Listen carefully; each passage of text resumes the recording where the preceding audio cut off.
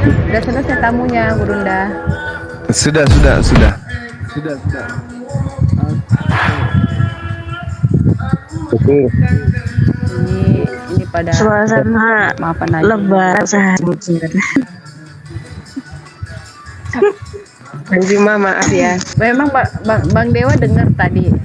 Oh, nggak dengar, paling Bang Dewa lagi ada tamu. So, apa kita bahas nih? Kalau suasana lebaran kan udah mulai habis nih. Oke. Kita angkat tema ya, Bang Abdul ya. Bang Abdul. Oke, nggak apa-apa, yuk. Loh, kepental lagi Bang Mental Juma. terus. Iya, Bang Juma soalnya di kepental. gunung. Biasalah kalau Bang di Juma gunung. kepental Bang Juma. Burunda itu. Iya. Kan Pokoknya kalau kita gampang bahas kan Jaringanku padahal bagus loh. Kok bisa ya? Iya, itu dia. TikToknya lagi ngambek mungkin Bang. bukan gara-gara ada Abdon di sini. Ada apa? Iya, iya, iya. Ya, konsultasi. Oke, kita angkat tema terkait dengan pernyataan ini aja. Apa? Musik kedengaran nggak dari sini? Agak kedengaran. Terlalu kecil kok. Sedikit. Tapi suara Bang Juma jelas banget kok. Suaranya jelas. Iya, iya. Gini, oke. Iya. Kita bahas tentang Bapak itu siapa gitu. Bapak itu siapa? Bapak. Ya udah. Iya, nanti Pak Abdul banyak menjelaskan narasinya ya terkait dengan Bapak ini. Ya. Aku izin dulu Bang Suma. Izin Iya. informasi. Aku cuma penyedia komal ya, enggak. Pokoknya enggak. Bang Suma lempar lagi. Ya. Lagi Bang Juma. Yang mau debat dan diskusi silahkan kalian aja. Aku cuman penyedia aja. Oke. Mana tadi Bang Suma? Kenapa harus Kepental. kenapa harus penyedia, Josel? Itu nggak apa-apa. Bukan nggak apa. Bukan aku itu Bang Abdon. Ya, nah hostnya yang ngomong. Mana ada nggak bisa bedain Bang Abdon nih. Agak kedengaran sama kok. Silakan. Silakan Bang, paparkan terkait sopo Bapak di dalam perspektif Nggak usah pemahaman. Nggak usah Jadi pakai timer ya, Bang. Iya, nggak usah. Ya, pokoknya lanjut aja. kan Di santai aja lah, santai aja Bang. kata Paparkan. oke. Jadi kalau kata Bapak ini sebutan Yesus ya. Sebutan Yesus. Yesus menyebutkan Bapa dan Yesus juga menyebutkan anak manusia. Jadi kalau bicara tentang Yesus menyebutkan Bapa, yaitu tentang keilahian, ya kan? Tentang keilahiannya tentu berbeda dengan kata anak manusia. Tentang anak manusia menyatakan dirinya. Jadi Bapa itu sebutan Yesus untuk keilahiannya, kekuasaannya, kealahannya. Dia menyebutkan Bapa. Dan dirinya disebutkan adalah anak manusia. Gitu aja sih simpelnya. Gitu Bang Juma. Iya, baik.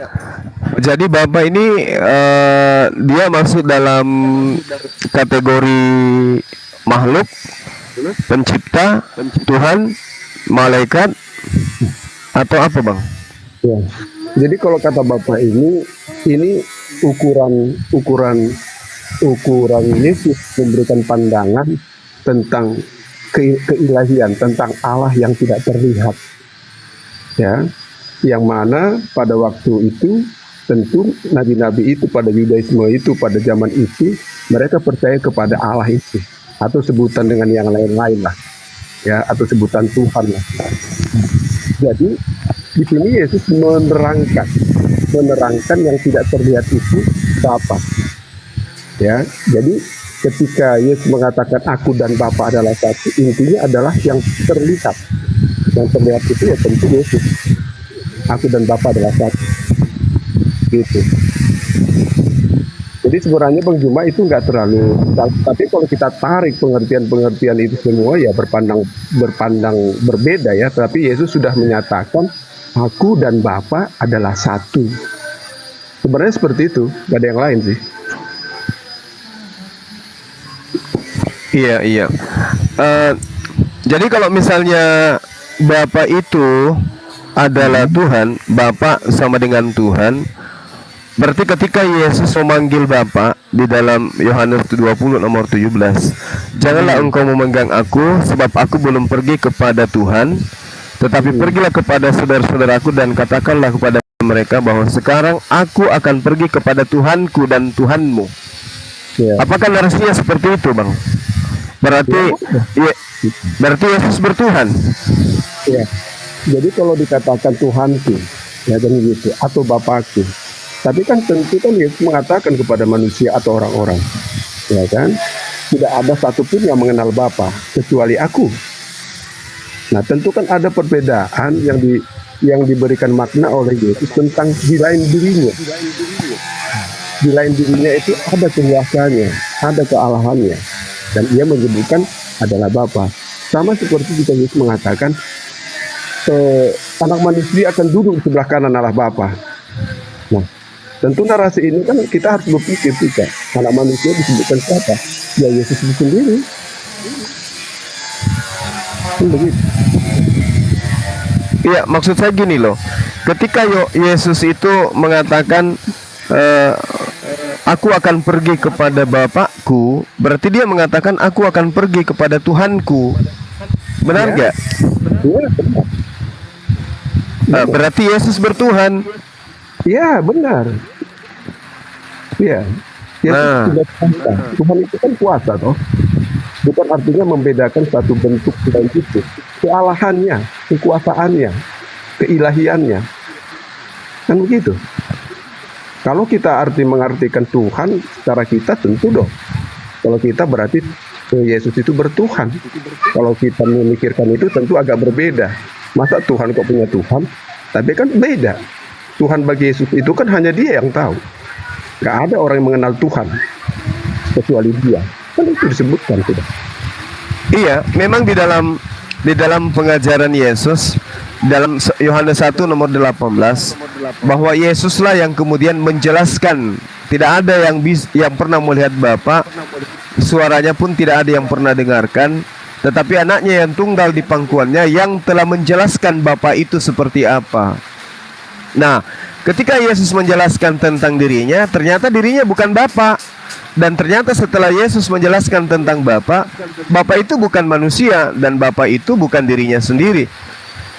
Artinya bahwa ketika dia kita pahami, aku akan pergi kepada Bapakku, artinya dia akan pergi kepada Tuhannya. Berarti Yesus ini bertuhan dan saudara mengiyakan. Dengan kata lain, dalam sudut pandang umat Islam, Kristen ini adalah sekelompok manusia yang mempertuhankan manusia yang bertuhan. Ya. Bukan begitu, Pak, Saudara Abdon? Ya, jadi oke saja seperti itu pendapat. Tapi apa kata Yohanes? Jadi Yohanes 10 ayat 5. Tanpa Yesus ya, Yesus sama seperti Bapa mengenal aku. Dan aku mengenal Bapa. Dan begitu. Sekiranya di Yohanes 14:7 ya, saya baca lagi. Sekiranya kamu mengenal aku, pasti kamu juga mengenal Bapakku. Sekarang ini kamu mengenal dia, mengenal Bapa, dan kamu telah melihat dia, dan kamu telah melihat dia.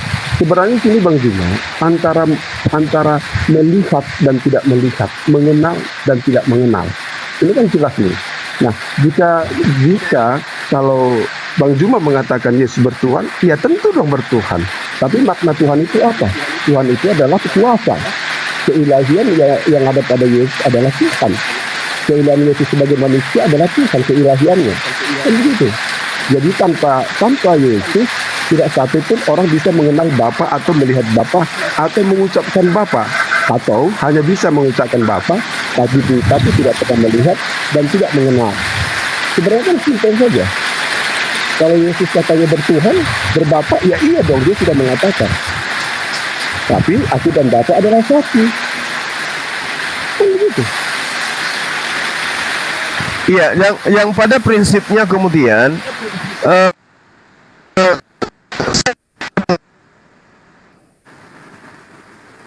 bahwasanya teman-teman Kristen ini menuhankan sosok manusia yang juga bertuhan, kan begitu polanya. Ya, Artinya Yesus yang bertuhan itu kemudian gimana? ya, jadi gini. Artinya Yesus yang bertuhan itu kembali dituhankan oleh manusia Kristen, kan gitu, Bang? Iya, itu benar. Pemikiran seperti itu boleh saja, ya. Tapi makna kata Bapa itu kita tidak akan bisa mengucapkan Bapa, kita tidak akan bisa mengucapkan Tuhan tanpa hadirnya Yesus. Kan begitu. Jadi kalau Yesus mempunyai kuasa ilahi, Iya, begitu. Kan Bapa itu Tuhan. Yesus tidak memiliki kuasa ilahi. Yesus tidak memiliki kuasa ilahi, Bang. Yesus hanya menerima kuasa. Nah, kenapa dia menerima kuasa? Karena dia manusia. Andai saja dia adalah Tuhan, dia tidak menerima kuasa. Kenapa? Karena yang dikatakan Tuhan itu dialah yang maha kuasa itu. Tapi faktanya Yesus diberi kuasa, berarti dia bukan Tuhan. Dia hanya perantara antara Tuhan yang ada di langit dengan manusia yang ada di bumi. Yesus perantara, bukan Tuhan itu sendiri. Makanya dia berbapa, artinya dia bertuhan. Aku akan pergi kepada Bapakku dan Bapakmu. Aku akan pergi kepada Tuhanku dan Tuhanmu. Berarti posisi Yesus dengan murid-muridnya Bani Israel itu sama-sama bertuhan. Kristen muncul dengan konsep baru. Orang yang bertuhan ini kemudian justru dijadikan sebagai Tuhan. Ya. Begitu Bang Abdon. Ya. Tapi gini, Bang Juma ya. Ini diingat nih. Di Yohanes 14 ayat 6. Kalau artinya Bang Juma bilang Yesus bertuhan, saya iakan. Tapi Bang Juma merasa bahwa Tuhan punya Tuhan, itu mungkin konsepnya agak beda. Tapi ini nih, kata Yesus kepadanya, akulah jalan dan kebenaran dan hidup. Tidak ada seorang pun yang datang kepada Tuhan kalau tidak melalui aku. Nah, kalau kita Bapa itu kita nyatakan Tuhan, tidak ada datang kepada Tuhan kalau tidak melalui aku. Nah, artinya kalau konsep Yohanes 14:6 ini, Yesus itu lebih daripada Tuhan. Kalau Bapa itu diganti Tuhan. Jadi kata penghormatan, kata Yesus memanggil Bapa keilahiannya, ya tentu Bapa. Tetapi jika Yesus menyatakan dirinya di dalam kehidupan bersama kita, dia menyebutkan dirinya adalah anak manusia. Nah, kalau dibilang anak manusia, tentu banyak orang yang menerima. Tapi ketika Yesus menyebutkan dia adalah anak Allah, tentu orang Yahudi tidak menerima dia. Nah, sekarang kan penerimaan kita secara akal kita yang melihat. Yesus sudah mengklaim, akulah jalan dan kebenaran dan hidup. Tidak ada seorang pun yang datang kepada Bapa atau kepada Tuhan kalau tidak melalui aku. Ini kan sudah real, nggak bisa lagi dia lakuin. Itu perkataan dia kalau dipercaya, gitu Bang. Iya, jadi gini Bung, kita itu sebagai orang yang datang belakangan harus memahami asbabun nuzul, letak perkara seperti apa Yesus mengucapkan dan untuk siapa ucapan itu. Jangan ucapan Yesus untuk emaknya, kita merasa itu ucapan untuk kita. Ucapan untuk adiknya, untuk tantenya, kita anggap itu ucapan untuk kita. Itu ucapan Yesus untuk Bani Israel. Bani Israel menolak dia, tapi Bani Israel mengaku bertuhankan Tuhannya Abraham, bapaknya Abraham. Maka Yesus mengatakan kepada mereka, sama seperti baginda Rasulullah Muhammad SAW hari ini. Orang-orang Yahudi mengaku kami juga menyembah Allah Subhanahu wa taala, kami juga menyembah kepada Tuhannya Abraham, Ishak dan Yakub. Tapi apa kata Rasulullah? Meskipun kamu bertuhan kepada Tuhan yang sama, kalau kamu tidak menerima aku sebagai utusannya, tidak ada yang sampai kepada Tuhan tersebut tanpa melalui aku. angkat oleh Al-Quran, kul in kuntum baginda Rasulullah Muhammad SAW. Begitu juga Yesus kepada Bani Israel yang menolak dia. Percuma kau mengatakan bapaknya Abraham adalah Tuhanmu kalau kau tidak terima aku sebagai utusannya. Makanya dia mengatakan di dalam Yohanes 17 nomor 3, hidup kekal itu adalah mereka Bani Israel mengenal engkau satu-satunya Tuhan yang benar, dan tidak cukup sampai di situ, dan menerima aku, mengenal aku sebagai utusanmu. Bani Israel tidak mau menerima Yesus sebagai utusan, tapi percaya bahwa Tuhan yang diperkenalkan Yesus itu adalah Tuhan satu-satunya. Ini makanya Yesus mengatakan, tidak ada antara kalian yang bisa sampai kepada Bapa tanpa melalui aku. Kalian harus mengakui aku sebagai utusannya. Hidup kekal itu kalian dapatkan dengan cara mengimani Tuhannya Abraham satu-satunya Tuhan dan mengimani aku sebagai utusannya. Kalau tidak, kalian tidak bisa sampai kepada Bapa. Kenapa? Karena sudah sampai saatnya agar aku datang kepada kalian. Seperti itu Bang Abdon. Jadi tidak semua perkataan Yesus itu Anda narasikan itu untuk Anda. Bukan, itu untuk Bani Israel. Ucapan itu pada masa itu. Silakan.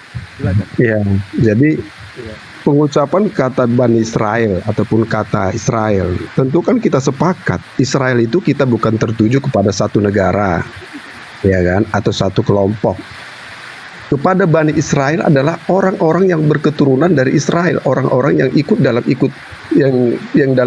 Bani Israel. Jadi kita bukan bicara negara ya. Ya. Jadi orang-orang yang ikut di dalam pernyataan Yesus ini, ya, pernyataan Yesus ini akulah jalan kebenaran, ini tentu konsepnya adalah konsep ketuhanan, Bang Juma. Ya. Jadi kalau konsep ketuhanan ini artinya ini tidak bicara tentang kelompok, dia menyatakan dirinya. Pernyataan dirinya nih Bang Juma, diingat nih. Akulah jalan kebenaran. Siapa yang percaya kepada dia silahkan ikut dia. Kalaupun artinya ada kata-kata kayak kata Bang Juma tadi itu Muhammad, ya silahkan. Tapi kan jelas pengakuan ini timbul dari dirinya. Akulah jalan kebenaran dan hidup. Tidak seorang pun yang sampai kepada Bapa kalau tidak melalui aku. Ini konsep pernyataan sendiri. Saya rasa tidak ada manusia atau nabi apapun yang menyatakan dirinya. Tidak ada Bang Juma, hanya Yesus. Tidak ada. Selama saya baca, saya nggak tahu, saya belum mempelajari semua. Hanya Yesus yang mengatakan bahwa tidak satupun orang yang sampai kepada Bapa atau kepada Allah kalau tidak melalui aku. Berarti kan Yesus menyatakan harus ikut dia baru bisa sampai kepada Allah itu. Kan begitu. Ini kan kata pernyataan yang kuat nih. Tinggal kita aja mau ikut atau tidak, kan begitu. Kalau Bang Juma bilang tadi Muhammad, saya rasa nggak ada itu kata-kata di Al-Quran seperti itu yang saya lihat, yang saya baca, kan begitu. Nggak ada pernyataan Muhammad seperti itu. Ada Bang, ada. Saya rasa nggak ada. Ali Imran ya, Ali Imran ayat 31 itu jelas sekali. Fattabi'uni, maka ikutilah aku. Itu jelas Bang. Jadi kami umat Islam itu tidak mungkin ngadi-ngadi mengatakan ada kalau tidak ada. Ya, contoh ini Bang Juma. Saya nggak tahu arti syafaat itu, mungkin Bang Juma saya pengen tahu secara syafaat itu apa sebenarnya. Saya pengen tahu dari pendekatan Islamnya. Kenapa? Syafaat itu apa? Oh, syafaat. Iya Bang. Iya. Silakan Bang. Ya, kalau syafaat dalam definisi syafaat itu adalah pertolongan Bang Abdon, pertolongan yang diberikan oleh Allah tentunya dengan izin Allah kepada umat-umatnya. Pertolongan ini berbentuk macam-macam. Pertolongan terbesar nanti ditolong oleh Rasulullah dari neraka, itu dengan pertolongan syafaat dari Rasulullah. Di samping ada syafaat Rasulullah, juga syafaat Allah juga ada. Artinya seperti apa yang disampaikan dalam Jumat 3, kita mengikuti itu ada perintahnya, fattabi'uni, kita disuruh mengikuti Rasulullah itu di atas perintah Allah. Jadi ya oke. Jadi penolong ya, kita buat simpel bahasanya dulu, penolong. Jadi ada ayat ya, tapi saya lupa ayat di dalam Al-Quran itu bahwa Isa Al-Masih itu adalah yang memiliki syafaat. Itu terdapat ketika saya ambil di tafsirnya ya, tafsir dari Quran tersebut. Nanti mungkin bisa saya cari ya. Begini Bang, nanti di Yaumul Qiyamah, di Yaumul Mahsyar, di Yaumul Qiyamah, yang bisa memberikan penolong itu hanyalah Rasulullah SAW, Nabi Muhammad. Nabi-nabi yang tidak bisa memberikan syafaat atau pertolongan kepada umatnya. Karena apa? Karena mereka para nabi juga sibuk dengan dirinya sendiri. Nanti satu-satunya nabi yang diberikan hak untuk bisa menolong umatnya, yaitu Rasulullah Shallallahu Alaihi Wasallam Muhammad.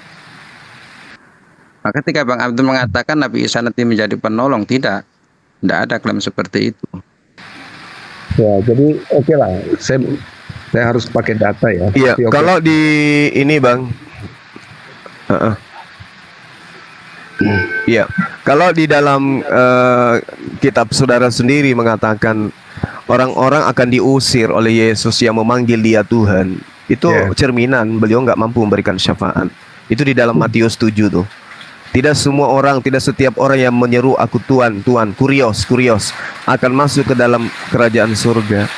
Nah, terus orang-orang itu teriak, bukankah kami sudah bernubuat demi namamu, mengusir setan demi namamu? Apa kata kejahatan? Ya. Artinya Yesus tidak bisa memberikan syafaat.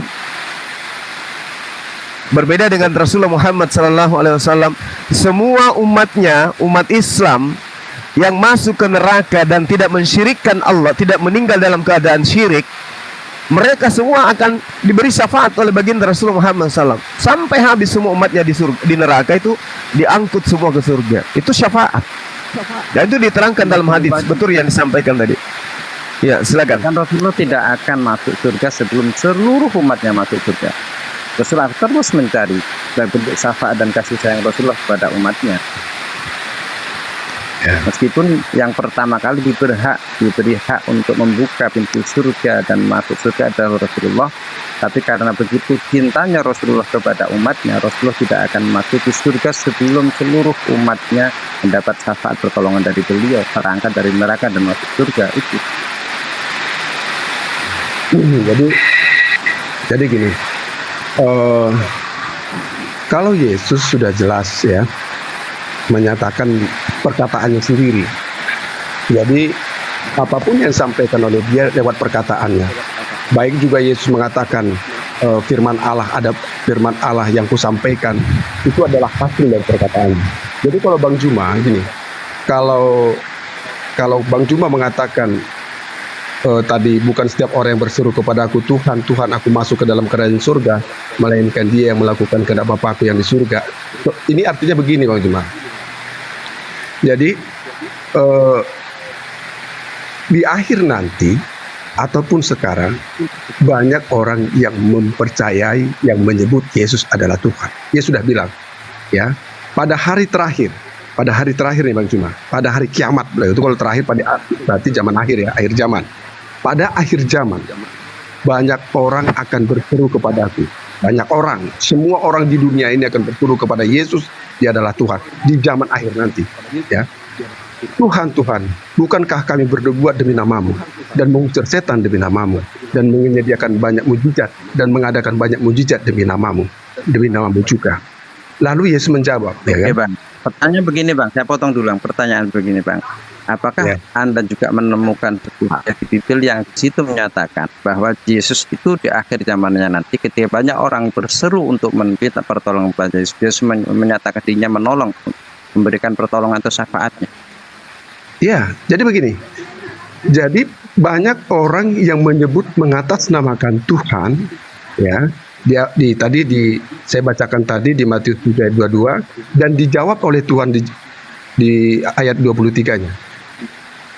Banyak orang di ayat 22, pada akhir zaman banyak orang yang berseru kepadaku Tuhan. Oke? Bukankah kami berbuat demi namamu dan mengusir setan demi namamu dan mengadakan banyak mujizat demi namamu juga? Ini seseorang yang mengatakan bahwa dirinya adalah benar. Kami sudah berbuat ini, berbuat itu, berbuat ini. Tapi Yesus menjawab, ya, di ayat 23, pada waktu itulah aku akan berterus terang kepada mereka dan berkata, aku tidak pernah mengenal kamu. Enyahlah padaku, kamu sekalian pembuat kejahatan. Jadi di garis bawahi adalah pembuat kejahatan. Banyak orang yang mengatasnamakan agama, keyakinan, dan mengatasnamakan Tuhan, tetapi perbuatannya adalah menipu. Ya, berbohong kepada jemaatnya, menipu kepada jemaatnya. Nah, jadi ini merujuk kepada seseorang. Ini nggak tertuju kepada Islam ataupun Kristen atau semuanya. Yang pemuka agama, yang semuanya itu, tetapi itu dimanfaatkan untuk kepentingan dia, untuk yang diambil itu dari para pengikutnya. Jadi ini yang berbuat kejahatan. Ini harus digarisbawahi dulu Bang Juma. Membuat kejahatan, mengatasnamakan Tuhan, tetapi dia berbuat jahat. Begitu. Iya. Kita garis bawahi juga Bang, pembuat jahatan ini siapa Bang? Dari mana? Dari orang-orang yang mengaku Yesus sebagai Tuhan, ataukah di luar Yesus, yang di luar orang yang mengaku Yesus sebagai Tuhan? Harus diperjelas. Ketika Anda mengatakan pembuat kejahatan ini adalah orang-orang yang mengakui Yesus sebagai Tuhan, sedangkan kita sendiri juga bahwa ada penebusan dosa. Bagaimana ini ketika itu dikonfrontasikan? Bagaimana? Harus tegas dulu, siapakah yang dimaksud pembuat kejahatan? Apakah orang-orang yang mengaku Yesus sebagai Tuhan, ataukah di luar orang-orang yang tidak mengaku Yesus sebagai Tuhan? Harus Anda jelaskan dulu. Ya, jadi di sini kan pada hari terakhir, biarkan saya jelaskan dulu. Pada hari zaman akhir, banyak orang akan berseru kepadaku. Banyak orang. Jadi kalau banyak orang ini nggak tertuju kepada kelompok ataupun agama. Ini banyak orang. Pada akhir zaman banyak orang akan berseru kepadaku, Tuhan, Tuhan. Nah ini kita buktikan nih nanti ya. Ini perkataan Yesus. Lalu, bukankah kami berbuat demi namamu dan mengusir setan demi namamu dan mengadakan banyak mujizat demi namamu juga? Tapi kan di ayat 23-nya Yesus menjawab, pada waktu itulah aku akan berterus terang kepada mereka dan berkata, aku tidak pernah mengenal kamu, enyahlah daripadaku, kamu sekalian pembuat kejahatan. Nah, di konteks 22-23 ini banyak orang yang mengatasnamakan agama, mengatasnamakan Tuhan, tapi perbuatannya keji kepada manusia itu sendiri. Itu kan kata Tuhan. Tuhan bilang, aku tidak kenal kamu, kamu semua pembuat. Banyak orang akan memanggil dia. Kan begitu. Anda keliru Bang Abdon. Bukan banyak orang tidak berbicara satu agama pun. Ini cuma berbicara agama Kristen Bang. Kan cuma agama Kristen yang bermujizat, bernubuat, mengusir setan dengan menggunakan nama Yesus. Jangan Anda katakan semua orang. Jangan katakan tidak cerita satu agama. Hanya Kristen yang menyebut Yesus itu Tuhan. Tapi bukan itu polanya. Pola yang dikatakan oleh Yesus sebagai pembuat kejahatan adalah yang menjual nama Yesus, ngobati orang mengatasnamakan Yesus, ya, mengusir setan mengatasnamakan Yesus. Tapi perbuatan mereka tidak sesuai dengan yang dikehendaki oleh Tuhannya Yesus. Kan dia katakan, kecuali mereka yang melakukan kehendak Bapakku. Kita tadi sudah sepakat Bapak sama dengan Tuhan. Kecuali mereka yang melakukan kehendak Tuhanku. Jadi Kristen-Kristen yang tidak melakukan kehendak Tuhan Bapa itu tidak akan selamat. Meskipun mereka mampu sampai level mengusir setan, bermujizat, tapi tidak melakukan kehendak Tuhannya Yesus, tidak akan sampai kepada surga, itu nggak sampai. Nah sekarang kalau kita melihat Kristen yang ada sekarang, Katolik, Protestan, atau apapun itu, mereka menuhankan anak Maria ini tidak berdasar terhadap kehendak Bapa.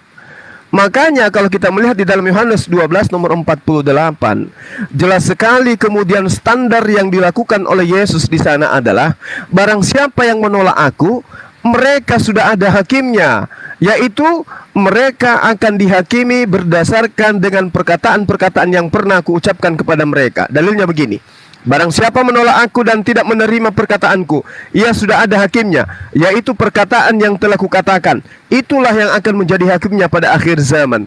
Jadi ketika saudara dihakimi, atas kehendak siapa Anda menuhankan aku, atas kehendak siapa Anda meyakini aku adalah Bapa itu sendiri, sementara saya tidak pernah mengatakan itu. Nah inilah yang dihakimi, inilah yang dikatakan pembuat kejahatan. Kenapa? Karena Bapa ketika Yesus itu dibaptis, inilah anakku yang kukasihi, kepadanya lah aku berkenan, dengarkanlah setiap perkataan yang ia katakan kepadamu. Nah, berarti orang menjadikan dirinya itu hidup dalam sebuah agama harus berdasarkan terhadap perkataan Yesus. Nah, umat Islam, perkataan Yesus mengatakan hidup kekal itu adalah mengenal engkau satu-satunya Tuhan yang benar dan mengenal aku sebagai utusanmu. Umat Islam mengakui dia adalah utusan Tuhan, Yesus adalah utusan Tuhan. Itu perkataannya dia, Bang. Sementara Abang enggak. Yesus itu adalah Tuhan itu sendiri. Yesus itu adalah Bapa itu sendiri. Yesus itulah yang datang menjadi manusia, dan itu tidak pernah dikatakan oleh Yesus. Berarti yang diusir di sini jelas internal Kristen yang tidak melakukan kehendak Tuhannya Yesus. Begitu, Bang. Silakan. Oke. Ya, jadi begini, Bang Juma. Saya hargai juga artinya nalar untuk seseorang yang namanya Yesus ya, anak manusia itu. Jadi di Yohanes 10 ada 33. Jadi sebelum Bang Juma juga mengatakan ini, pada zaman orang Yahudi, zamannya Yesus juga, ahli-ahli Taurat juga, sama seperti Bang Juma. Ya, Yohanes 10:33. Jawab orang-orang Yahudi itu, bukan karena suatu pekerjaan baik maka kami mau melempari engkau, melainkan karena engkau menghujat Allah. Dan karena engkau sekalipun hanya seorang manusia saja menyamakan dirimu dengan Allah. Ya, ketika Yesus ini berbuat sesuatu mujizat, berbuat satu kebaikan di dalam hal yang keramaian, baik orang Yahudi maupun orang apapun di situ, Yesus memberikan pertolongan, ya, memberikan keselamatan gitu. Orang-orang Yahudi ini tidak bermasalahkan apa yang dibuat oleh Yesus, apa yang dilakukan oleh Yesus. Orang Yahudi semua tidak mempermasalahkan.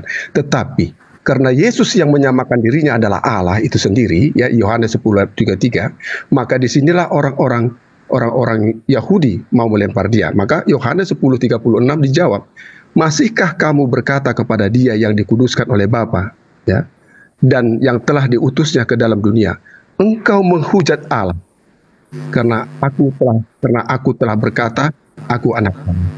Nah, di sini penghujatan ini yang tidak diterima, yang menyebut dirinya adalah anak Allah. Anak Allah itu bagi mereka adalah Allah itu sendiri. Jadi gini Bang Juma. Jadi jangankan pada zaman Yahudi itu, di Quran juga tertulis Bang Juma. Oke, kita samakan dulu persepsi kita Isa Al-Masih adalah Yesus. Ya. Di surah Al-Maidah ayat 72 juga dikatakan bahwa kafirlah yang mengatakan Isa putra Maryam adalah Allah itu. Jadi nggak heran kalau hal seperti ini. Tapi Yesus mengatakan tetap pendiriannya, walaupun dia disalibkan, dihukum dalam penghujatan nama Allah itu, dia tetap lakukan itu. Karena apa? Sebelum itu juga Yesus mengatakan bahwa dirinya akan disalibkan. Rubuhkanlah bait Allah ini. Bait Allah itu tentang dirinya. 3 hari akan kubangun. Terbukti. Yesus disalibkan, Yesus dibiarkan dia dibunuh, tapi dia bangkit dalam 3 hari. Nah, hal-hal seperti ini Bang Juma sebenarnya yang dipertentangkan di sini ini bukan karena Yesus mengatakan sesuatu menampakkan dirinya kepada manusia, bukan. Di sini kan tentang penyelamatan. Nah, kalau bicara tentang penyelamatan, tentu semua orang berpikir kepada siapa dia akan penyelamatan di dalam akhir zaman nanti. Yesus sudah mengatakan banyak orang yang memanggil dia adalah Tuhan. Nah, tapi bagi orang-orang jahat yang mengatasnamakan agama itu, mengatasnamakan Tuhan itu, tapi perbuatan, tentu dia nyahkan. Nah, tinggal kita keuntungan demi sesuatu. Kita harus real. Tentu Bang Juma nih, mengatasnamakan Tuhan, kita mengatasnamakan Tuhan, tentu ada niat yang baik dalam hati Bang Juma. Kan begitu. Bukan ada hal-hal yang penting pribadi itu.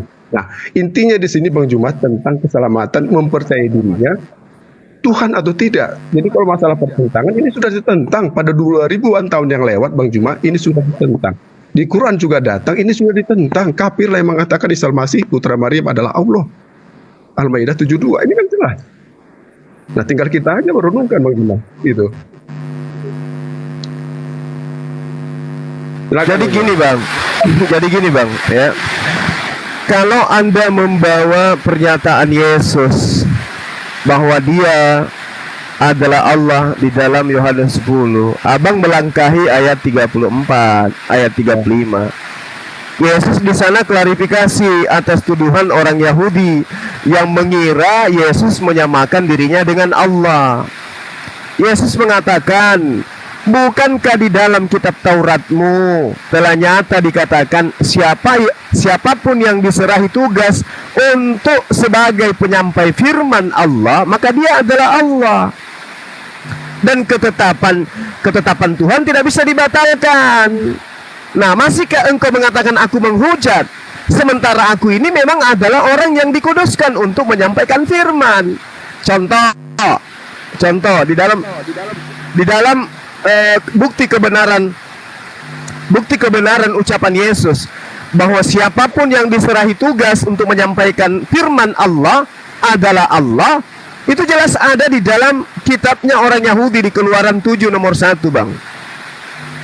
Tuhan berfirman kepada Musa, lihat, aku telah menjadikan engkau seperti Allah bagi Firaun, dan kakakmu Harun akan menjadi nabimu. Jadi siapapun yang diserahi tugas menyampaikan firman, maka dia dijadikan sebagai Allah, dia dijadikan sebagai Tuhan. Kenapa? Dia wakil Tuhan. Begitu juga di dalam kitab Kejadian. Anda baca di dalam Kejadian 18, di situ malaikat juga disebut sebagai Allah. Kemudian Tuhan menampakkan diri kepada Abraham. Padahal Tuhan yang dimaksud di sini adalah malaikat. Makanya di ayat selanjutnya dikatakan, maka berfirmanlah malaikat itu, maka berkatalah malaikat itu. Artinya yang disebut Tuhan di sini, yang disebut Allah di sini, malaikat juga. Kenapa? Karena malaikat tersebut juga menyampaikan firman. Makanya Yesus klarifikasi, kenapa engkau menyamakan dirimu dengan Allah padahal engkau itu hanyalah manusia, anak manusia? Lantas kemudian Yesus mengatakan, pekerjaan mana yang aku lakukan sehingga kamu mengatakan aku menghujat Allah? Orang Yahudi mengatakan, bukan karena pekerjaan, tapi karena engkau hanyalah manusia, tapi engkau menyamakan dirimu dengan Allah. Yesus klarifikasi, wahai kamu, bukankah di dalam kitab Tauratmu ada tertulis siapapun yang diserahi tugas menyampaikan firman, maka dia adalah Allah. Dan ketentuan itu tidak bisa kau batalkan. Jadi saya mengaku Allah karena saya utusan Allah. Nah, itu Anda boleh baca di dalam Kejadian 2, Kisah Para Rasul 2 nomor 22. Orang-orang Israel harus tahu bahwa Yesus yang ada di tengah-tengah kamu itu adalah perantara bagi Allah dengan manusia, yang dijadikan oleh Allah sebagai perantara kepada Bani Israel dengan memberikan kepadanya kekuatan, tanda-tanda dan mujizat seperti yang kamu lihat di tengah-tengah kamu. Berarti Yesus itu disebut Allah karena dia wakil Allah, karena dia utusan Allah, bukan karena dia Allah betul, bukan karena dia Tuhan beneran, tapi karena dia hanya utusan Allah yang ditugaskan menyampaikan firman. Makanya dikatakan, aku tidak berkata-kata dari diriku sendiri, apa yang aku katakan adalah apa yang diperintahkan oleh Bapakku, oleh Tuhanku untuk aku katakan, aku sampaikan. Seperti itu, Bang. Makanya enyahlah daripada aku, karena engkau semua adalah pembuat kejahatan. Apa kejahatan itu? Ya, karena menyembah Yesus, menganggap Yesus itu adalah Tuhan. Padahal tidak ada kehendak Bapa agar manusia menuhankan Yesus. Kehendak Bapa adalah untuk mentaati perkataan Yesus. Perkataan Yesus hanya memerintahkan menyembah kepada Allah Bapa yang ada di surga. Seperti itu, Bang Abdon. Ya. Jadi gini, Bang Juma, konsepnya Bang Juma ini konsep konsep yang hampir sama dengan orang Yahudi. Jadi menghujat itu bukan mengatasnamakan Tuhan saja, itu Bang Juma ya. Jadi contohnya nih, salah satu contoh kedua tadi itu Yesus artinya menghujat nama Allah itu ya. Yahudi mengatakan dia sudah menghujat karena dia menyamakan dirinya dengan Allah. Oke, salah satu itu. Kedua, jadi ini perlu dipahami, keselamatan itu adalah karena dosamu ya. Karena dosamu itu kamu akan diselamatkan cuma. Jadi begini, di Markus 2 di Markus 2 ayat 3 ada orang-orang datang membawa kepadanya seorang lumpuh digotong oleh 4 orang, tetapi mereka tidak dapat membawanya kepadanya karena orang banyak itu.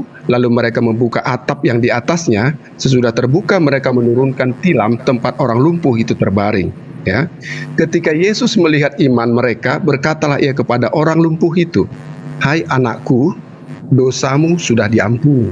Itu kata Yesus.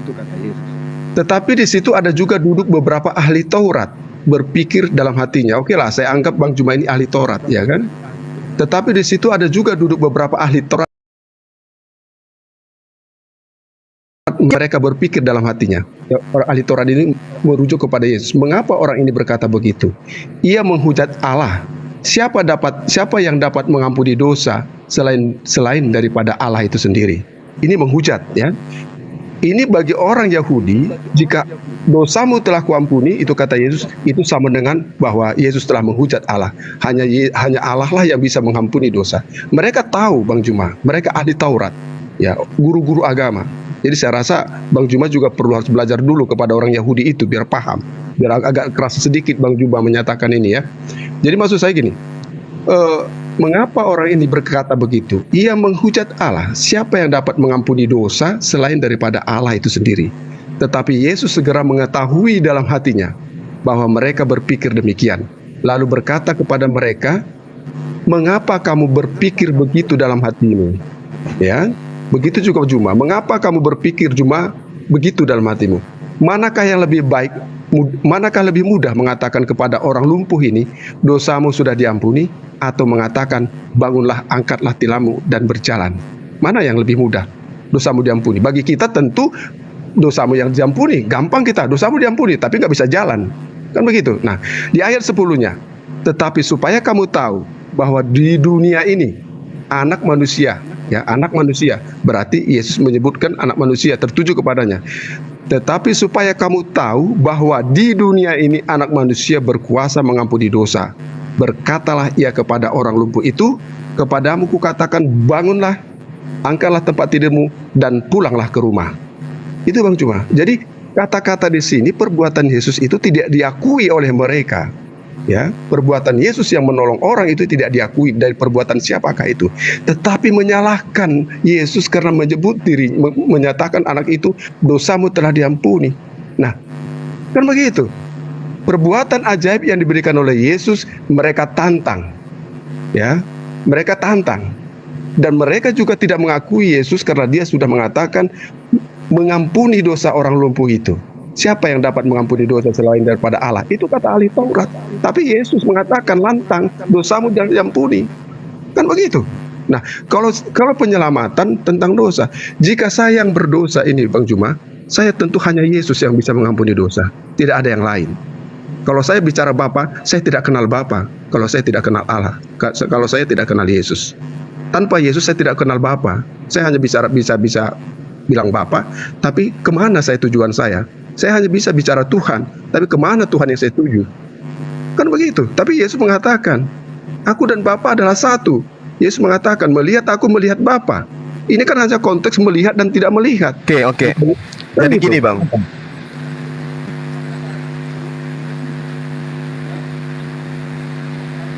Oke, ya. Jadi gini. Saudara Abdon harus memahami bahwa orang-orang Yahudi ketika mereka itu kena kutuk, itu artinya secara tradisi mereka ada yang disebut tulah. Orang yang kena tulah itu adalah orang yang dikutuk. Orang yang dikutuk itu adalah orang yang melakukan dosa. Ketika kemudian orang yang melakukan dosa itu sudah bertaubat, tanda-tandanya adalah kutukan itu diangkat, dicabut dari dirinya. Kalau dia sudah dicabut kutukan itu dari dirinya, itu menandakan bahwasanya dia tidak sakit lagi. Artinya ketika dia tidak sakit lagi, artinya dosanya sudah diampuni. Orang yang buta, orang yang lumpuh, semua itu diakibatkan karena mereka punya kutuk. Mereka pernah melakukan dosa. Tanda daripada pertobatannya, kutuknya diangkat. Ketika Yesus mengobati dan penyakitnya sembuh, maka dikatakan dosamu telah diampuni. Yesus tidak pernah mengatakan dosamu telah aku ampuni. Nggak ada Bang. Anda carikan saya data di dalam kitab saudara, Yesus sama sekali tidak pernah mengatakan dosamu telah aku ampuni. Nggak ada. Dosamu telah diampuni. Bahkan kalau itu yang Anda jadikan acuan untuk menganggap Yesus itu Tuhan itu sendiri, maka itu terbantahkan oleh Yohanes 20 nomor 23. Jikalau kamu mengampuni dosa orang lain, maka dosa orang lain itu diampuni. Dan jikalau kamu menyatakan dosa orang tetap ada, maka dosanya orang tersebut tetap ada. Ini menandakan bahwa bukan cuma Yesus, siapapun bisa mengampuni dosa orang lain. Yohanes 20 nomor 23. Jikalau kamu mengampuni dosa orang, dosanya orang itu akan diampuni. Coba. Jadi tidak ada masalah dengan itu. Nggak ada masalah Yesus mengampuni dosa atau siapapun yang mengampuni dosa. Ini bukti bahwasanya itu bukan menjadikan dia itu sebagai tanda bahwa dia itu Tuhan. Nah, oleh karena itulah kemudian kita harus memahami bahwasanya betapa banyak orang-orang yang sebelum Yesus datang itu diselamatkan. Contoh misalnya di dalam Matius 21 ya, nomor 31 dan seterusnya. Pesundal, pemungut cukai itu lebih dulu masuk ke dalam surga hanya karena percaya kepada Yohanes. Bukan percaya kepada Yesus, bukan. Tapi percaya Yohanes Sang Pembaptis, mereka lebih dulu masuk ke dalam surga. Artinya bahwasanya ketika Yesus memanggil Bapakku yang ada di surga, Bapakku yang ada di surga, itu menandakan bahwa Yesus bertuhan. Tuhanku yang ada di surga, Bapak sama dengan Tuhan, Bapakku sama dengan Tuhanku, berarti Yesus bertuhan. Adalah satu kekonyolan ketika ada manusia mempertuhankan manusia yang juga bertuhan. Sementara manusia yang bertuhan ketika datang memerintahkan pengikutnya untuk tidak menuhankan dirinya, tetapi cukup mengakui dirinya sebagai utusan Tuhan. Hidup kekal itu adalah mereka mengenal Engkau. Engkau ini siapa? Tuhannya Yesus, Bapaknya Yesus. Dialah Sang Tuhan yang harus dikenal satu-satunya, dan mengenal Yesus sebagai utusan Tuhan. Itu yang kami imani sebagai orang Islam. Yesus itu utusan, Tuhannya Yesus adalah satu-satunya Tuhan. Tidak lebih dan tidak kurang daripada itu. Silakan, Bang. Ya, itu nggak saya pertentangkan, Bang Juma. Jadi konsepnya kan sama seperti orang Yahudi, ya. Artinya menuhankan yang satu. Ya kan, sama. Ya, begitu juga Bang Juma. Yang permasalahan sekarang kan tinggal karena pengakuan bahwa seseorang datang ke dunia ini mengakui dirinya adalah anak Allah. Jadi mengakui dirinya bisa mengampuni dosa manusia, itu yang menjadi penghujatan bagi orang-orang Yahudi. Saya kan sudah bacakan tuh ayatnya tadi, Bang Juma. Nah, perkaranya sekarang kan Tuhan yang tidak terlihat dan Tuhan yang terlihat. Itu perkaranya. Nah, ketika Tuhan yang terlihat ini akan digerogoti. Dari mana asal usulnya? Kan itu dulu. Bagaimana dia? Bagaimana kepribadiannya? Nah, kalau kita cari kepribadiannya, apakah ada seperti Yesus mengatakan, seperti Pilatus mau disalibkan, aku tidak mendapatkan kesalahan daripada orang ini. Itu kata siapa itu? Pontius Pilatus, ya. Nah, yang perkara di sini Bang Juma, hanya Yesus menyatakan dirinya adalah Tuhan, menyatakan dirinya adalah anak Allah, menyatakan dirinya dia mengampuni dosa manusia. Itu penghujatan bagi orang Yahudi. Kalau yang lain-lain nggak ada yang bisa diselidiki kesalahan daripada Yesus. Nggak ada itu. Nggak ada Bang Juma. Yang ada hanya dua itu saja. Mengatasnamakan dia adalah anak Allah, mengatasnamakan dia mengampuni dosa manusia. Kan begitu. Nah, kita selalu bicara seperti ini Bang Juma. Kalau kita bicara tentang hukum yang ada daripada ahli-ahli Taurat itu, ahli-ahli agama pada zaman itu, mereka sudah cakap sekali tentang kesalahan manusia dan cakap sekali tentang bagaimana cara beribadah kepada Allah itu. Tetapi ketika Yesus datang, Yesus diambil sesuatu kesalahannya dengan melalui pencobaan-pencobaan perkataan tanya jawabnya. Kan begitu. Benarkah Yesus itu keselamatan? Ya benar. Contoh, perempuan yang berzina kedapatan zina. Ini kan perlu Bang Juma. Jangan hanya kita baca lewatkan saja, tapi pengertiannya. Perempuan yang kedapatan berzina dalam hukum Taurat itu adalah dirajam Bang Juma. Nah, ini dibawa oleh ahli Taurat itu, dicobai Yesus. Untuk mencobai Yesus dibawalah orang berzina, perempuan berzina ini.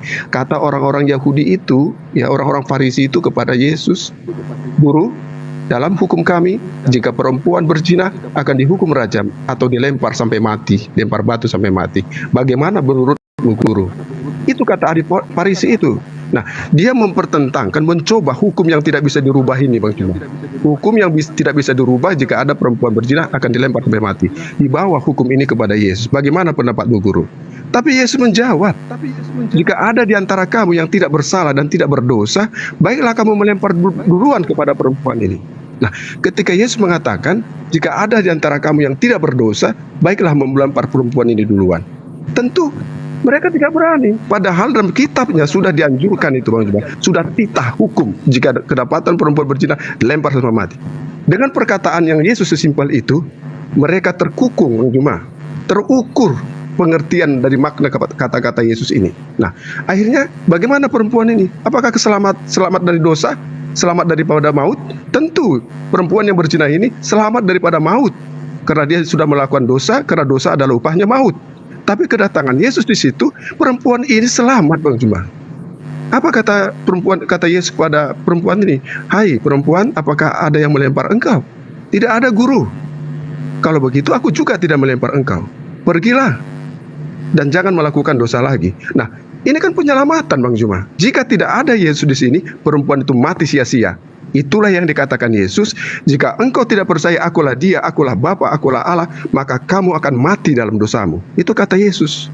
Nah, karena Yesus ada di hadapan dari perempuan ini, dia selamat daripada dosa. Karena upah dosa adalah maut, Bang Juma. Sekarang jika Bang Juma merasa itu nggak benar, siapa penyelamat Bang Juma di dalam dunia ini? Jika Bang Juma membawakan dosa dalam kematian, siapa yang menyelamatkan? Siapa yang menghapus dosa? Ayo kita balik di dalam Quran itu. Siapakah penyelamat Bang Juma di akhir kematian Bang Juma? Tentu Bang Juma ada dosa. Tidak mungkin Bang Juma di dunia ini tidak ada dosa. Sekarang siapa yang bisa mengampuni Bang Juma dalam dosa? Silakan kita balik dulu ke Arab, ke Al-Quran, biar kita tahu. Silakan Bang Juma. Iya, jadi saya jelaskan dulu Bang sebelum kita masuk ke Al-Quran. Ini pada hukum Taurat itu nggak berlaku Bang. Adalah tidak mungkin hukum yang sudah ribuan tahun ditinggalkan tiba-tiba mau dipraktekkan sama Yesus. Yesus siapa? Yesus punya kapasitas apa? Dia bukan hakim, dia bukan gubernur. Loh kok tiba-tiba dia menghukum orang, mengkisas manusia? Itu yang pertama. Prosesi hukum yang terjadi dalam tradisi Yahudi itu harus komplit Bang. Tidak serta-merta orang datang, guru ada yang berzina, rajam. Oh enggak begitu. Faktanya Yesus apa? Dia tidak mengkuduskan hari Sabat. Pada hari Sabat, Yesus dan murid-muridnya memetik gandum. Orang yang kayak begini ingin mengukuhkan Torah? Gak mungkin Bang. Wong kamu juga melanggar Torah kok. Jadi tidak ada kapasitas Yesus untuk kemudian mengatakan bunuh. Tidak. Lagi-lagi orang yang datang kepada Yesus melaporkan bahwa wanita itu berzina, mereka bukan saksi utama. Gak ada bukti bahwa dia saksi. Bisa jadi itu adalah fitnah. Kenapa? Yang datang ini orang Farisi, orang-orang yang tidak bisa dipercaya. Lagian kedudukan Yesus pada saat itu, sekali lagi saya katakan, bukan hakim. Dia bukan imam Lewi. Dia tidak punya kapasitas untuk menentukan rajam tidak rajamnya orang, kisas tidak kisasnya orang. Bukan Yesus punya kompetensi di sana. Jangankan sebagai imam, yang dianggap sebagai imam sah bagi 12 suku Bani Israel, dianggap sebagai orang benar saja kagak, boro-boro dia mau memutuskan perkara. Jadi jangan hanya segelintingan hal kecil seperti itu kemudian oh dia Tuhan, karena dia tidak mengajarkan untuk merajam wanita tersebut. Oh tidak. Ingat Bang, dari sejak zamannya Nabi Musa alaihissalam sampai kepada zamannya beliau, hukum rajam itu tidak ada konotasi yang bisa kita jadikan sebagai sumber utama atau sumber primer bahwa mereka mempraktekkan hukum Torah. Apa pembuktiannya? Baca Yohanes 7 nomor 49. Apa yang dikatakan oleh Yesus? Orang banyak ini terkutuklah mereka karena mereka tidak melakukan hukum Taurat. Selesai. Baca Matius 23 nomor 1 sampai seterusnya. Apa yang dikatakan oleh Yesus? Jangan kau ikuti mereka ahli Torah ini, orang Farisi. Jangan kau ikuti. Kenapa? Mereka menduduki kursi Musa, tapi mereka tidak mempraktekkan hukum Taurat. Apa buktinya tuh? Itu perkataan Yesus. Loh kok tiba-tiba Yesus bukan sopo-sopo, ada orang berzina dilaporkan ke dia, lantas mau dirajam. Malah dia yang mau mati dibunuh, sebelum dirajam baru digali lubangnya. Yesus duluan dirajam sama warga di sana pada saat itu. Jadi jangan ngadi-ngadi Bang. Menentukan satu perkara dia Tuhan atau tidak Tuhan dengan hanya hasil penyelidikan kayak begitu, bahaya.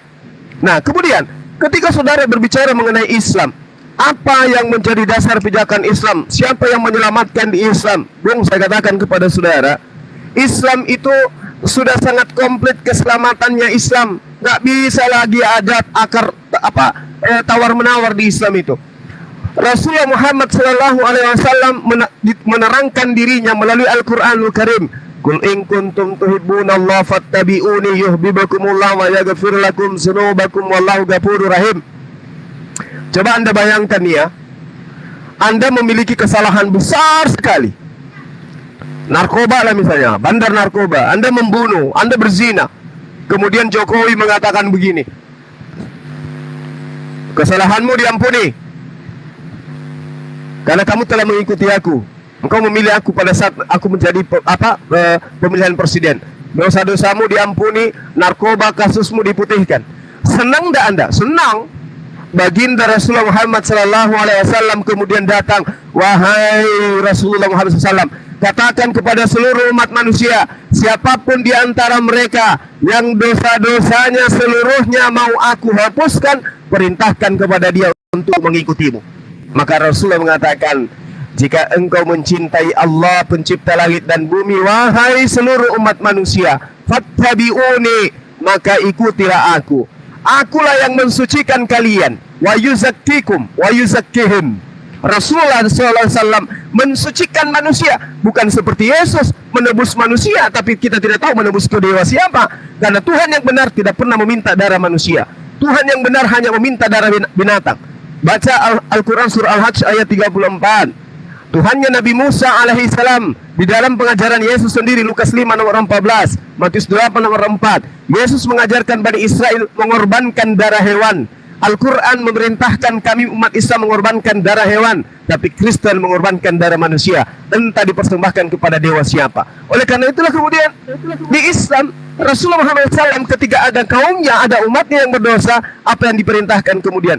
Innalladzina tabu wa aslahu wa bayyanu, dan seterusnya. Apabila engkau berdosa, apa kata Allah? Maka bertaubatlah, maka dosamu akan terampuni. Dan itu diajarkan oleh para nabi. Yesus pun mengajarkan begitu. Bertaubat. Jadi nggak ada itu penebus. Orang dijadikan tumbal di atas tiang salib untuk dosa-dosa kita, nggak ada. Kenapa? Konsepnya Nabi Musa, konsepnya Daud, Salomo, bahkan Yeremia, Daniel, dan semua termasuk Yesus. Apa yang dikatakan? Manusia diupah berdasarkan perbuatan masing-masing. Nggak bisa ditebus oleh dosa oleh orang lain. Nggak bisa.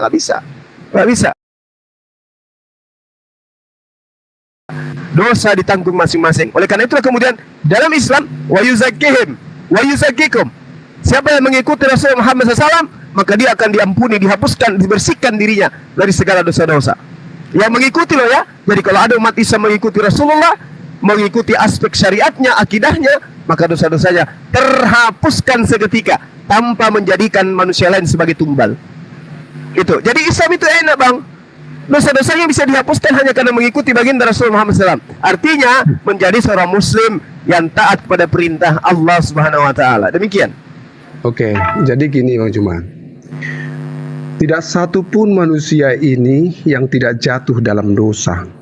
Semua manusia yang ada di dunia ini, ya kan? Nah, jadi kalau Bang Juma mengatakan bahwa mengikuti Muhammad itu kita bisa diampuni dosa, tentu saya ambil ayatnya. Di dalam Quran ada tertulis ya. Dalam Quran ada tertulis. Nah, saya ambil di sebentar ya. Bahwa di halaman sebentar ya.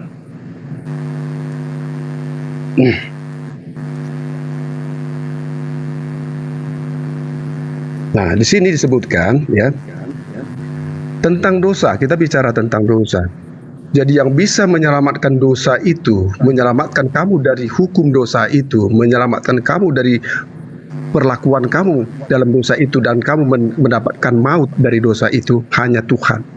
Ya, hanya Tuhanlah yang bisa. Siapa itu? Tuhan Yesus. Karena Dia sendiri yang berbicara. Kalau Bang Juma, saya bacakan di Al-Fat 2 ya. Di Al-Fat 2 itu berbunyi, ini ada terjemahannya. Nanti kalau memang kurang sempurna terjemahannya, mungkin Bang Juma bisa membenarkan terjemahan ini, meluruskan. Di Al-Fat 2, Quran 48 ayat 2, agar Allah memberikan ampunan kepadamu dalam kurung Muhammad atas dosamu yang lalu dan yang akan datang, serta menyempurnakan nikmatnya atasmu dan menunjukimu ke jalan yang lurus. Oke? Nah, saya tidak akan memframing ini. Ya, saya tidak akan memframing ini ya. Tetapi di sini jelas terjemahannya agar Allah memberikan ampunan kepadamu Muhammad atas dosamu yang lalu dan yang akan datang. Jadi kalau saya katakan bahwa di Alkitab ini juga semua itu jatuh dalam dosa, sampai mulai dari manusia pertama Adam dan Hawa sudah jatuh ke dalam dosa sampai keturunannya, sampai sekarang kita sudah berdosa. Bahkan di ayat Quran 48 ini, Al-Fat ayat 2, Muhammad juga di sini dosanya sudah ada atas dosamu yang lalu dan yang akan datang. Jadi penyelamatan ini Bang Juma adalah orang yang terlepas dari dosa itulah yang bisa menyelamatkan. Orang yang dosa itu tidak mampu kepada seseorang datang, itulah yang bisa menyelamatkan. Tuhan tidak akan berkompromi dengan dosa.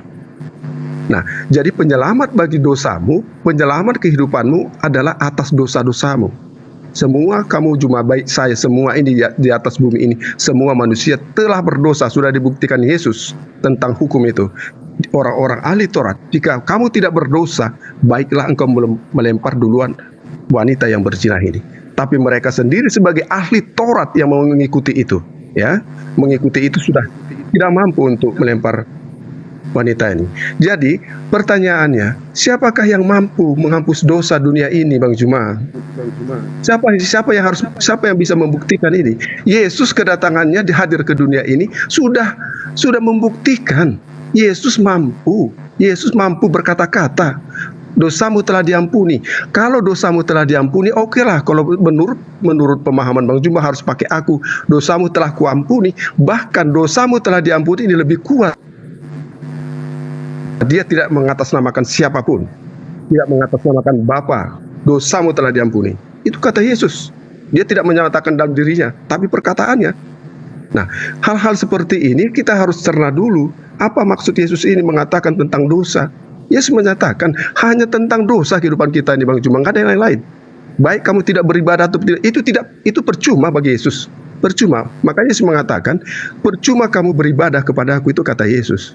Karena ajaranmu adalah ajaran manusia. Jadi kalau Yesus mengatakan akulah guru dan Tuhan, nggak masalah nih Bang Juma.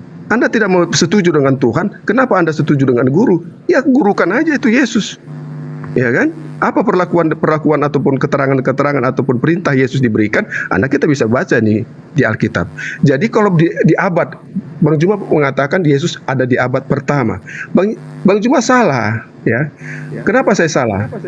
Dia sudah mengatakan sebelum dunia ini, Bang Juma, Yesus mengatakan aku telah ada. Yesus menyatakan itu. Sebelum dunia ini ada, aku telah ada, ya. Nah, saya ambil ini ayatnya, ya. Yohanes 17 ayat 5, ya. Oleh sebab itu ya Bapa, permuliakanlah aku padamu sendiri dengan kemuliaan yang kumiliki di hadiratmu sebelum dunia ini ada. Jadi jangankan masalah Taurat Bang Juma, jangankan masalah ahli Taurat, jangan para ulama-ulama atau pendeta segala macam, jangankan masalah yang namanya dunia ini. Sebelum dunia ini ada Bang Juma, Yesus telah ada. Sebelum Abraham ini ada, sebelum Abraham dijadikan, Yesus mengatakan, aku telah ada. Jadi kalau Bang Juma mengatakan anak manusia mempertuhankan, Bang Juma selalu konteks dalam pemikiran. Itu salah Bang Juma. Sebelum kamu ada Juma, sebelum Adam pun ada, Yesus telah ada. Nah, kalau kita menafsirkan secara lugas seperti Bang Juma, bagaimana dengan perkataan ini? Sebelum dunia ini aku sudah ada. Nah, tentu kan kita bertanya, sebelum dunia dijadikan Yesus sudah ada. Siapa dia? Apakah manusia? Enggak dong. Manusia pertama itu Adam. Sebelum Adam ada, dia sudah ada. Nah, hanya saja Bang Juma tidak menerima bahwa dia dinyatakan Tuhan di sini. Kalau Yesus mengatakan dirinya adalah guru, nggak masalah. Saya juga nggak perlu Bang Juma. Kalau saya tidak menuhankan Yesus, saya nggak apa-apa. Tapi itu adalah guru saya. Yesus adalah guru kehidupan saya. Nggak masalah. Nggak masalah seperti itu. Akulah guru dan Tuhan. Kalau Bang Juma tidak setuju Tuhan saya, hidup saya di dunia dan di surga ini adalah Yesus. Kan begitu. Ya, jadi maksud saya, coba Bang Juma memberikan kenyataan yang statement Bang Juma tentang dosa itu siapa yang mengampuni. Kalau Bang Juma mengatakan tadi Nabi Muhammad, tadi saya sudah tunjukkan Quran 48 ayat 2 bahwa Muhammad juga berdosa. Allah mengampuni dosa-dosanya yang lalu dan dosa-dosanya yang akan datang. Saya nggak tahu nih yang akan datang seperti apa. Nah, jelas keselamatan itu ada pada orang yang tidak berdosa, yaitu Allah itu sendiri yang menjadi rupa manusia, yaitu menjadi manusia yang datang ke dunia. Faktanya dia mengatakan dosamu telah diampuni. Itu Bang Juma. Jadi supaya bisa ini berimbang, tunjukkan Bang Juma siapa yang bisa menyelamatkan kamu atas dosamu di dunia dan di akhirat ini. Siapa? Pakai Quran Bang Juma. Silakan. Iya. Jadi begini Saudara Abdon. Ya mungkin kalau sekolah minggu orang-orang PAU yang hidupnya itu hidup lahir dalam keadaan prematur, mungkin bisa Anda ajarkan seperti konsep yang tadi. Tapi kami umat Islam adalah orang yang berakal. Kalau Anda mengatakan aku ada sebelum Abraham ada, itu Yesus posisinya dia mengklaim dirinya Tuhan, atau dia mengklaim dirinya sebagai hamba yang sedang merendahkan dirinya, berdoa memohon kepada Tuhannya? Ayo, akulah Tuhan, apa buktinya? Aku ada sebelum Abraham ada. Hehehe. Sebelum Abraham ada, Adam sudah ada duluan. Telat Yesus, kesiangan Anda. Tapi sayangnya, bagi orang berakal, pengakuan Yesus itu bukan pengakuan sebagai Tuhan, Bung. Itu pengakuannya sebagai hamba Tuhan. Kadang saya lucu ya. Jadi gini, Saudara Abdon, gini. Kalau hanya atas dasar ucapan Yesus itu, Anda baca Amsal 8 dong. Apa yang dikatakan oleh Salomo? Sebelum langit digariskan, aku ada bersama dengan dia. Hayo, duluan mana kira-kira? Dia Adam, dia Abraham. Abraham, Yesus mengatakan, aku ada sebelum Abraham ada. Salomo mengatakan apa? Aku ada sebelum langit digariskan. Hayo, hebat mana? Silakan Anda tuhankan Salomo. Itu jauh lebih hebat daripada Yesus. Itu yang pertama. Yang kedua, kalau hanya konsep aku ada sebelum Abraham ada, Bung, di dalam kitab saudara diterangkan di Efesus 1 nomor 4, sebab di dalam dia Allah telah memilih kita sebelum dunia dijadikan. Jadi Saudara Abdon, kita ini sudah ada sebelum dunia dijadikan. Tuhan telah memilih kita. Berarti bagaimana mungkin Tuhan memilih kita, kita belum ada. Kita sudah ada. Artinya apa? Rancangan Tuhan itu sudah ada sebelum dunia diciptakan, sebelum apa yang ada di dunia ini diadakan oleh Tuhan. Kemudian di dalam kitab Pengkhotbah 3 nomor 15, yang sekarang ini ada, dulu itu sudah ada, dan yang akan ada sudah lama ada, dan Allah mencari yang sudah lalu. Terbantahkan konsep Anda. Yesus bukan Tuhan. Yesus berdoa kepada Tuhan. Kenapa dia mengatakan aku ada sebelum dunia, sebelum Abraham ada? Anda baca di dalam Yohanes 1 nomor 14. Kemuliaanku adalah kemuliaan yang diberikan Bapa kepada aku, yang diberikan Tuhan kepada aku. Nah, kemuliaan Tuhan itu kapan ada? Kemuliaan Tuhan itu ada bersama dengan Tuhan itu sendiri. Dia tidak memiliki awal dan tidak akhir. Jadi kemuliaan yang dimiliki oleh Yesus adalah kemuliaan yang dimiliki oleh Tuhan. Kemuliaan Tuhan yang diberikan kepada Yesus sehingga dia menjadi nabi dan rasul. Itu yang perlu saudara pahami. Kemudian kalau di Islam, juru selamat kami itu adalah ajaran yang didatangkan oleh Allah Subhanahu wa taala melalui para nabi. Itulah juru selamat kami. Itu juru selamat kami. Juru selamat kami itu adalah ajaran yang didatangkan oleh Allah melalui perantaraan para nabi.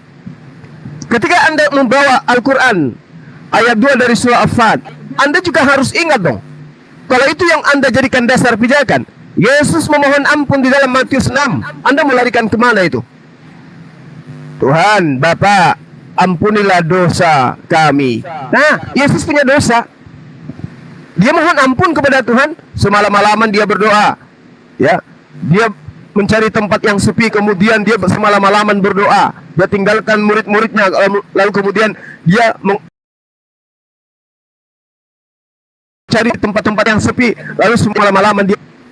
Nah, sedangkan Rasul Muhammad SAW dikatakan demikian untuk mematahkan pemahaman-pemahaman orang belakangan. Kalau Rasul Muhammad SAW yang begitu hebat menjelaskan tentang apapun sudah lebih dulu 1400 tahun silam, maka jangan-jangan dia ini adalah Allah, jangan-jangan dia ini adalah Tuhan itu sendiri. Nah, makanya sekarang kita melihat banyak orang Kristen, bahkan ada dari golongan Islam yang mengaku golongan Islam itu sendiri, yang menganggap bahwa Rasulullah SAW itu adalah Allah itu sendiri. Ada, seperti misalnya golongan dari Syiah misalnya, ya kan? Ada yang dari golongan, pokoknya banyak golongan yang menganggap bahwa Rasulullah Muhammad SAW itu adalah cerminan, itu adalah gambaran daripada Allah itu sendiri yang datang dalam rupa makhluk. Ada juga yang mengatakan Nur Muhammad dan seterusnya. Nah, inilah cerminannya ketika Al-Quran menerangkan bahwasanya liyaghfira lakallahu ma taqaddama min zambi, menjelaskan bahwasanya agar Allah memberikan ampunan kepada Muhammad atas dosamu yang lalu dan yang akan datang, serta menyempurnakan nikmatnya atasmu dan menunjukkan ke jalan yang lurus. Menandakan bahwa sesempurna apapun ajaran Rasul Muhammad sallallahu alaihi wasallam tentang ilmu pendidikan, tentang ekonomi, tentang militer, tentang ilmu bumi, tentang ilmu udara, air dan seterusnya, dia hanyalah manusia yang diberi kemuliaan sebagai nabi dan rasul. Jangan dituhankan, itu poinnya. Sementara ajarannya adalah jelas, wa yuzakkihim wa yuzakkikum. Dalilnya, kul in kuntum tuhibbuna Allah fattabi'uni yuhibbukumullah wa yaghfir lakum dzunubakum wallahu ghafurur rahim. Jika engkau ingin dosa-dosamu dihapus, jika engkau ikutilah baginda Rasulullah Muhammad sallallahu alaihi wasallam. Fattabi'uni. Itu enggak ada tawar menawar itu, Bang. Fattabi'uni, enggak ada tawar menawar. Satu-satunya jalan keselamatan yang menjadi tuntunan terakhir di zaman ini adalah baginda Rasulullah Muhammad sallallahu alaihi wasallam. Fattabi'uni, maka ikutilah aku, kata Rasulullah melalui Al-Qur'anul Karim. Demikian. Ya. Ya, tentu konsep itu yang berbeda, Bang Juma. Jadi saya bukan mempertahankan atau artinya melemahkan Bang Juma di sini. Hanya saja konsep keselamatan itu, Bang Juma, itu adalah dosa. Yang Tuhan itu bicara tentang dosa, Bang Juma. Maka Yesus mengatakan, aku datang kepada orang yang berdosa. Ya, artinya apa? Aku datang kepada orang yang sakit. Aku datang kepada orang yang salah, bukan kepada orang yang benar. Nah, tentu yang salah ini siapa? Yang sakit ini siapa? Tentu yang memiliki dosa. Kita bicara kerohanian, ya. Bedakan dulu, Bang Juma, kalau bicara tentang kejasmanian dan bedakan tentang bicara kerohanian. Yesus datang ke sini ini, kehadiran Yesus datang ke dunia ini adalah tentang kerohanian kita. Ya, apakah kita sehat jasmani? Ya, sehat. Saya ini sehat jasmani ini. Abdul sehat jasmani. Tapi belum tentu rohani saya tidak sehat. Belum tentu rohani saya sehat. Tapi bicara ketuhanan ini tentang kerohanian kita. Ya, karena kita bicara tentang ketuhanan. Maksud saya di sini, Bang, cuma begini. Yang bisa menyelamatkan kita, menghapus dosa kita agar kita tidak terjerat dalam hukum dosa adalah maut, adalah Tuhan. Tidak ada satupun, Bang Juma, yang bisa menyelamatkan kamu dari dosa. Nabi apapun itu. Karena nabi itu semua telah jatuh dalam dosa. Nah, di Quran 48 ayat 2 saya sudah terangkan, ya, bahwa perlakuan semua hidup kemanusiaan ini sudah jatuh ke dalam dosa. Kalau begitu, apakah orang yang berdosa bisa menyelamatkan orang yang berdosa? Itu pertanyaan, Bang Juma. Apakah orang yang sudah jatuh dalam dosa bisa menyelamatkan orang yang berdosa? Tentu tidak, Bang Juma. Ya kan? Karena sama-sama diampuni di situ. Nah, sekarang cuma konteksnya di sini, siapa yang mampu mengampuni dosa? Nah, orang-orang Yahudi pada waktu itu, Bang Juma, mempersalahkan Yesus hanya dua. Yang menyatakan dirinya adalah Allah, dan satu lagi yang Yesus menyatakan mengampuni dosa. Karena yang dua-dua ini adalah milik hanya Allah. Allah mereka pada waktu itu yang mereka tidak kenal. Tapi mereka percaya kepada Allah itu sendiri, atau Yahweh itu sendiri. Mereka tidak tahu siapa Yahweh itu, tapi mereka percaya. Nah, hal dua inilah yang dipertentangkan, Bang Juma. Hal dua ini. Nah, saya ulangi lagi, sampai sekarang pun dipertentangkan. Jadi kita nggak heran. Hanya saja kenapa hanya Yesus ini, ataupun Isa Al-Masih kalau kita setarakan dengan di Quran yang selalu yang kita bicarakan. Tanpa Yesus kita tutup. Nggak ada yang mau dibicarakan di sini, Bang Juma. Bener aja, serius. Tanpa Yesus yang kita bicarakan tidak menarik semua ini. Perlakuan sebuah hidup kemanusiaan. Tentu. Nah, karena ada Yesus di sini menyatakan dirinya adalah Tuhan yang terlihat, Tuhan yang bisa dikenal, Tuhan yang bisa memberikan ampunan dosa, Tuhan memberikan mujizat, Tuhan yang bisa memberikan hidup, Tuhan yang mengatakan sebelum dunia ini ada. Tentu dong. Kalau Bang Juma mengatakan bahwa sesuatu bisa seperti Salomo, Salomo itu manusia. Manusia dari mana? Tentu ukurannya adalah dari Adam. Ukuran daripada air mani. Yesus sampai kapanpun kamu cari Yesus, Bang Juma, dia tidak seperti manusia seperti kita. Karena dia sudah mengatakan, Yesus sudah membedakan kita di antara dirinya. Yesus mengatakan, Bang Juma, kamu berasal dari bawah. Yesus berkata nih, kamu berasal dari bawah. Aku dari atas. Kamu dari dunia ini. Itu kata, benarkah kata Yesus ini bahwa Yesus bukan dari dunia ini dan kita adalah dari dunia? Memang benar dong. Dari dunia ini siapa? Dari tanah itu Adam pertama. Nah, tentu keturunannya siapa? Kita dong. Ya, tapi Yesus datang ke hadiran dunia ini mengapa? Ya, kalau saya samakan dulu sedikit bahwa Isa Al-Masih, ya, Isa Al-Masih adalah kalimatullah. Isa Al-Masih adalah ruh darinya. Dan putranya di situ, putra Isa putra Maryam disebut namanya. Nah, tentu kan hal yang berbeda. Bukan berbicara tentang dia punya bapak atau punya ibu, tidak. Dia unsurnya itu adalah Roh Kudus. Yesus unsurnya adalah Roh Kudus dan firman Allah. Unsur kita adalah air mani, pancaran dari air mani. Di Quran juga tertulis. Dan Adam adalah unsurnya dari tanah. Bukan bicara antara bapa dan anak, unsur yang paling utama. Jadi kalau Bang Juma bicara kita panjang lebar, sebenarnya kedatangan Tuhan ke dunia ini hanyalah satu, Bang Juma, tentang dosa, keselamatan dari dosa-dosamu. Karena semua dosa manusia, baik yang sudah mati duluan dan sekarang ini jatuh dalam dosa. Belum ada akhir kebangkitan, Bang Juma. Belum ada akhir kebangkitan. Dan Bang Juma juga mengakui Isa Al-Masih itu pertanda hari kiamat. Jelas, pertanda hari kiamat itu. Kita belum tahu nih kiamat. Dan di Alkitab juga disebutkan di hari kedatangannya kedua kali tentang akhir zaman. Dia mengatakan itu, tanda-tandanya sudah diberikan. Di hari kedatangannya tanda-tandanya sudah diberikan tentang akhir zaman atau kiamat itu. Ya, perang melawan raja, terjadi peperangan, terjadi kelaparan, terjadi belalang-belalang yang merusak. Itu kan semua terjadi, Bang Juma. Hanya saja konsepnya paling konsep yang ringan, yang mudah dicerna. Bang Juma, itu keselamatanmu siapa?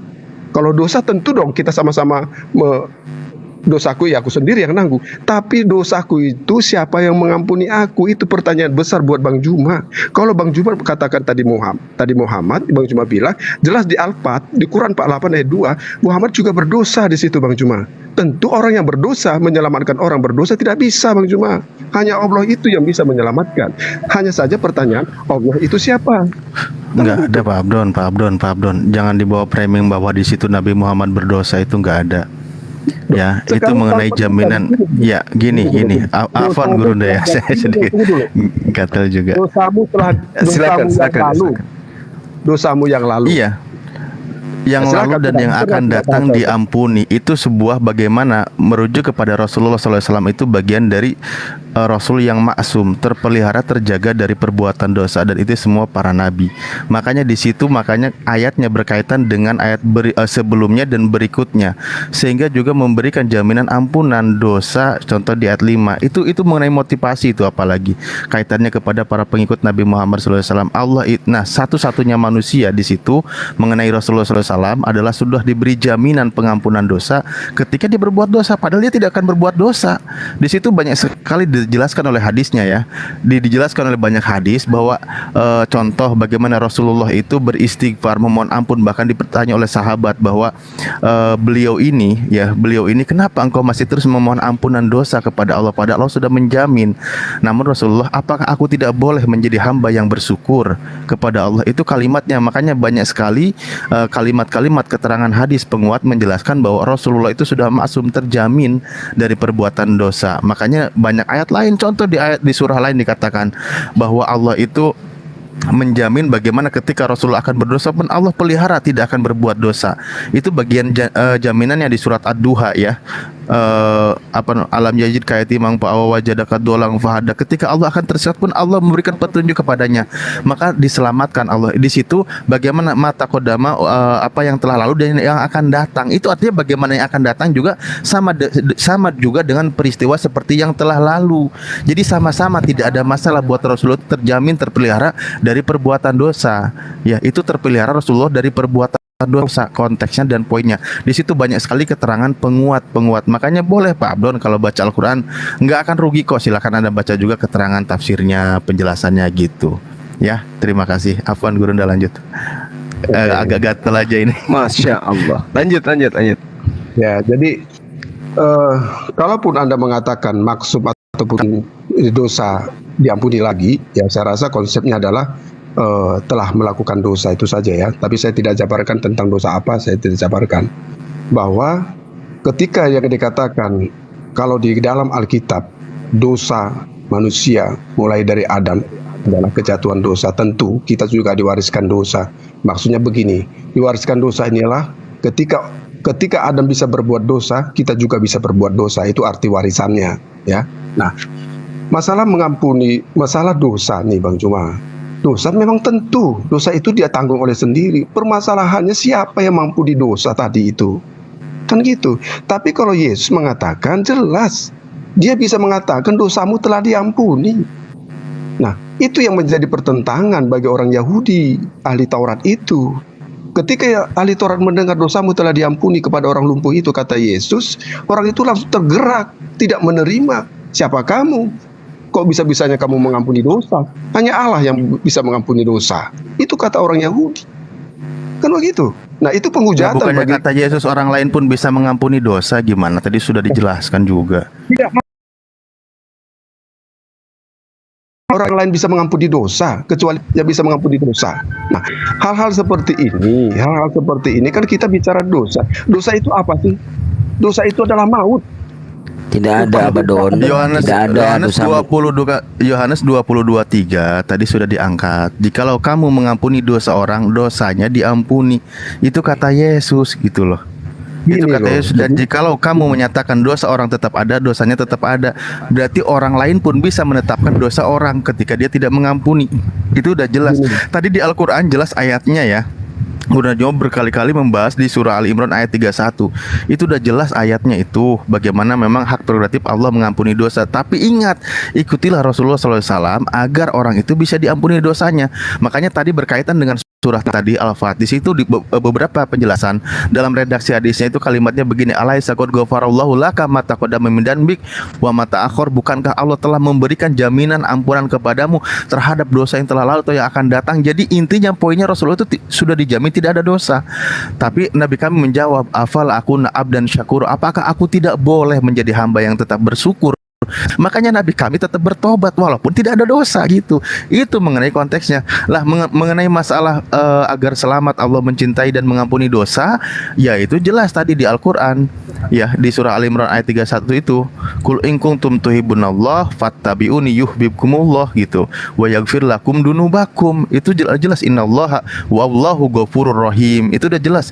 Katakanlah Muhammad, jika kamu mencintai Allah, ikutilah aku. Kami suruh mengikuti Nabi Muhammad. Tidak mungkin kami sudah mengikuti orang yang berdosa. Orang Allah Maha Pengampun segala dosa, tidak mungkin Allah menyuruh orang yang berdosa, kan gitu konteksnya.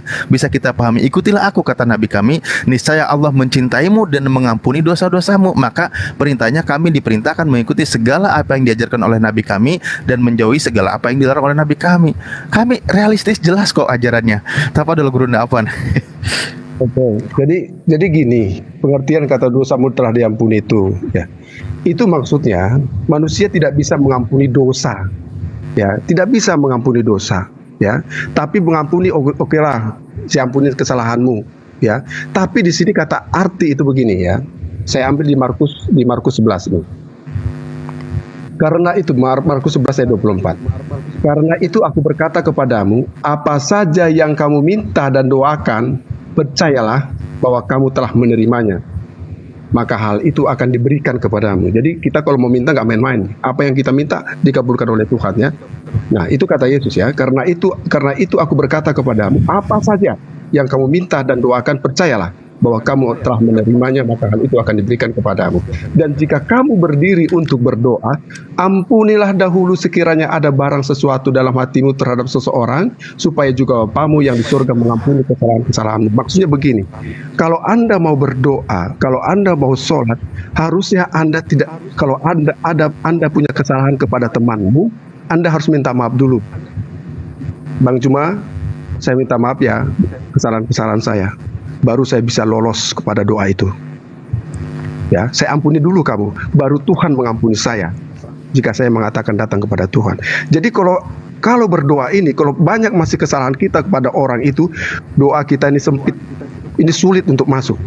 Kita harus lega dulu dalam kehidupan berdoa. Kita minta ampun dulu kesalahan kita minta ampun kepada kawan-kawan, baru mereka ampuni. Ya udah Don, salah kamu, ya udah, gak apa-apa Don, lanjut aja, masalah.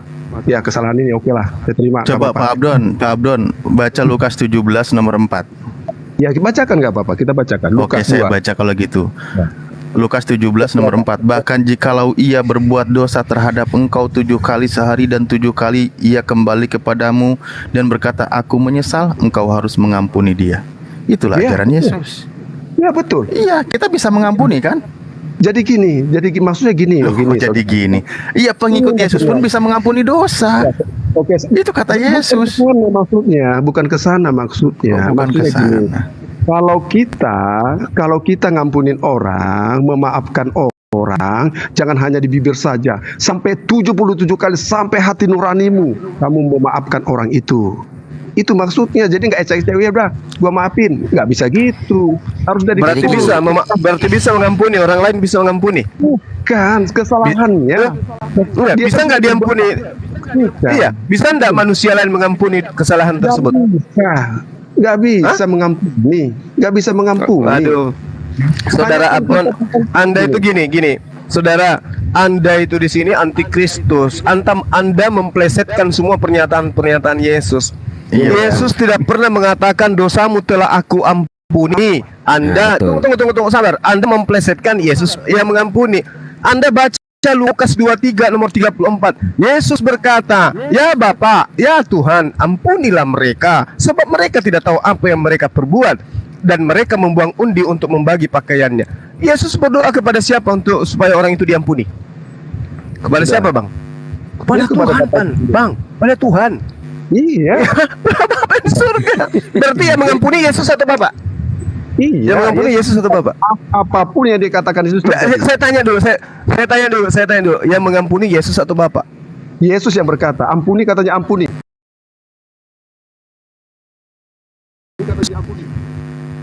Iya, usah Bapak atau Yesus, Bang. Yesus yang berkata, ampuni, kata Yesus, ampuni. Gak bisa ditolak. Nah, itu kan cobalah Anda ini antikristus. Anda antikristus. Yesus berkata, "Ya Bapa, ya Tuhan, ampunilah mereka." Yesus minta kepada siapa untuk orang ini diampuni? Minta kepada dirinya atau minta kepada oknum lain? Siapa yang berkata itu yang punya kuasa? Yang berkata Yesus, dia punya kuasa. Ampuni, kata ampuni. Jadi kalau saya mengatakan, "Ya Tuhanku, ampunilah Abdon," berarti saya yang berkuasa gitu. Gak bisa kamu bukan Tuhan. Kamu gak bisa Lalu mengampuni. Yesus kenapa tidak mengatakan dosamu telah aku ampuni? Kenapa Yesus tidak mengatakan dosamu telah aku ampuni? Kenapa? Dia siapa yang berkata? Kan dia yang berkata. Sama seperti saya tadi, saya pun yang berkata. Kamu bukan Tuhan. Kamu manusia. Yesus juga bukan Tuhan, Yesus juga manusia. Itu kata kamu. Nah, itu juga kata Abang. Nah, Ayo. manusianya seperti apa? Kamu dari mana? Dari Armani kan? Nah, Yesus mengatakan di dalam kitabnya sendiri di Yohanes 17 dengarkan. Yesus mengatakan, "Aku sama seperti mereka, bukan dari dunia ini berasal. Mereka sama seperti aku, bukan dari dunia." Yohanes 17 nomor 16. Mereka bukan dari dunia ini, sama seperti aku bukan dari dunia. Berarti Kalau Yesus juga bukan dari dunia. Yang lain juga bukan dari dunia. Ya, saya jawab. Kalau kamu ikut Yesus, kamu bukan dari dunia ini lagi. Nah, berarti apakah pengikutnya itu juga Tuhan karena dia bukan berasal dari dunia? Bukan Tuhan. Lalu? Nah, berarti Yesus juga bukan Tuhan. Berarti Yesus juga bukan Tuhan. Apa bedanya? Kalau kamu ikut Yesus, berarti kamu dalam bapa. Kalau Nah, kamu ikut aku, kalau kamu Yesus juga bukan. Yesus ikut siapa? Yesus ikut siapa? Intinya gini, Yesus yang berkata, ampuni. Itu nggak bisa ditolak. Yesus ampuni. Sama siapa Yesus minta kepada Bapa Iya. agar mengampuni orang tersebut. Betul atau tidak? Betul. Nah, betul. Berarti bukan Yesus. Berarti Yesus bukan Tuhan. Yang berkata itu Bapa atau Yesus? Yesus. Nah, itu benar kamu. Nah, Yesus minta kepada siapa? Ya, punya kuasa. Yesus minta kepada siapa? Kepada Bapa yang tidak kamu kenal. Berarti Yesus minta kepada Tuhan. Betul? Tuhan itu gini, Tuhan itu adalah keilahian yang tidak kamu bisa lihat. Tuhan itu tidak bisa kamu lihat. Yesus Tapi bisa ketika dilihat. Tuhan Yesus bisa dilihat atau tidak? Bisa. Yesus bisa dilihat atau tidak? Bisa dilihat. Tapi dalam keilahiannya kita bisa lihat. Nah, sama seperti saya begitu. Kalau begitu, saya pun bisa Anda tuhankan kalau begitu. Dengan Anda mengatakan, "Oh, sisi keilahian Suma itu tidak bisa kamu lihat." Bisa kan? Bisa nggak? Tidak ada yang dituhankan orang Yahudi, mau Salomo, mau siapa, nggak ada. Orang Yahudi itu pinter, cakap dalam arti. Makanya orang Yahudi menyembah Yesus gitu. Makanya orang Yahudi menyembah Yesus gitu. Bukan. Nah, siapa yang menyembah Yesus? Siapa yang menyembah Yesus? Sekarang siapa yang menyembah Yesus? Bukan. Saya menyembah Siapa yang Yesus. Nah, Anda siapa? Anda siapa? Siapa yang ngajarin? Siapa yang ngajarin menyembah Yesus? Siapa yang ngajarin? Yang ngajarin. Yang ngajarin siapa? Di mana Yesus mengajarkan? Di mana Yesus mengajarkan? Di mana Yesus mengajarkan menyembah dirinya? Di mana? Percayalah kepadaku. Terus Akulah jalan kebenaran dan hidup. Tidak satu pun kepada Tuhan-Tuhan yang lain kecuali kepadaku. Paham itu? Nah, dia jalan atau dia tujuan? Dia jalan atau tujuan? Dia jalan atau tujuan? Dia jalan atau tujuan? Dia jalan atau tujuan? Hah? Di mana? Di mana itu dikatakan? Di mana dikatakan? Jalan. Kalau nggak ada jalan, kamu tahu nggak jalan? Iya, saya tahu Yesus itu jalan. Semua nabi itu adalah jalan menuju kepada Tuhan. Sekarang di mana Yesus mengatakan dia adalah tujuan? Dengarkan saya. Dengarkan. Di mana Yesus mengatakan, akulah jalan, akulah kebenaran, akulah hidup. Tidak ada yang sampai kepada aku tanpa melalui aku. Di mana itu Yesus katakan? Loh, kan sudah saya bacakan. Di mana? Sambil lagi. Di mana? Coba. Iya, silakan. Anda itu antikristus. Ayo. Antikristus dong. Anda memplesetkan semua ajaran Yesus. Saya yang meluruskan, Anda yang membengkokkan. Ya Bapakku, ampunilah dosa mereka. Ya Bapakku, ampunilah dosa mereka. Ya Tuhanku, ampunilah dosa mereka. Yohanes 14:6. Pelan-pelan. Ya, silakan. Kata Yesus sendiri. Kata Yesus. Nggak ada firman Allah di sini. Apa kata Yesus? Akulah jalan dan kebenaran. Akulah jalan dan kebenaran. Tidak ada yang sampai kepada Bapa, tidak ada yang sampai kepada Tuhan tanpa melalui aku. Nah, sekarang Yesus jadi tujuan atau Yesus adalah jalan? Saya buang itu jalan dulu lah. Saya buang itu hidup lah. Antikristus ini begini.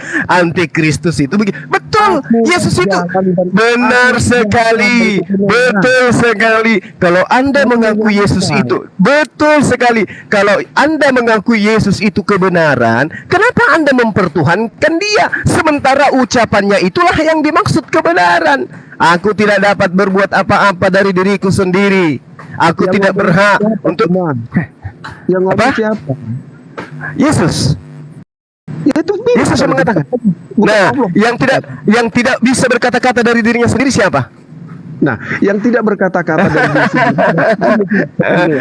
yang tidak bisa berbuat apa-apa dari dirinya sendiri siapa, Bang? Abang, yang tidak bisa berbuat apa-apa dari dirinya sendiri. Betul? Iya, betul. Artinya tahu nggak gini? Nah, gini dulu saya coba Anda plesetkan lagi. Artinya dia lupa kalau dirinya adalah Tuhan. Gini, santai. Abang. Antikristus ini nyata kali. Aku tidak bisa berbuat apa-apa dari diriku sendiri. Karena pada saat itu aku lupa kalau aku adalah Tuhan, gitu. Gantian. Apapun yang diperbuat oleh Yesus, apapun yang dikatakan oleh Yesus itu adalah perkataan dan perbuatan Allah itu sendiri. Paham itu? Betul. Aku tidak berkata-kata. Dengarkan. Aku tidak berkata-kata. Aku tidak berkata-kata dari diriku sendiri. Nah, siapa yang memerintahkan Yesus berkata? Ya, siapa yang ngomong itu? Siapa yang mengajarkan Yesus berkata demikian? Nggak ada yang ngajarin. Tapi siapa yang ngomong? Siapa yang ngomong? Anda plesetkan semua. Allah quwata illa. Di dalam Yohanes 12 nomor 49 dikatakan, aku tidak berkata-kata dari diriku sendiri. Apa yang aku katakan adalah apa yang diperintahkan oleh Bapa untuk aku katakan dan aku sampaikan. Yesus ini pesuruh office boy. Dia adalah alat Tuhan untuk menyampaikan firman Tuhan. Makanya dia tidak bicara dari dirinya sendiri. Jadi jangan Anda tuhankan. Anda jangan memplesetkan hukum yang sudah teratur dengan baik bahwa dia adalah utusan Tuhan. Anda jadikan jadi Tuhan. Jangan, Bang. Dia bukan tujuan, dia utusan. Dia adalah jalan. Akulah jalan. Maka untuk sampai kepada Bapa, ikuti instruksinya. Apa instruksinya? Nyahlah daripada aku, engkau semua pembuat kejahatan. Kenapa dianggap sebagai pembuat kejahatan? Karena apa yang saudara lakukan saudara Abdul lakukan bukan yang diperintahkan, bukan yang dikehendaki oleh Tuhan Bapa.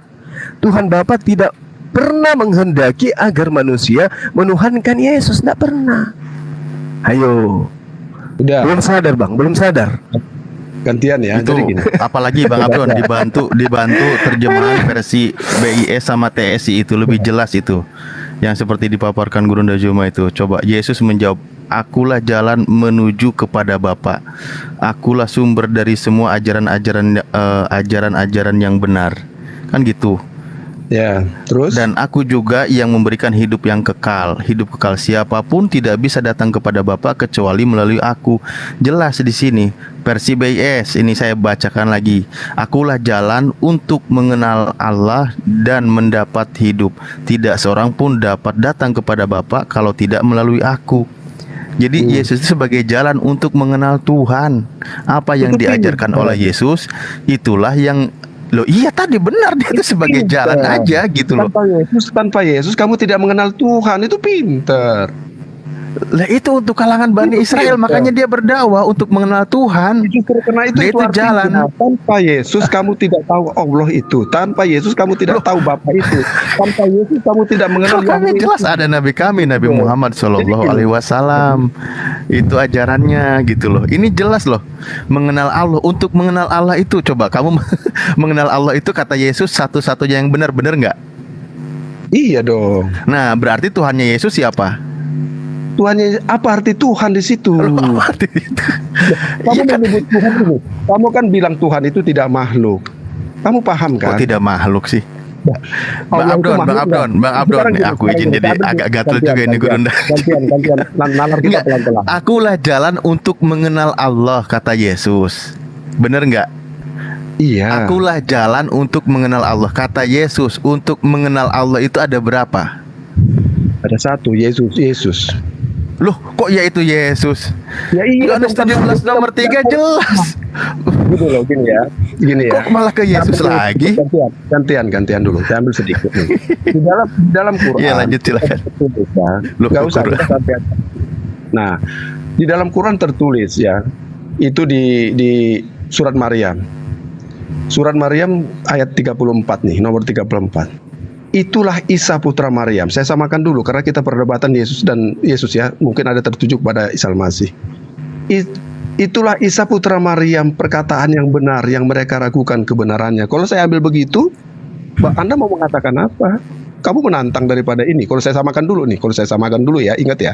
Nah, artinya gini. Anda harus tahu pokok pemikiran itu yang berkata itu. Kalau Anda bicara Bapa, tidak ada Bapa di situ berkata, ya. Yesus. Kalau Anda mempermasalahkan siapa Bapa, siapa ini, Yesus yang berkata, akulah. Itu tegas sekali. Akulah jalan kebenaran. Coba Pak Abdon. Tunggu dulu, Lanjutkan bacanya 34 sampai 36. Biar Pak Abdon masuklah logikanya. Yang tadi surah Maryam itu. Surat Maryam Lanjutkan tadi, ya. bacanya. Iya, lanjutkan bacanya coba.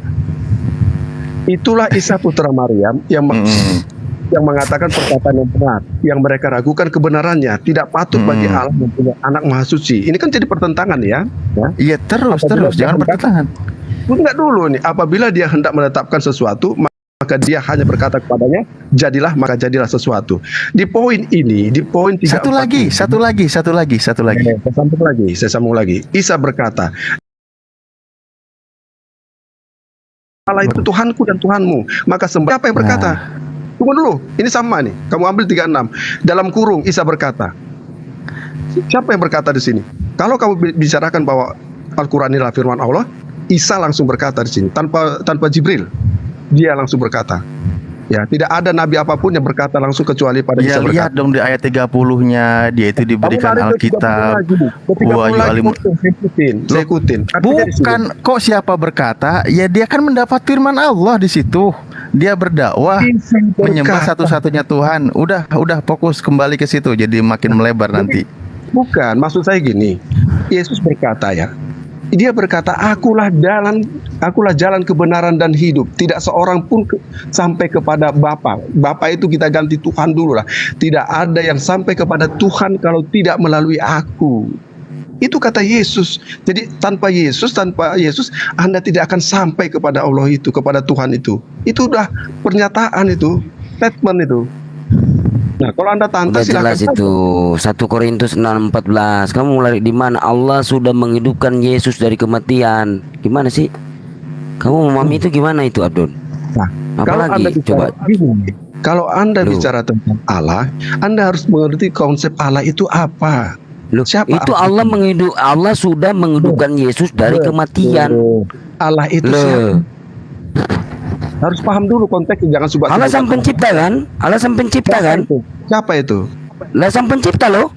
Iya, Nah, terus siapa maumu? Nah, coba kamu buka 1 Korintus 6:14. Siapa itu Allah Nah. pencipta itu? Ya sang Ayo. pencipta, Allah sang pencipta. Terus Allah sang pencipta. Udah, gak usah lari-lari. Kamu dari tadi bohong-bohong terus. Bukan gini. Allah Kamu itu dari satu tadi pencipta. tentang Gini, Yohanes 17:45 kamu berbohong lagi di situ. Udah berkali-kali kamu di situ. Nah, kata Pak, Allah di sini sebelum dunia ada itu kan kamu lari lagi di situ kan tadi saya dengar. Di situ Allah- sebenarnya kan Yohanes 17 ayat 5, oleh sebab itu ya Bapa, permuliakanlah aku padamu sendiri dengan kemuliaan yang kumiliki di hadiratmu. Sebelum dunia ada, aku telah menyatakan namamu. Nama siapa ini? Yohanes 17 ayat 3, satu-satunya Allah yang benar. Yesus yang diutus begitu. Loh kok kamu bilang sebelum dunia ini ada, Yesus sudah ada. Gimana sih kamu membaca? Oke, itu konsepmu ya. Paham nggak saya sangka? Loh, Allah itu, konsepmu bagaimana? Yohanes itu siapa? 17:5 tadi saya dengar itu. ya Allah itu siapa? Allah itu sang pencipta, dia yang menghidupkan Yesus di. Coba kamu buka dong, itu yang tertulis. Makanya kamu buka. Kamu kenal nggak sang pencipta itu? Bentar. Wah, lari lagi. Iya kenal dong. Kalau Islam kenal ya Allah. Bang cuma repot Bang ya. Abdon, Gantian lagi. Abdon, Ya. Bang Abdon, permisi. Kita kembalikan lagi ke poin awal tadi yang diangkat tema sama Bang Zuma itu kan tadi Bapak itu siapa. Nah, tadinya kan udah sepakat Bapak itu Tuhan. Kok malah Iya. melebar-lebar sampai ke sana kemari gitu loh maksud aku. Ya kawanmu yang nanyain maka saya jawab, bukan melebar. Ini. Jadi Ini nih. jauh dari konteksnya gitu. Allah sudah membangkitkan ini Yesus dari kematian. Oke, Yesus utusan.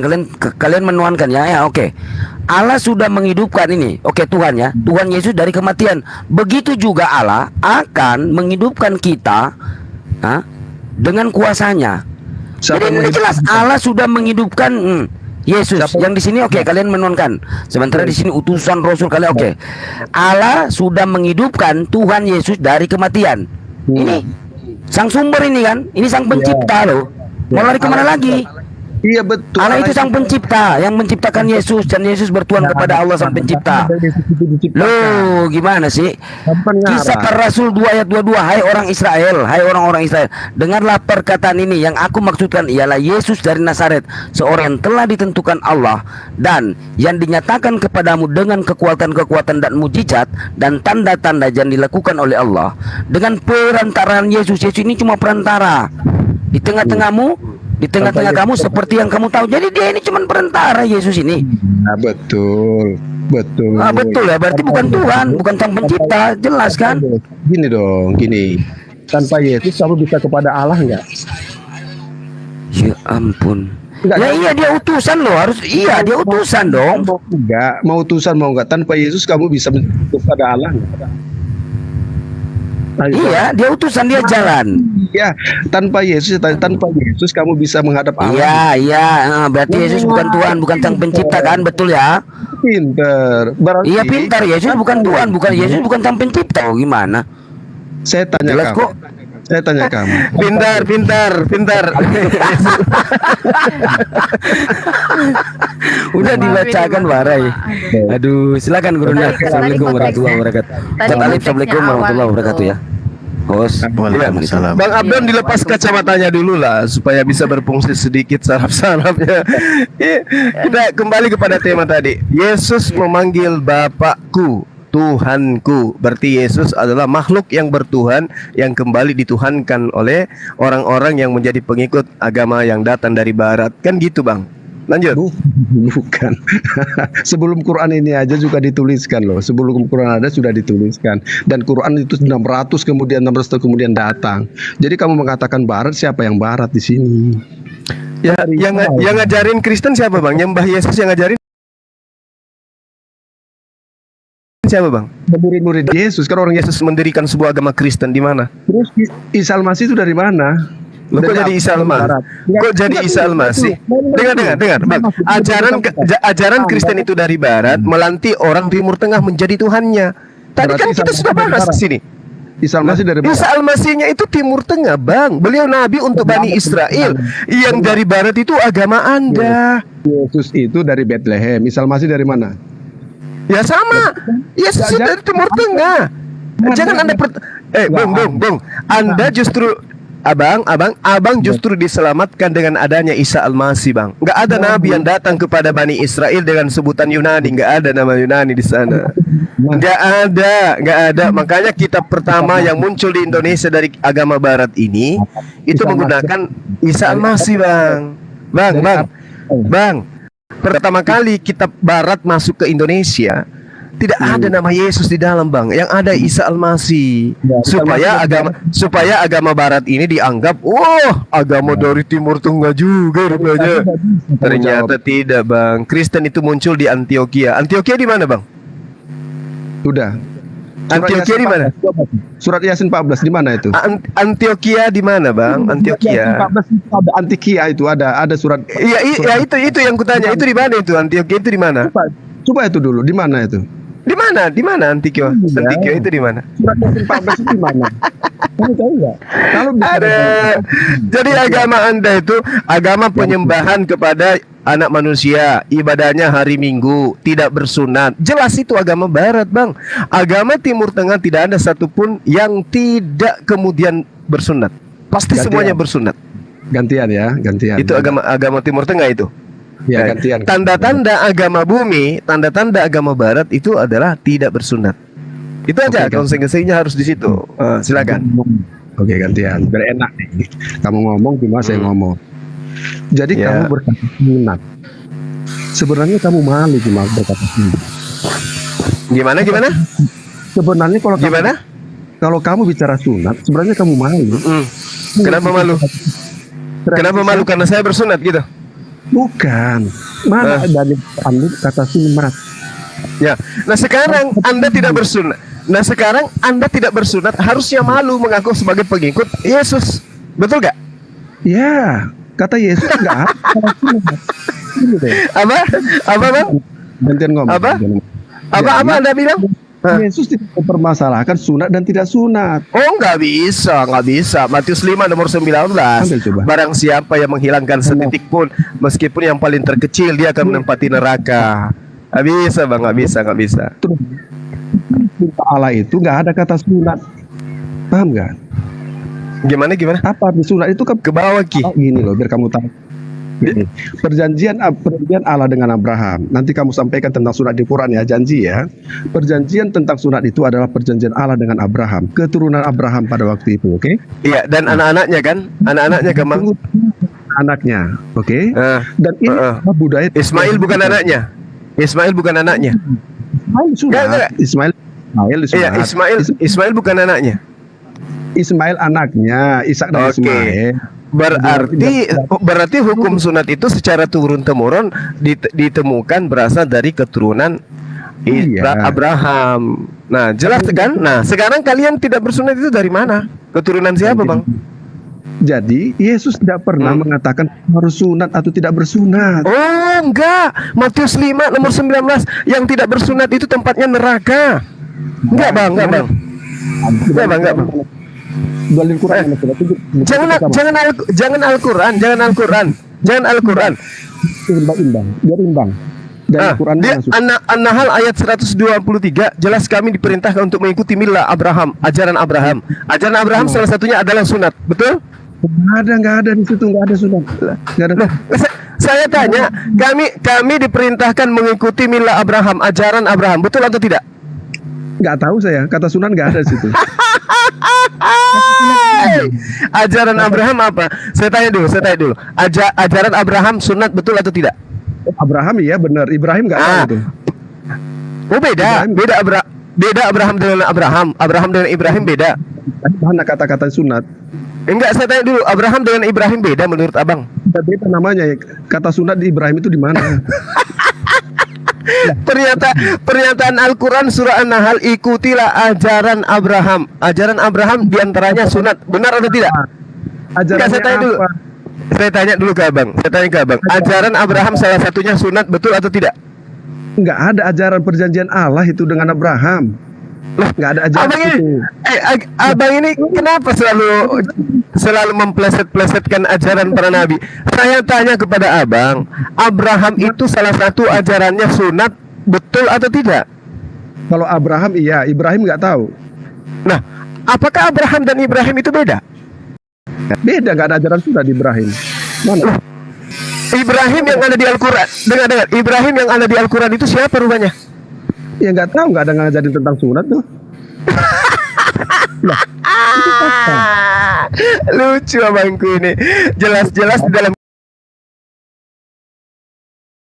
kitabnya orang Yahudi, Yohanes, Abraham, aku akan menjadi Tuhanmu, Tuhan anak-anakmu secara turun-temurun. Kenapa Anda jadi bingung? Salah satu perintah yang diperintahkan oleh Allah kepada Abraham adalah bersunat. Yohanes Kejadian 17:14, barang siapa yang tidak bersunat, matikan, hapuskan dari sebangsanya. Nah, ini Kristen tidak bersunat, itu ajaran dari keturunan siapa, Bang? Keturunan siapa? Iya, ada masalah keturunan. Ada keturunan nggak? Abang, saya tanya dulu. Saya tanya dulu, Bang. Enggak, bukan lari ke sana. Jangan ke Adam. Kita ke Abraham. Abraham dijanjikan oleh Allah. Jangan kayak Paulus, Abang. Abraham dijanjikan oleh Allah perjanjian kekal yang mengikat keturunannya, anak-anaknya. Di situ ada Ishak, di situ ada Ismail. Keturunan Ishak dan Ismail harus memegang teguh perjanjian kekal itu. Nah, sekarang Kristen tidak bersunat itu berasal dari keturunan siapa yang ngajarin tidak bersunat, Bang? Oke, nanti kita satu ya. Nah, sunat itu adalah perjanjian Allah dengan Abraham dan keturunannya secara turun-temurun. Nah, yang tidak bersunat ini perjanjian siapa, Bang? Dan keturunannya, tidak semua dunia ini keturunan Abraham. Oke? Oh, gitu. Oke. Jadi gitu. Baik. Nah, yang saya tanya kepada saudara, kalau ajaran Anda itu tidak berasal dari keturunan Abraham, ajaran Kristen itu dari keturunan siapa? Ajaran yang dipahami oleh Kristen itu adalah Yesus. Sekarang kata sunat itu Yesus ini siapa, Bang? Yesus ini siapa? Keturunan Abraham atau bukan? Keturunan Abraham. Nah, pengikut sebelum dunia mulai pakai jurus Paulus, giliran mengambil keturunanmu dan keturunannya, oh Yesus katanya. Parah ini, parah. Bang, saya tanya, Bang. Yesus mengatakan begini, aku diutus kepada domba-domba yang hilang dari Bani Israel. Aku mengenal pengikutku, Yohanes 10. Pengikutku mengenal aku, mereka mengikuti aku dan mendengarkan aku. Yesus mengatakan, lebih mudah langit dan bumi lenyap daripada setitik hukum Taurat itu ditiadakan, dibatalkan. Nah, muridku mendengarkan aku. Nah, sekarang Anda kalau mendengarkan Yesus, kata Yesus, setitik lebih mudah langit dan bumi lenyap daripada setitik dari hukum Taurat itu batal. Kenapa Anda membatalkan hukum Taurat yang adalah perjanjian kekal Yesus, keturunan Yesus bersama dengan Allah Bapa? Kenapa?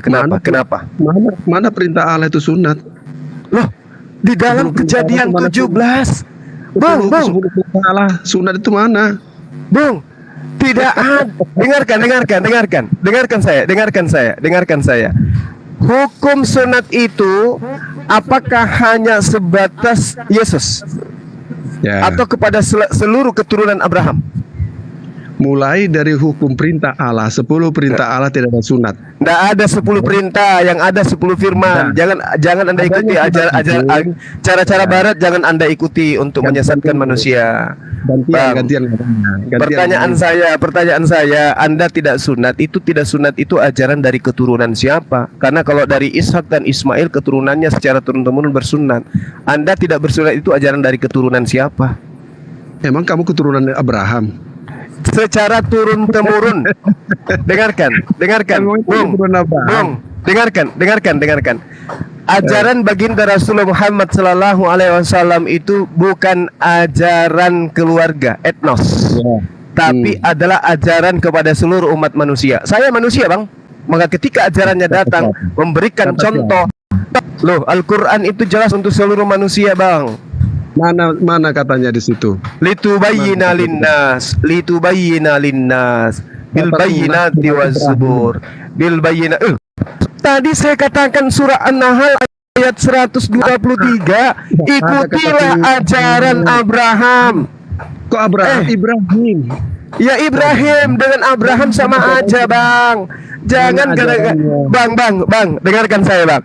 Yesus ketika datang kepada Bani Israel namanya bukan Yesus, Bang. Namanya Yesua. Kok jadi Yesus?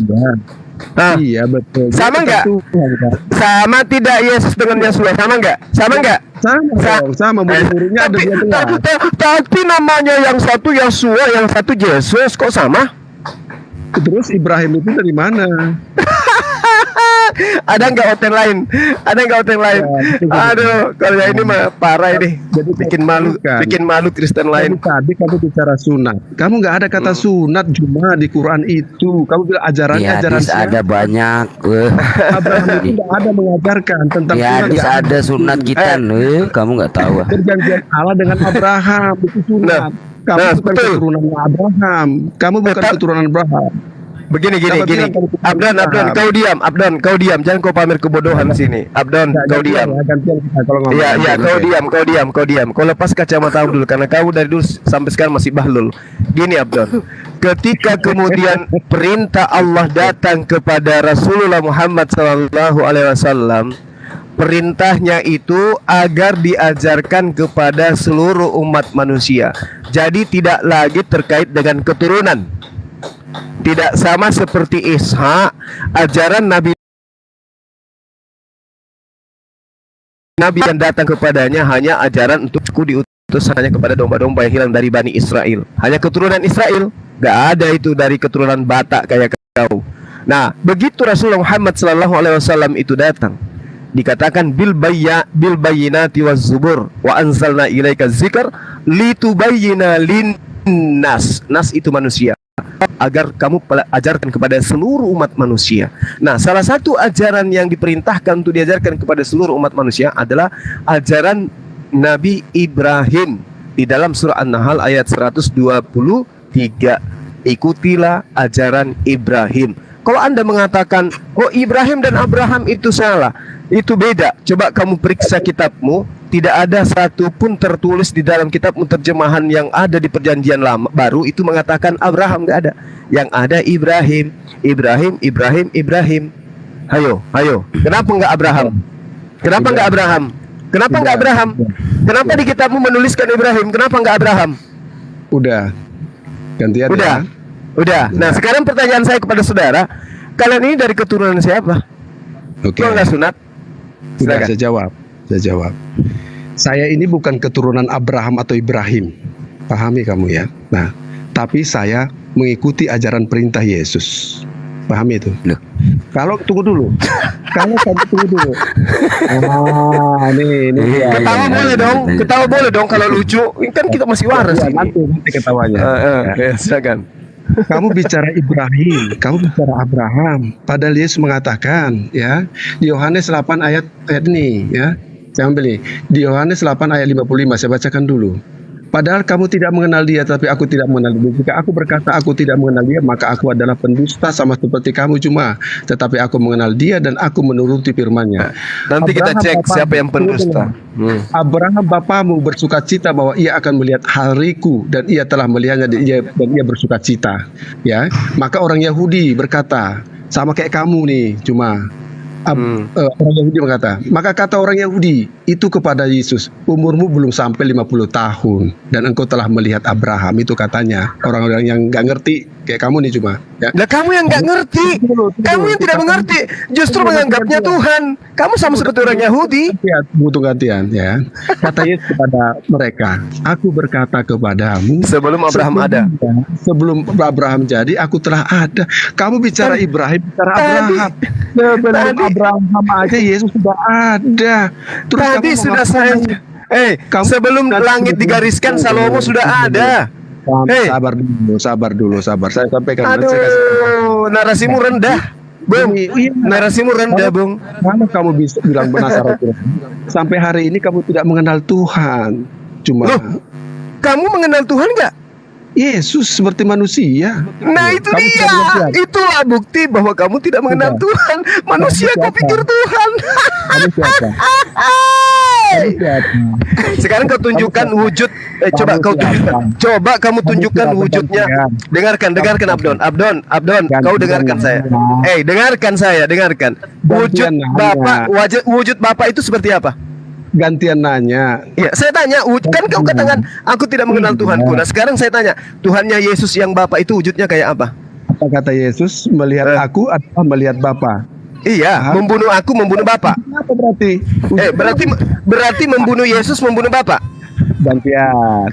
Berarti membunuh Yesus, membunuh Bapak gitu. Kamu mengenal Allah. Netein Yesus berarti netein Bapak gitu. Itu dia. Aduh, parah ini.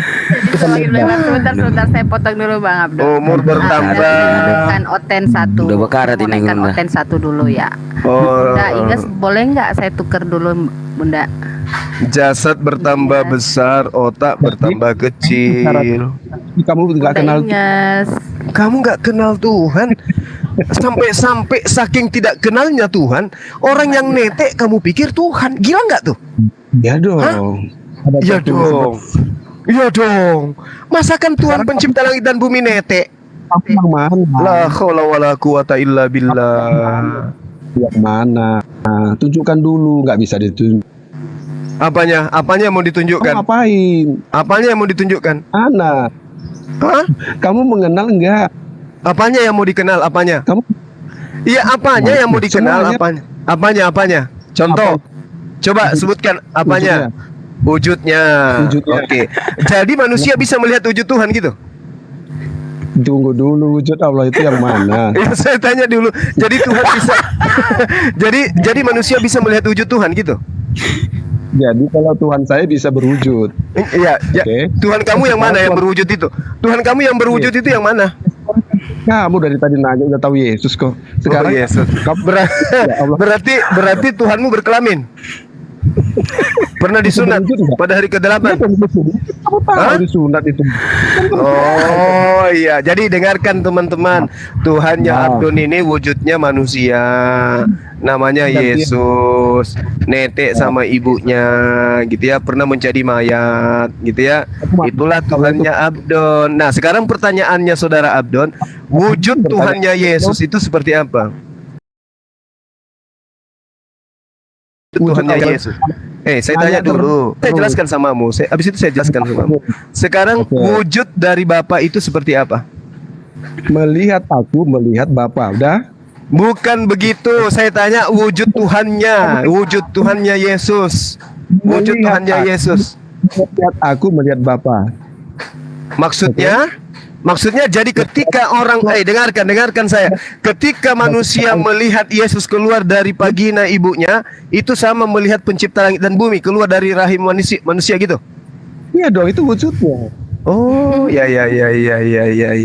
Mari bersama-sama saudara Sidik, mari kita tertawa sebesar-besarnya. Aduh. Naikin Oten satu Udah lagi susah ini. sebenarnya. Takut ini udah. Udah parah. Jawab dulu. Bunda Jawab kasih. dulu. Wujud Tuhan saya itu, Udah. dengarkan. Biar saya jelaskan samamu ya, supaya kamu itu tidak selamanya akut seperti inilah. Kasihan udah dewasa, udah tua bangkokan pun masih belum Gitu aja. paham. Jadi gini. Yesus menerangkan di dalam Yohanes 1 nomor 18. Quran, pakai Ya. Quran. Tunggu. Saya kan beriman kepada Yesus sebagai nabi. Sabar, nanti saya masuk ke Al-Quran. Nanti saya masuk. Bapak yang mengutus aku, kamu tidak bisa melihat wajahnya, suaranya pun tidak bisa kau dengarkan. Pakai Jadi Quran bagaimana? Jadi tunggu, laisa kamislihi syai'. dulu. Tidak ada yang serupa dengan Allah. 2 Samuel 7 nomor 22. Tidak ada yang serupa dengan Allah. 1 Tawarik 17 nomor 20. Tidak ada yang serupa dengan Allah. Yeremia 10 nomor 6. Tidak ada yang serupa dengan Allah.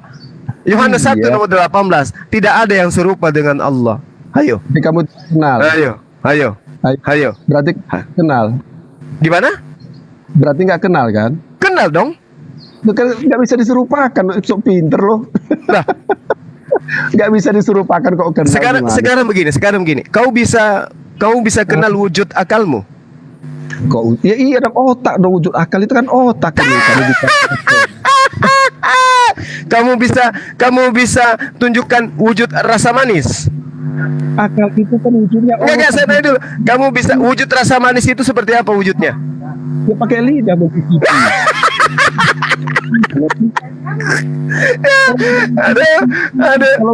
Saya minta wujud rasa manis itu seperti apa wujudnya? Kotak, segi empat, bujur sangkar. Kalau kamu belajar Enggak, saya tanya dulu. Rasa manis itu wujudnya kayak apa? otonomi tubuh itu tahu nggak?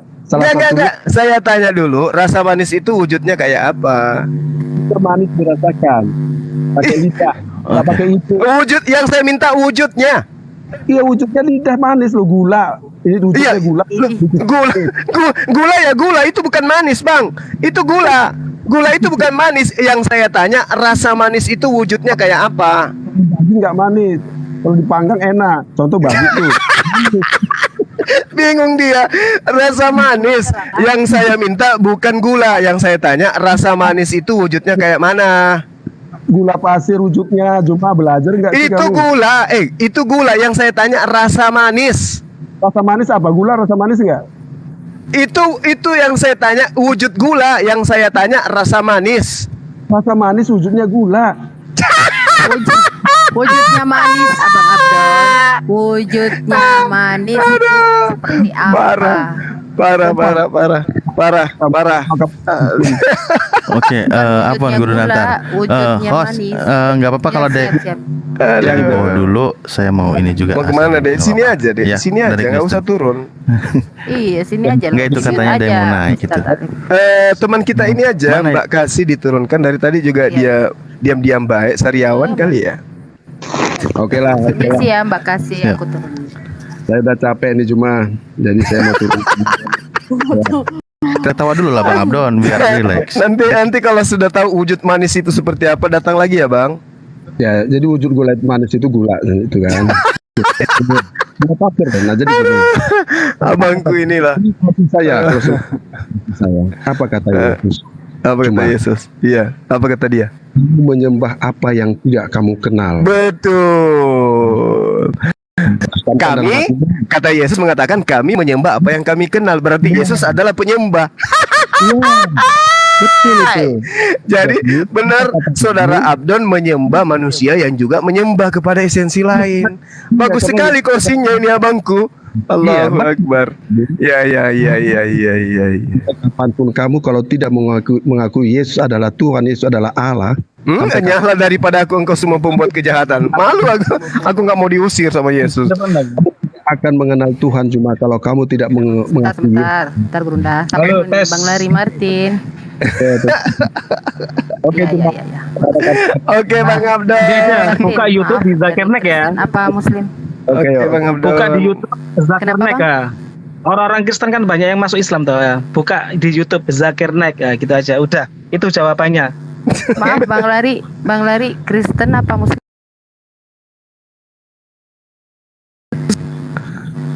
Juga Oh dia. Muslim. Wah, Bang Muslim Abdul lah. kabur. Asyhadu an la ilaha illallah wa asyhadu anna Muhammad Rasulullah. Iya, pengikut Yesus berarti Bang. Iya. Agamaku Islam, Islam. Nabiku Nabi Nabi Muhammad, Muhammad. kitabku Al-Quran. Dan enggak si Abdon Iya. kabur ya. Dan Kita ikuti apa yang diajarkan oleh Yesus, hanya menuhankan satu Tuhan dan dia sebagai utusan. Yaitu Allah Subhanahu wa taala. Mungkin itu maksudnya. Gimana Abdon? Kok gak ada Abdon? Permintaan dong yang Abdon udah mulai udah mulai berkarat otaknya. Udah keluar tak Abdon? Udah. Aduh, itu musuh bebuyutan saya itu dari dulu. Islam semua ya di sini ya, Islam semua ya.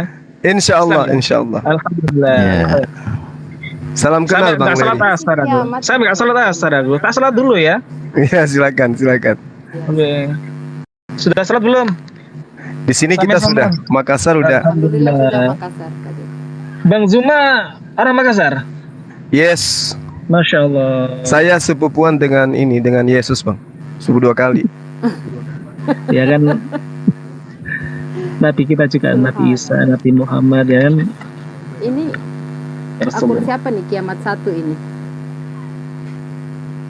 Kiamat 1. Akhwat ini apa? Siapa namanya? Alif ya? Akhwat ini.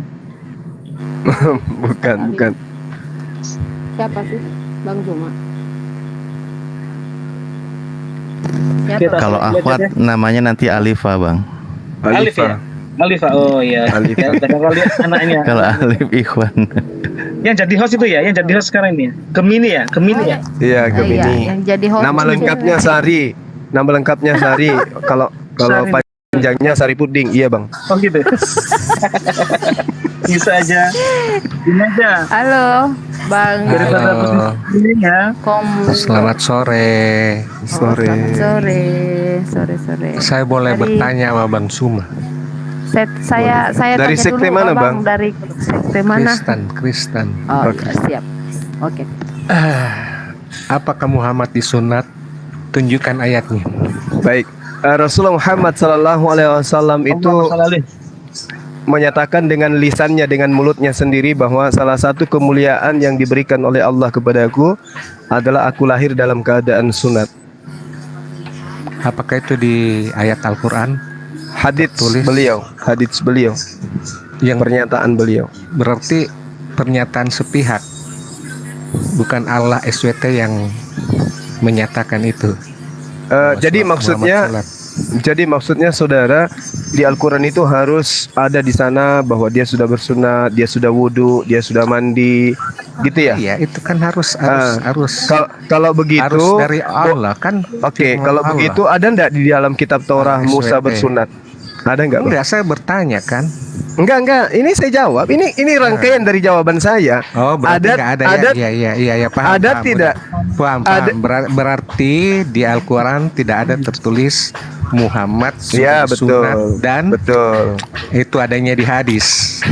Itu pengakuan Iya kan? beliau, betul. Nah, oke. Dan kakeknya kemudian merayakan, mengundang syukuran orang-orang tetangganya untuk merayakan kelahiran sekaligus sunatan cucunya, gitu. Terus apakah kalian diperintahkan oleh Allah SWT untuk sunat?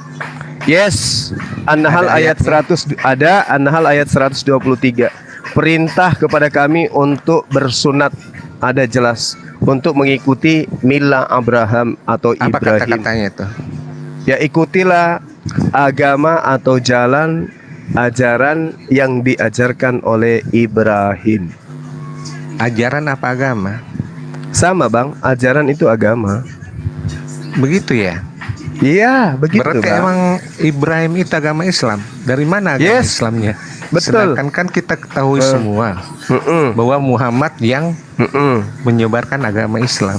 Islam itu Nyambungnya apa, dari Bang? mana tuh? Islam itu dulu apa dulu? Agama itu apa? Islam yang mempercayai Iya, Islam itu apa? Allahnya Islam Allah itu SWT. apa? Islam itu apa, Bang? Itu agama yang mempercayai Iya, Allahnya enggak. SWT. Arti daripada Islam itu apa, Agama Bang? Islam artinya Allah Islam Penghujat ditanya penghujat apa? Kamu kan penghujat ditanya. Allah SWT itu kan Penghujat ini. umatnya Islam. Yes. Nah, Islam itu apa? iya Tahu dia. pokoknya agama Islam itu Halo, Allahnya pokoknya, SWT. Ada nggak? pokoknya. Ya, iya. Anda kan Maksudnya? mengaku ya Allah SWT yang diridhoi agama Islam di sisi Iya, betul. Allah Betul. SWT.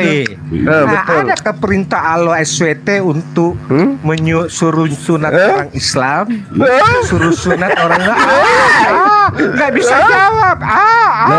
Lu nggak bisa. Milad, maulid kali. Milad. Kalau ajaran Kristen ada nggak dari Jawablah. Yesus? Ya, jawablah kamu. Nggak bisa Jawablah bertanya. kamu. Nggak bisa bertanya. Jawab. Ini akibat ini gunda. Iya. Ini apa buah apa buah jatuh nggak jauh dari pohon ini apa jangan Paulus ini. Jawab. Bisanya Ini kan Milad. penghujat ini gunda, ini penghujat. Ya. Kasihan. Buru-buru. Jadi kalau saya bertobat, Bang, kalau misalnya nih saya bertobat, saya harus iya. jadi agama apa nanti kalau saya keluar dari Islam? Keagamaan Kau mana kan yang baik? bilang percaya. Yesus Enggak. Kristus Misalnya atau Anda, Anda kan apa mengatakan Isa saya Al-Masih, harus bahwa bertobat. Anda Nah, sekarang kalau saya mengimani. bertobat, saya ikuti Anda siapa mengimani ini? selama Yesus kan? Sampai Diimani kau sebagai bilang, apa? Kau bilang kan kau sepupu 2 kali sama Yesus. Iya, betul. Kau tahu? Kau tahu? Kau bilang tadi tuh. Iya. Nah, sekarang kau bertobat, sekarang kalau saya bertobat, iya. kau terima Tuhan Yesus sebagai Tuhan dan Juru Selamat. Di mana itu Yesus ajarkan? Di mana Yesus ajarkan? Di mana Yesus ajarkan itu? Bahwa dia harus dijadikan Tuhan. Pokoknya.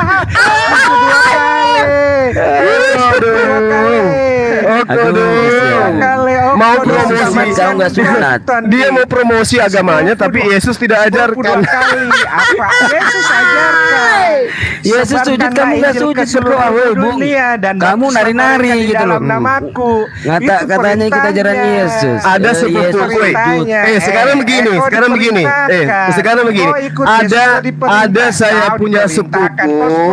Ada sepupu 2 kaliku namanya Yudas. Ada sepupu 2 kaliku namanya Yudas. Sepupu 2 kaliku itu wali kota di Palopo. Dan Yesus punya saudara namanya Yudas. Berarti saya dengan Yesus sepupu 2 kali dong. Kan ada sepupu 2 kaliku namanya Yudas. Nama sepupu saya itu adalah Yudas. Dia wali kota di kota Palopo sekarang. Nah, Yesus punya saudara namanya Yudas. Berarti saya dengan Yesus sepupu 2 kali. Dia nyilat lagi. Kejang dia, udah kepanasan dia. Kepanasan dia. Yesus disunat, kalian nggak disunat. Jargon-jargon ikut ajaran Yesus. Yesus penyembah Allah, kalian menyembah Yesus. Apa kalian ini? Kau harus dibaptis. Aduh, parah kalian. Yesus tidak pernah membaptis satu ekor manusia pun. Iya, dia nggak baptis karena dia itu Yesus tidak pernah membaptis. Yesus tidak pernah membaptis loh. Satu pun manusia tidak pernah dibaptis oleh Yesus. Dia manusia 100%. Allah menjelma jadi Lucu. Mana dalilnya 100%? Mana dalilnya? Manusia 100% utuhnya manusia sejati. Mana 100%? Mana dalil mana? Sesungguhnya agama yang diri oleh Allah adalah agama Islam. Yang pembaptis itu adalah Yohanes. Mana 100% mana? Mana dalil? Tuhan dibaptis sama manusia. Baptis kau Tuhan dibaptis sama manusia. Ndak malu. Tuhannya dibaptis. Sepupu 2 kali ndak mau dibaptis. Tuhannya dibaptis. Kau disuruh sunat sendiri. Apa salahnya Ibrahim Tuhannya dibaptis. Tuhannya dibaptis. Ibrahim katanya ajaran Yesus. Yesus dikafani kalian mati. Yesus mati dikafani. Kamu mati pakai peti. Ajaran apa kamu? Katanya ajaran Yesus. Yesus membangkitkan Lazarus dalam posisi dikafani. Yesus pula mati dikafani. Kau pakai peti sangat gas. Ngarang kamu gak punya ilmu. Untuk menyempurnakan menyempurnakan apa kitab Taurat aja tidak lengkap di Al-Quran. Sabur pun tidak lengkap. Yesus mati dikafani. Kamu mati. Kalian ini mati pakai peti, pakai jas. Emang di mana? Katanya ikut ajaran Yesus. Malu kau. Kamu ini ikut ajaran Paulus. Capek gue dengar. Jadi sepupu 2 kali saya itu wali kota di kota Palopo. Namanya Yudas. Yesus punya saudara namanya Yudas. Nah, berarti saya sepupu 2 kali juga dong. Kok kamu yang panas? Gimana sih? Dosen yang cerdas. Bang Suma itu sepupu 2 kali dengan Yudas wali kota Palopo. Nah, sekarang Yudas punya saudara bernama Yesus. Berarti 10 kali dong dengan saya. Aduh. Makanya kalau pilih Tuhan itu jangan yang serupa dengan makhluk. Gimana sih? Saya juga pernah menemukan KTP nama Yesus. Lucu ya. Ada pernah viral itu manusia bernama Yesus. Ini lucu ya. Aduh, parah ini. Parah. Sodung Tampu Bolon, selamat sore. Abang Sodung. Cium kudus, bukan? Monitor. Pak Bek kecewa menangis. Pak Balu Pak Burah. Wah, lain di Jeddah. Bang Sodung. Sore Bang Sodu.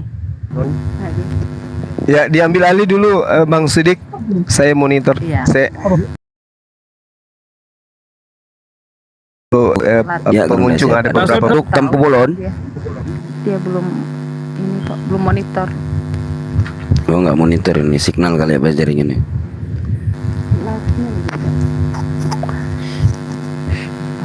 Lucu. Iya ya, oten lucu ya.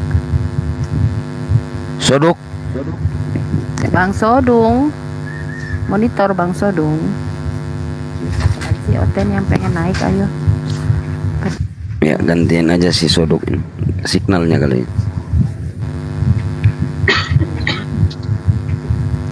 Dia tadi minta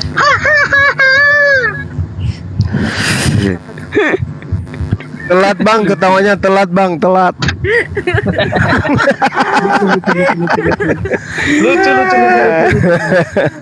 Oke, siap. Itu dia naik ke sini untuk melampiaskan kekesalannya dia. Karena tidak ada kebenaran yang dia bisa temukan di agamanya. Siapapun dihadapi dari Kristen untuk menjadi wakil debat dengan Bang Suma, nggak pernah menang. Stres dia naik ke sini ketawa, cuman mau sumbangkan suaranya. Pendeta yang Orang gurunya pendeta pasti nggak bisa. Belum ada.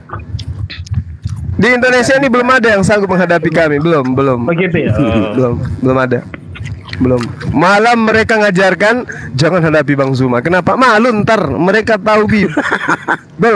Wah, kita ini kalau hadapi dia, makin kita hadapi makin dia uber itu Bibel, makin dibuka semua aib kita, lari perpuluhan, hancur kita nanti. Kami mau makan apa gitu. Makanya MYM angkat tangan, Joshua Tewu angkat tangan. Siapa lagi? Estra Soru angkat tangan. Nggak ada yang berani. Jangan coba. Itu namanya pendeta ya, Pak? Kalau jangan coba-coba hadapi apologet muslim. Jangan sekali-kali. Kalau kalian belum mau jatuh miskin. Kenapa? Apologet muslim lebih paham Bible. Tengok contoh tadi. Itu si Abdon. Kayak mana keteterannya dia. Ditunjukkan Markus 2:3. Bapakku yang ada di surga, ampunilah mereka. Lah kalau Yesus itu penghapus dosa, mengampuni orang, dia yang mengampuni dosa, maka dia cukup mengatakan, Kuampuni dosamu karena kamu nggak tahu. Tapi faktanya apa? Dia minta kepada Tuhan. Nah, ini temannya Bang Sidik ini. Silakan Bang Sidik. Silakan. Beliau sahabat saya, dia adalah pebisnis batu cincin di Medan. Silakan. Bang Sidik. tapi dia anu loh Bang, Gurunda. Dia fans sama Gurunda, mau ngobrol itu. Kalau kita biasa di roomnya kita, enggak lagi dia pingin ya. Dia sudah enggak cinta lagi sama aku, Bang.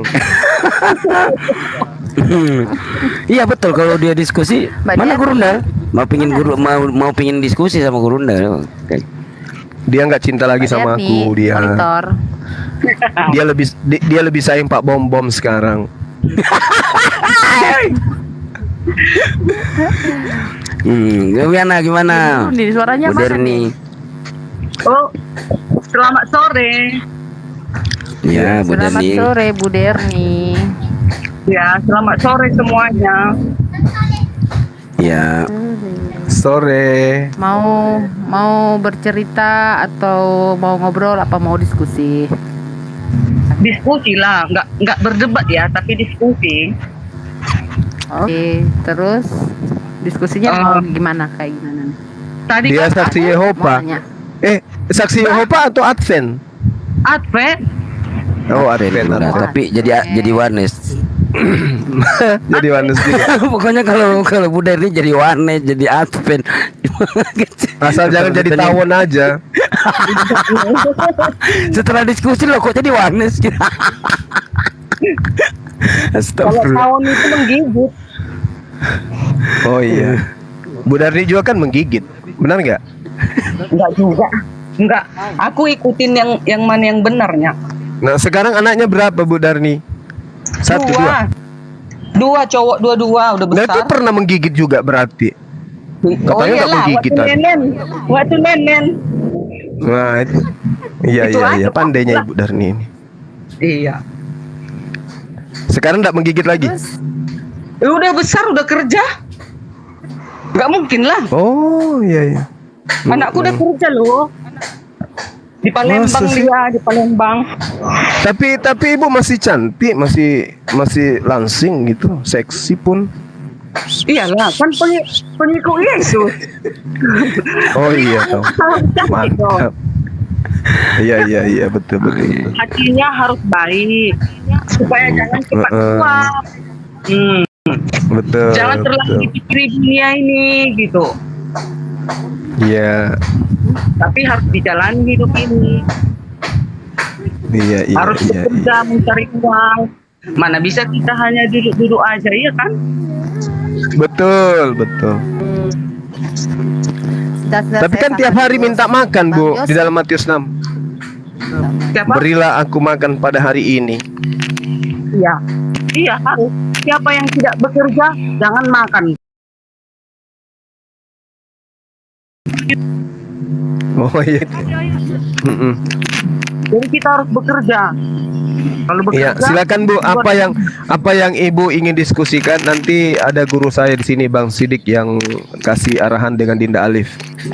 Enggak lah, aku mau Bang Juma lah.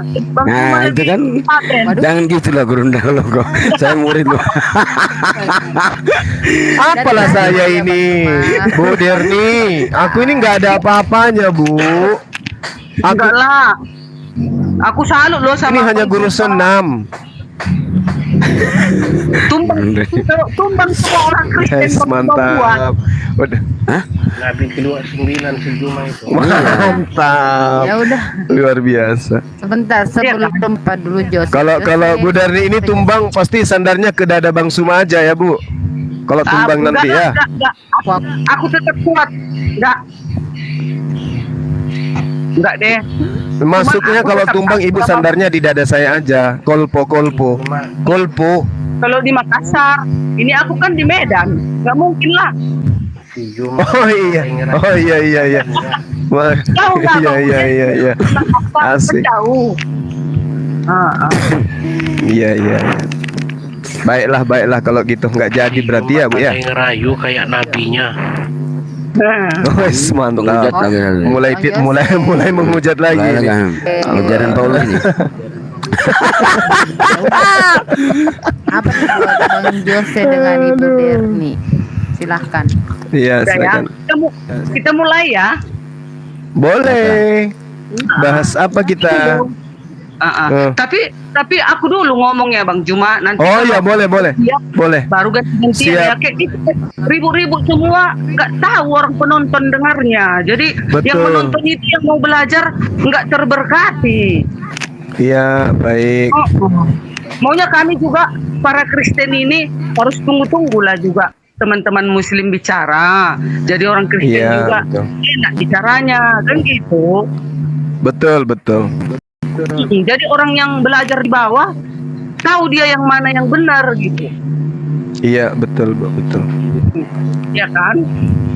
Iya, Nah, kita mulai ya. Silakan. baik. Iya, kan semua tujuan kita kan ke surga, ya kan? Iya, Tuhan kita betul. yang mana lah Tuhan yang kita sembah kan seperti itu. Nah, Betul. sementara saya kan sudah dari kemarin selalu saya bilang, kenapa aku memilih Yesus? Karena Iya. di dalam perjanjian lama juga hanya Allah siapa yang mukul-mukul itu disebutkan ya. Kok saya mute dulu. Aku di gunung ini. Di tempat Lanjut. Ah, Terus kan kita kan sudah tahu di perjanjian lama bahwasanya Allahnya yang akan membalas setiap perbuatan orang. Kan seperti itu. Nggak ada manusia, nggak ada nabi, apalagi utusan juga nggak akan bisa membalas kelak setiap perbuatan orang. Nah, di dalam perjanjian baru juga dijanjikan Yesus yang akan datang bersama para malaikatnya untuk membalas setiap perbuatan orang. Jadi kenapa kita mesti ragu lagi, selalu kita ribut. Yang mana Allah itu, ya Allah itulah yang akan memberi hukuman. Kan di perjanjian lama juga, siapa yang memberi hukuman? Allah. Kalau di kami orang Kristen, kelak yang memberi hukuman, ya Tuhan Yesus. Dianya Allah itu, begitu. Jadi makanya saya gak mungkinlah aku pindah ke lain hati. Aku tetap dia juga. Dibilangnya di dalam Yohanes 8 ayat 24. Jika engkau tidak percaya Filipus bahwa aku adalah dia, matilah engkau di dalam dosamu. Kan katanya. Jadi para nabi aja pun tidak berani, gak ada ayatnya tertulis dia akan datang bersama para malaikat untuk membalas setiap perbuatan orang. Hanya Tuhan Yesus, memang ditulis anak manusia. Kan dia gelarnya itu pada saat di dunia anak manusia.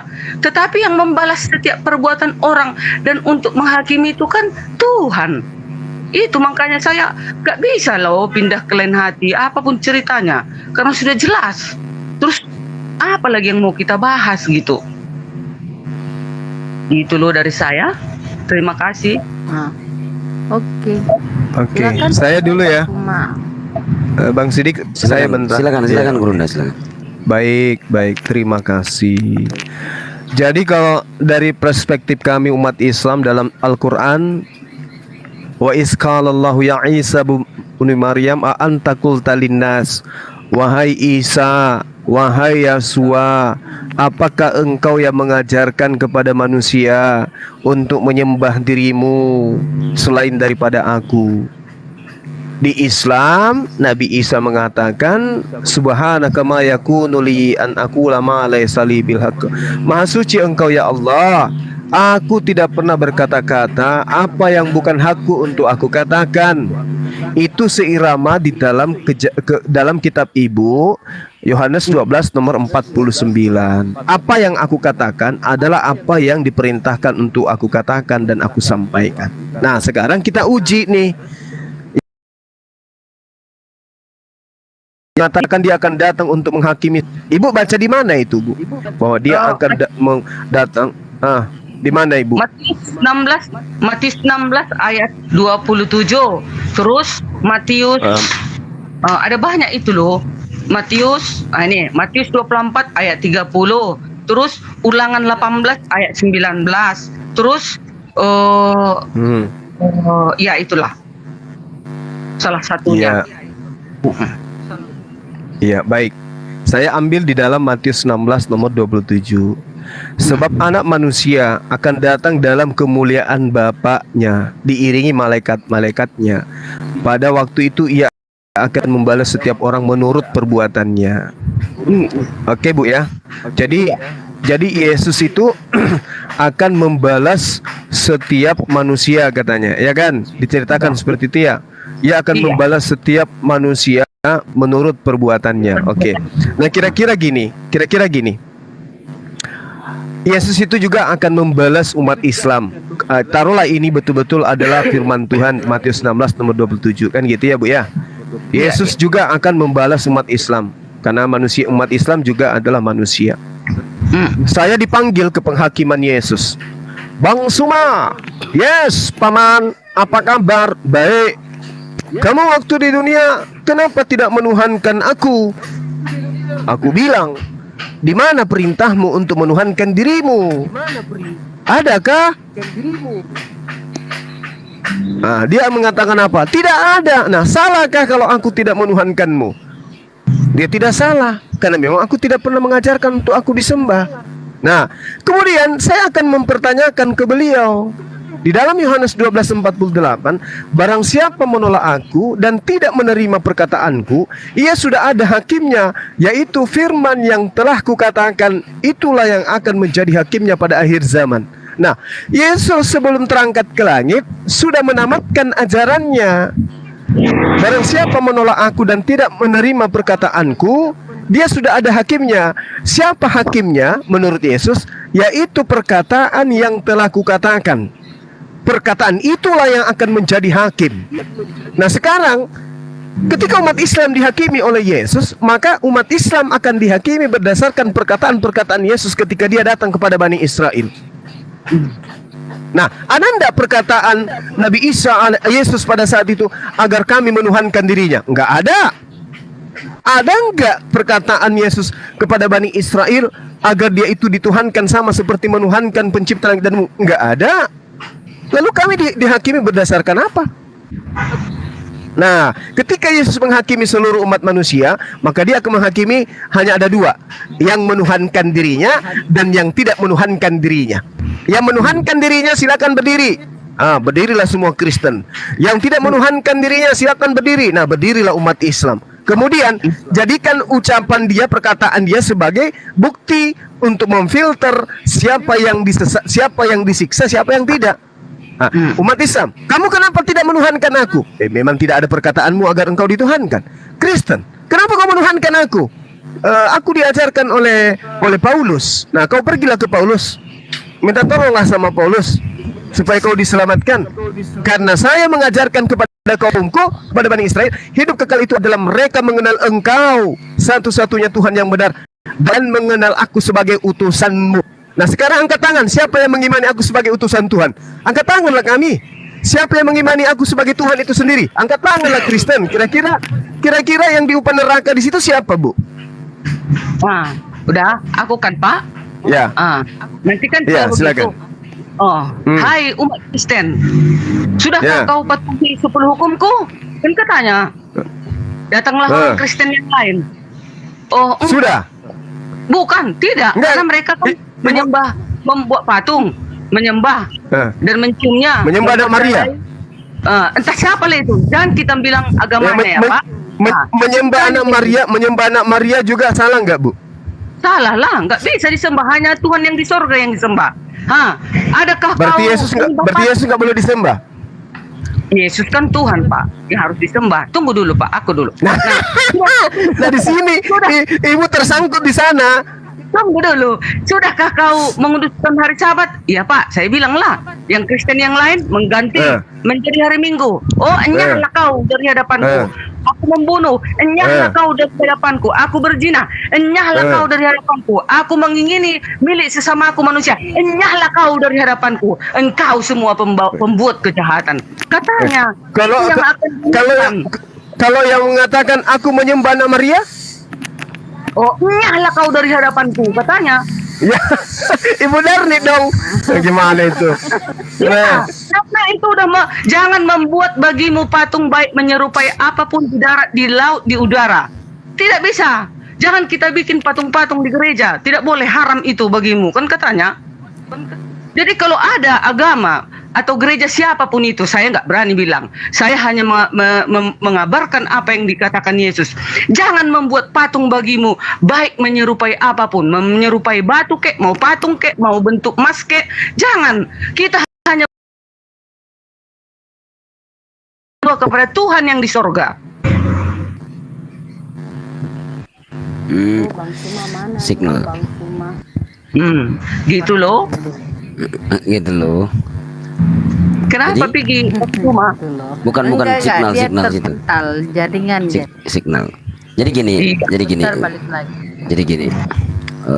Bu.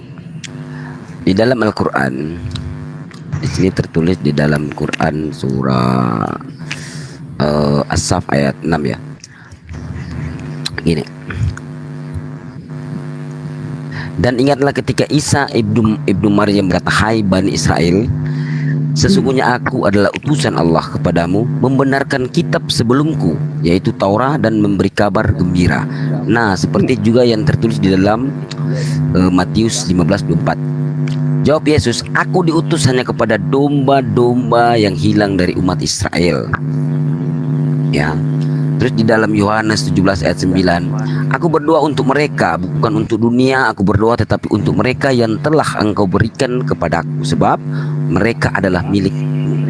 Jadi di sini mereka ini milikmu ini ini milikmu ini milik sang pencipta ya. Jadi aku berdoa, Yesus berdoa untuk mereka, bukan untuk dunia aku berdoa, tetapi untuk mereka yang telah engkau berikan kepadaku, sebab mereka adalah milikmu, milik sang pencipta ini loh, Bu. Nah di dalam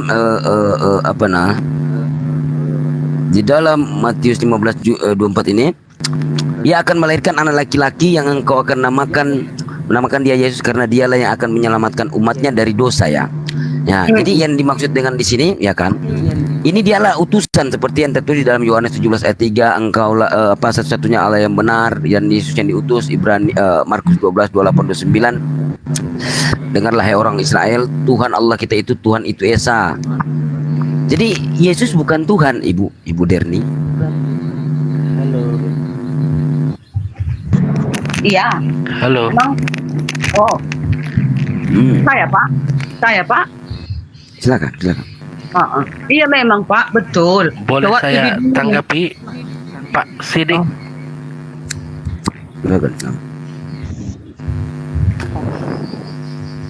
Halo Pak Sidik, boleh saya tanggapi? Silakan Ibu Derni atau halo Pak Sidik. Oh begini Pak Sidik, berarti Pak Sidik, Nabi Isa Bapak itu bukannya Yesus kami. Jadi tidak bisa Bapak bilang di Al-Quran itu Nabi Isa, dia memang Nabi Isa bukan Tuhan di Al-Quran, tapi di kitab kami dia memang Tuhan. Lagi mana? Nggak bisa nyambung dong Pak. Oke. Tuhan iya, itu sang pencipta ya. Tuhan itu sang pencipta, betul? Iya betul. Oke, saya tanya. Waktu Maria, ibunda Maria melahirkan Yesus, Maria itu menyembah kepada siapa? Iya, dia menyembah kepada Tuhan. Tuhan siapa? Tuhan Allah, Raja Semesta Alam, Bapak. Raja Semesta Alam, berarti bukan kepada Yesus ya, betul?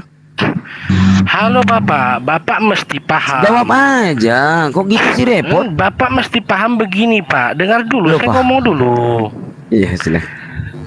Saya ngomong dulu bahwa Tuhan itu Pak, dia di luar ruang dan waktu. Bapak paham di luar ruang dan waktu? Terus? Di luar ruang dan waktu, artinya dia bisa menjadi manusia, dia ada di dunia, dia juga ada di surga, dia bisa begitu Pak. Apa yang mustahil bagi Tuhan? Yang saya tanya Pak, yang gini, dia jangan dulu masuk di mustahil. Oke, saya tanggap ya. Iya. Yang dimaksud di sini yang saya tanya Pak, waktu Yesus dalam kandungan Maria ini menyembah siapa?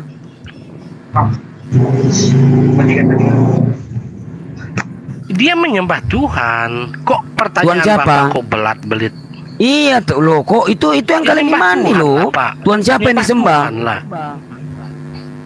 Iya, dia nyembah Tuhan. Mungkin gini pertanyaannya, apakah Tuhan yang disembah oleh Yesus juga? Iya. Maria menyembah Tuhan yang disembah oleh Yesus. Bertanya lagi, gimana? Iya, Maria menyembah Tuhan, Tuhannya itu adalah Tuhan yang disembah oleh Yesus. Iya, ketika Yesus sebagai manusia di dunia kan. Iya, betul sekali. Ya, betul. Karena menurut kepercayaan Katolik, Yesus adalah 100% Tuhan dan 100% manusia. Berarti Yesus belum Tuhan ya, bukan Tuhan ya? Dan Yesus punya Tuhan. Ya, dan Yesus punya Tuhan kan, seperti yang Bapak saya jelaskan bilang tadi. Begini, dia 100% manusia ketika pada waktunya dia menjadi manusia, dan dia 100% Tuhan. Kan udah jelas. Gak ada dalil 100% Pak, gak ada di dalil 100% manusia 100% Tuhan. Enggak pakai dalil. Yang ditanya tadi katanya di situ Yesus. Kita pakai filosofi. Oh, berarti Alkitab Pak. Filosofi Alkitab di mana? Makanya filosofi Alkitab, filosofi ini dalil atau apa? Coba Bapak mana 100% manusia 100% Tuhan? Dikatakan Bapak tadi Yesus bukan Tuhan kan? Oh, berarti dia manusia dong. Dia di dunia. Atau bisa menjadi Tuhan dia lagi nanti udah besar atau bagaimana, Pak? 100% Tuhan, 100% manusia. Kan pada waktu dia dilahirkan, kan itu sudah jelas, Pak. Malaikatnya bilang sama Maria, namailah anakmu Immanuel, artinya Allah beserta kita. Artinya Allah itu sendiri yang turun menyertai manusia dalam bentuk manusia. Iya, menyertai. Berarti namanya bukan Yesus kalau gitu, tapi namanya Ya, ketika dia dilahirkan sebagai putra, dia tetaplah dibilang Yesus sebagai anak Allah, dia tetaplah dibilang sebagai Yesus kan. Jadi dia dinamai Yesus apa Immanuel, Pak? Bapak ini begini, saya ngomong dulu, Pak. Misalnya Bapak ini Tuhan nih, terus ketika Bapak lahir ke dunia, tentu saja Bapak dinamai entah siapa, kita nggak tahu kan. Tapi sebenarnya Bapak ini Tuhan gitu loh. Logika Bapak masuk gak sih sebenarnya? Bingung saya mau jelaskan.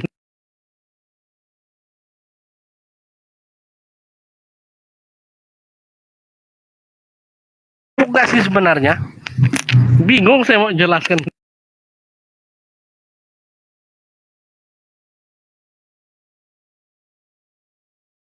Gak sih sebenarnya? Bingung saya mau jelaskan.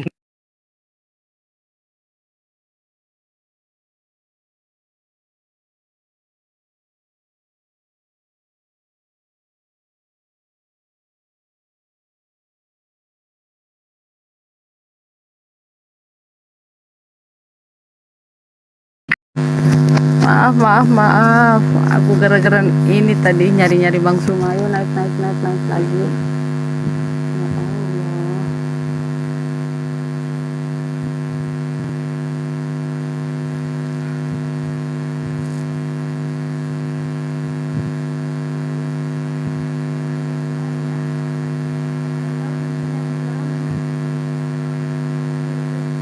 Mana tadi Bang Suma? Gimana? Di gunung kali ya, gunung itu. Yang pertama kan kena report, jangan yang kedua ini kena juga. Mana Bapak tadi? Bapak ini bingung, Bapak bingung lah, dalangnya lebih bingung Bapak. Nah, itu gunung deh. Subhanallah. Ya Allah. Aduh. Dari tadi saya naik terus ya Allah. Wayangnya bingung lah, dalangnya lebih bingung ya. Kita ketawa aja Pak. Oh, berapa siapa dong? Mana tadi si Jose ah? Rungkat gara-garanya.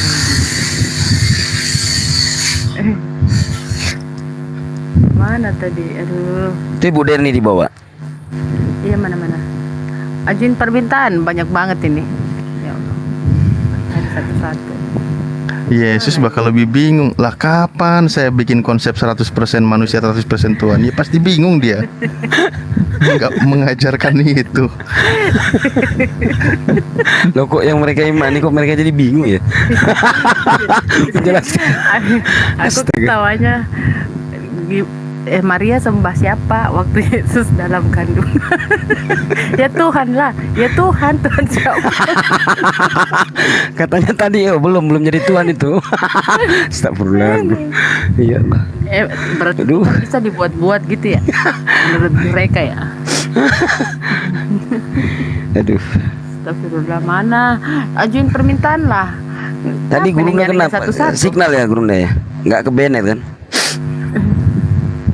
Iya, signal betul. Signal, ya?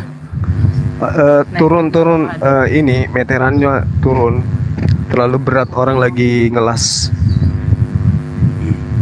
Langsung mampus. Jaringan si juga. Ini error. Assalamualaikum warahmatullahi wabarakatuh. Waalaikumsalam warahmatullahi wabarakatuh. Nah, ini suaminya Bu Darni ini. Bu Darni, permintaan Bu Darni. Minal aidin wal faizin dulu ya buat Asyidik sama semuanya. Kalau Bang Juma sudah, Pak Alif sudah, Pak Asyidik belum. Minal aidin wal faidin buat semuanya. Ya, sama-sama Bang ya. Insya Allah ada Bang Bunda Husnul Juma atau di Masin. sini. Ya astagfirullahaladzim. Bang Juma sehat Bang Juma ya? Sehat selalu ya Bang Juma. Mana Ibu Derni ini? Sehat. Alhamdulillah. Itu masker keren Bang dari celana Mau dalam. dilempar ke neraka juga gak Keren. mau. Buat apa? Tahu aja lu. Bang ini mau nanya Bang sedikit Bang. Kalau kita sodako nih Ya. ke anak yatim, terus kita minta cashback boleh nggak Bang? Cashback. Apaan sih? Cashback. Iya, cashback. Cashbacknya pakai doa lah. Itu maksudnya. Bu Derni, ya naik. Oke. Tadi Josenya Woi, calon hilang, nggak istri. tahu kemana. Calon istri Bang Juma ini.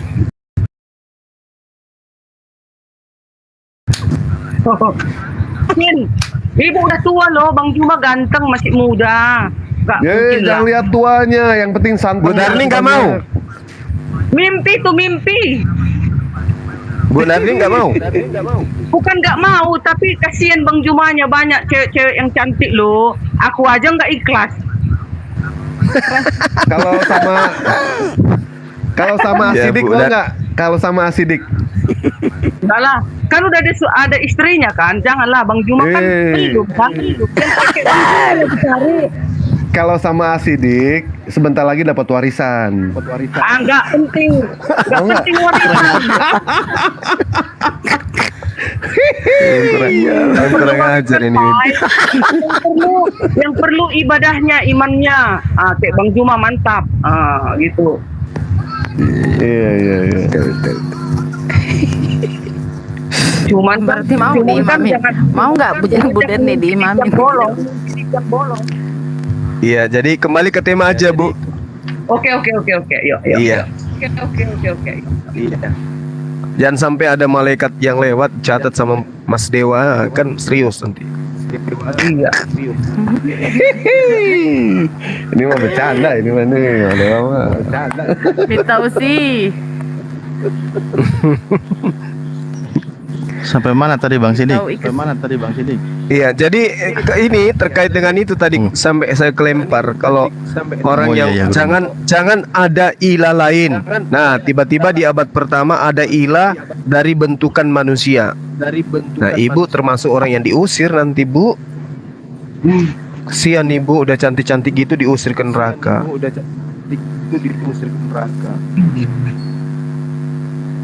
Udah, siapanya? Ibu Derni. Ibu Darni. Gini, ini coba. Matius 24 ayat 30.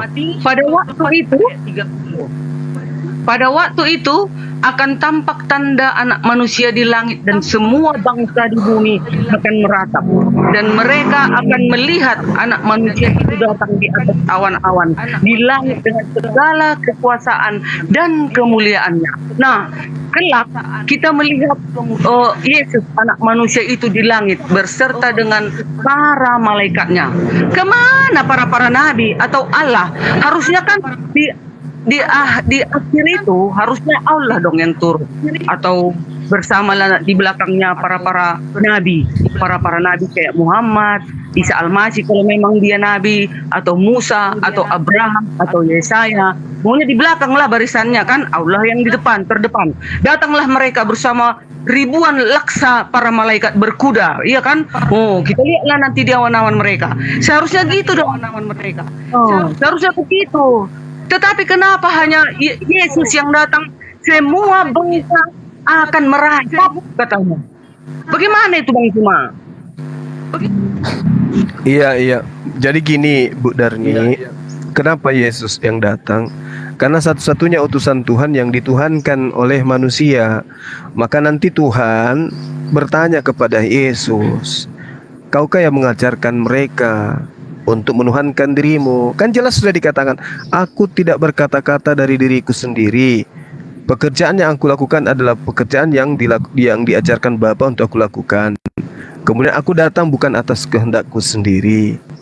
Kan jelas itu. Terus Yesus mengatakan penyesat itu adalah mereka yang kemudian mengaku bahwa mengajarkan bahwa akulah dia, akulah Tuhan. Kan gitu.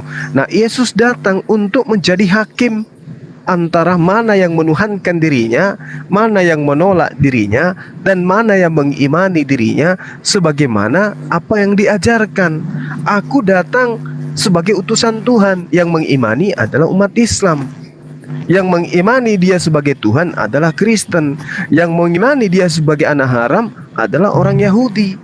Nah, kira-kira yang relevan dengan pernyataan Yesus kepada Bani Israel ini, Islam, Kristen, atau Yahudi?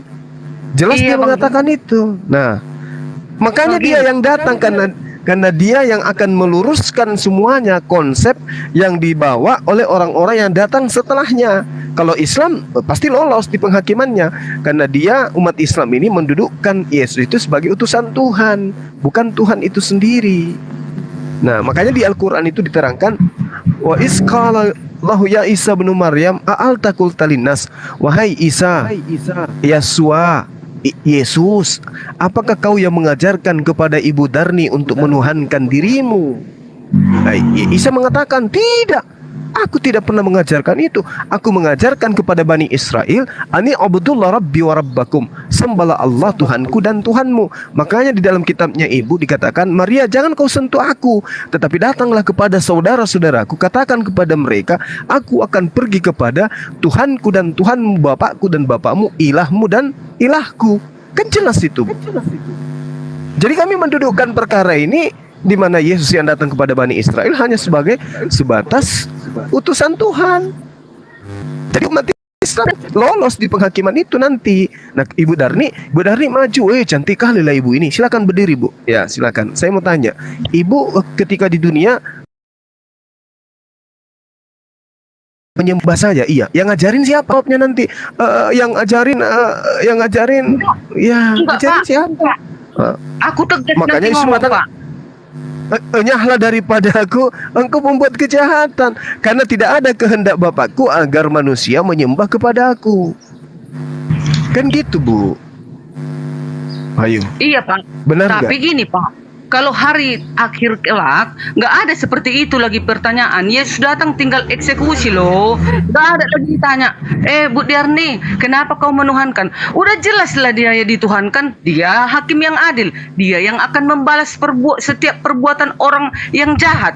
Di mana lagi? Nggak mungkin. Nggak ada lagi pertanyaan seperti itu. Dia datang tinggal eksekusi. Ada, Bu. Gitu. Ada. Coba di Matius 7 Ibu baca. Ketika orang-orang itu datang, apa yang dikatakan? Enyahlah daripadaku, engkau semua pembuat kejahatan. Itu kapan itu kejadiannya? Nah, kemudian di data itu dikatakan kecuali mereka yang melakukan, kecuali mereka yang melakukan kehendak Bapa.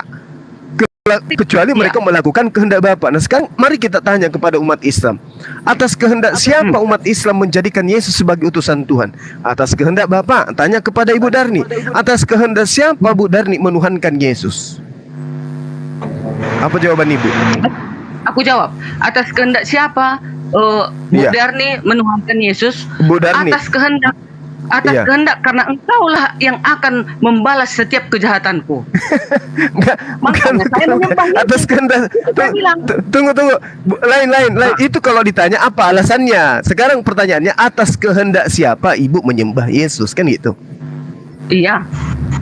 Atas kehendak siapa, Bu? Karena siapa yang menghakimi, itulah yang kusembah itu. Makanya saya menyembah Tuhan. Saya bilang, Ibu itu bukan jawabannya. Kecuali Ibu ditanya, Ibu Darni yang cantik, manis, jelita, harum dan mewangi sepanjang hari, kenapa Ibu menyembah Yesus? Jawabannya itu karena dia menghakimi.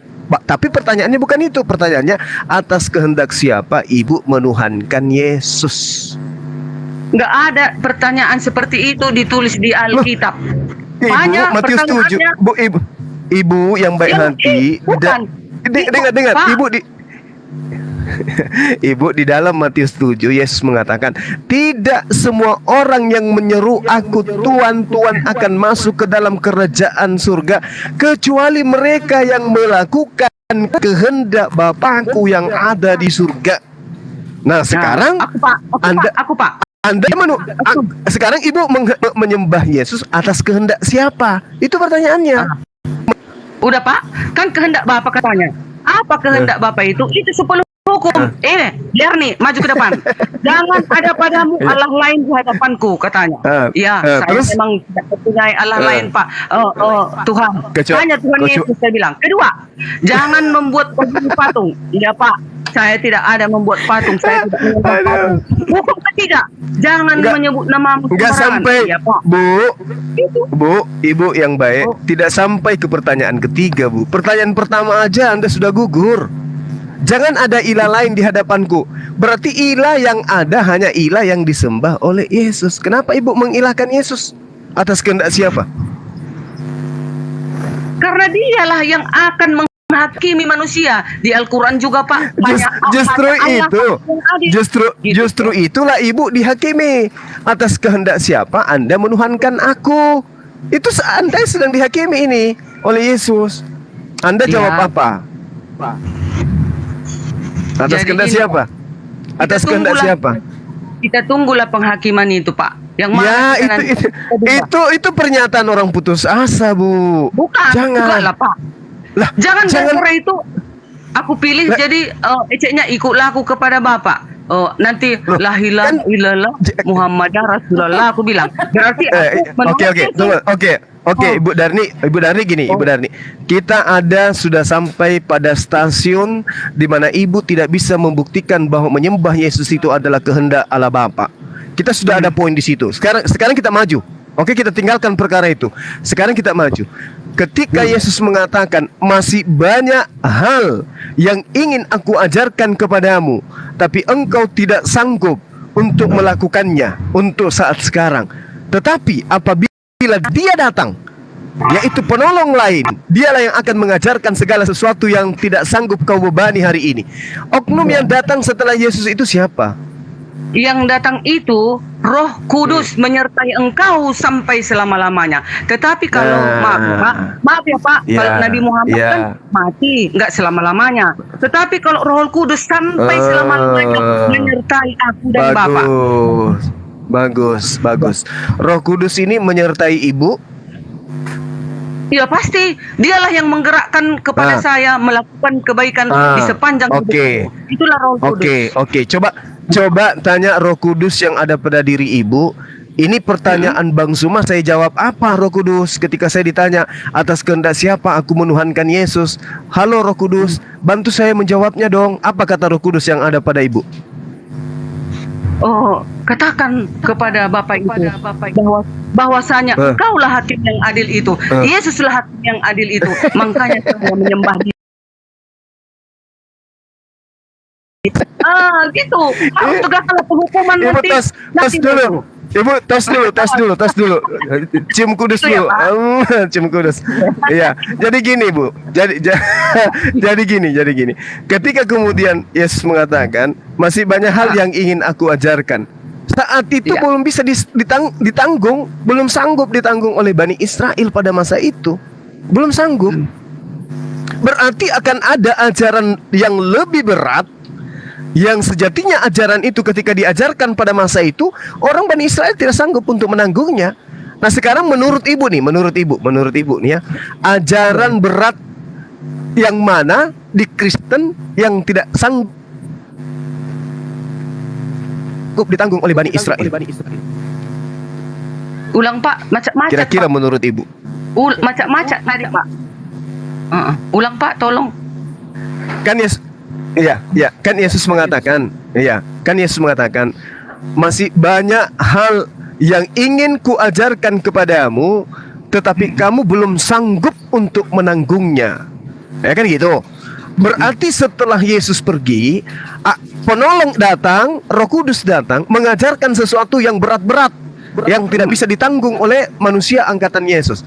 Kira-kira pekerjaan berat yang seperti apa yang tidak bisa ditanggung oleh Bani Israel hari ini?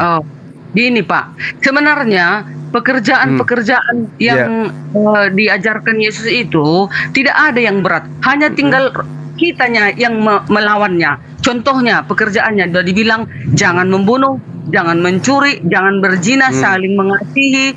Pokoknya kita selama hidup kita ini melakukan kebaikan-kebaikan sahaja, kan gitu.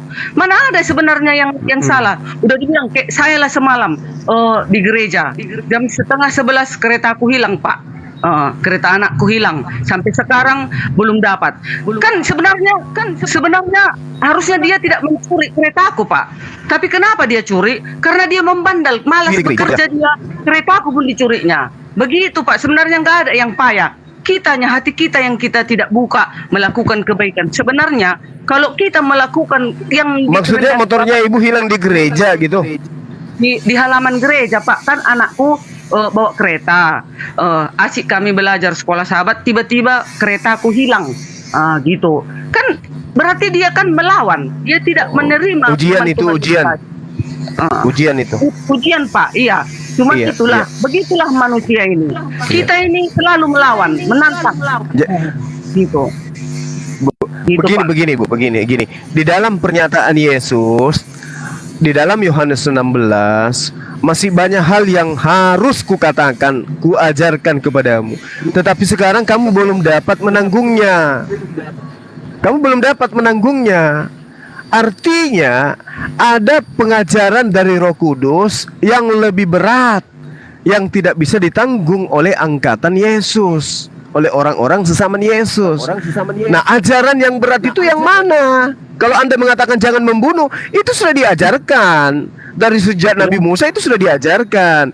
Nah, ada ajaran yang belum diajarkan, ajaran yang lebih berat dari itu, yang akan diajarkan oleh Roh Kudus yang benar. Nah, kalau Kristen itu Roh Kudusnya sudah benar, ajaran apa di Kristen yang berat yang tidak bisa ditanggung oleh angkatan Yesus? Kira-kira itu tadi, Pak, saya jawab. Sebenarnya nggak ada yang berat, Pak.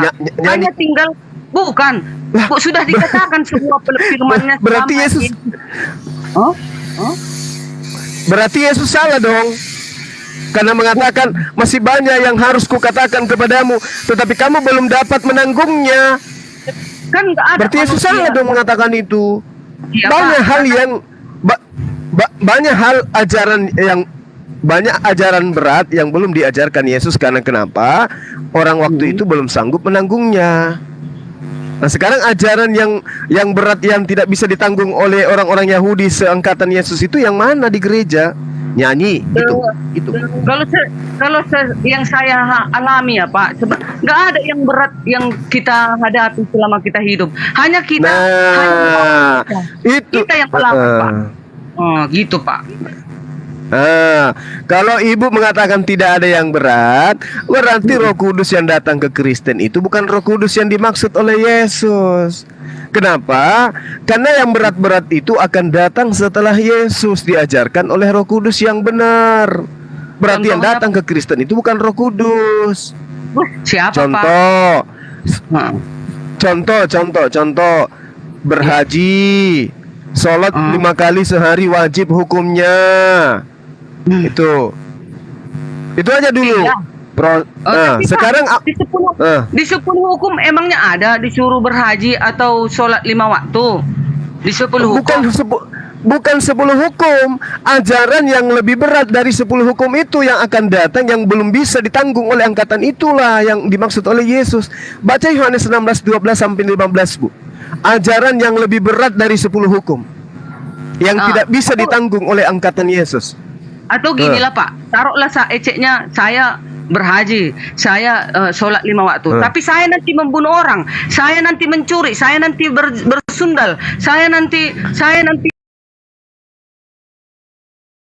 ya kan, bagaimana? Yang kan Iya, maksudku kan tadi Bapak bilang ada yang lebih berat lagi. Apa sih beratnya kalau naik haji? Naik haji, bayangkan Pak, naik haji Bapak bilang. Sementara nanti Pangeran Salman akan membangun kota termegah di dunia, bisa pelacuran ada, berjudi ada, apalagi? Bukan begitu poinnya. Sekarang bebas berjilbab, apalagi Pak? Bukan begitu poinnya. Poinnya gini, kalau ajaran haji itu diwajibkan bagi kaumnya Yesus di angkatan abad pertama, bisa nggak? Berhaji nggak ada diwajibkan, nggak ada ayatnya. Ya, itu maksudnya gini loh, Bu, gini. ajaran berat yang datang setelah Yesus itu salah satunya adalah berhaji. Nah, kalau Anda mengatakan bukan berhaji, sekarang kalau ajaran wajib berhaji itu diajarkan di angkatan Yesus, kira-kira angkatan orang-orang di zamannya Yesus apakah sudah bisa berhaji? Nggak ada ajarannya, Pak. Nggak ada disuruh Nah, dihukumnya.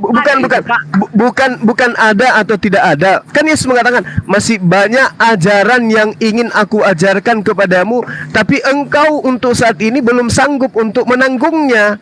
Nah, sekarang ajaran berat itu misalnya berhaji yang tidak bisa ditanggung oleh angkatan itu.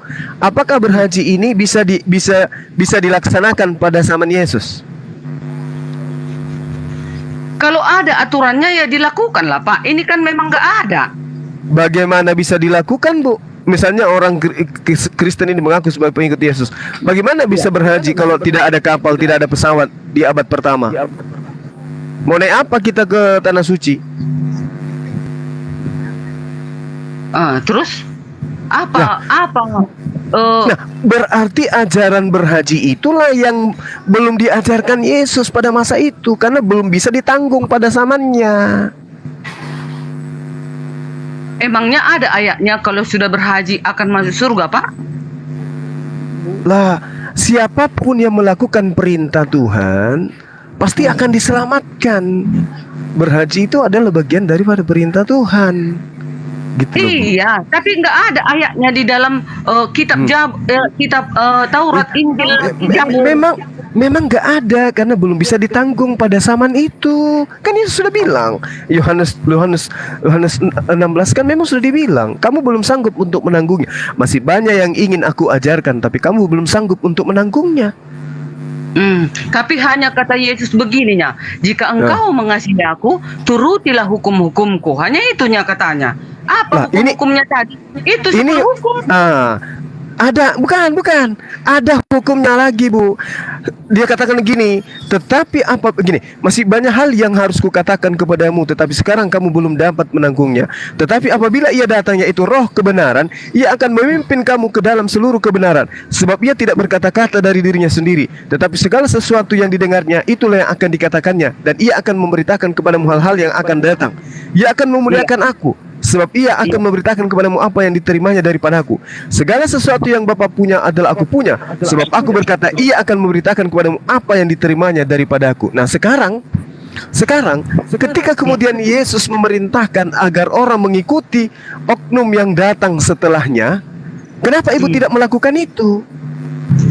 Iya, Pak, karena kalau ajaran kami, Pak, nggak ada dibilang adalah oknum yang datang itu. Yang datang itu hanya Roh Kudus yang menyertai aku selama hidupku.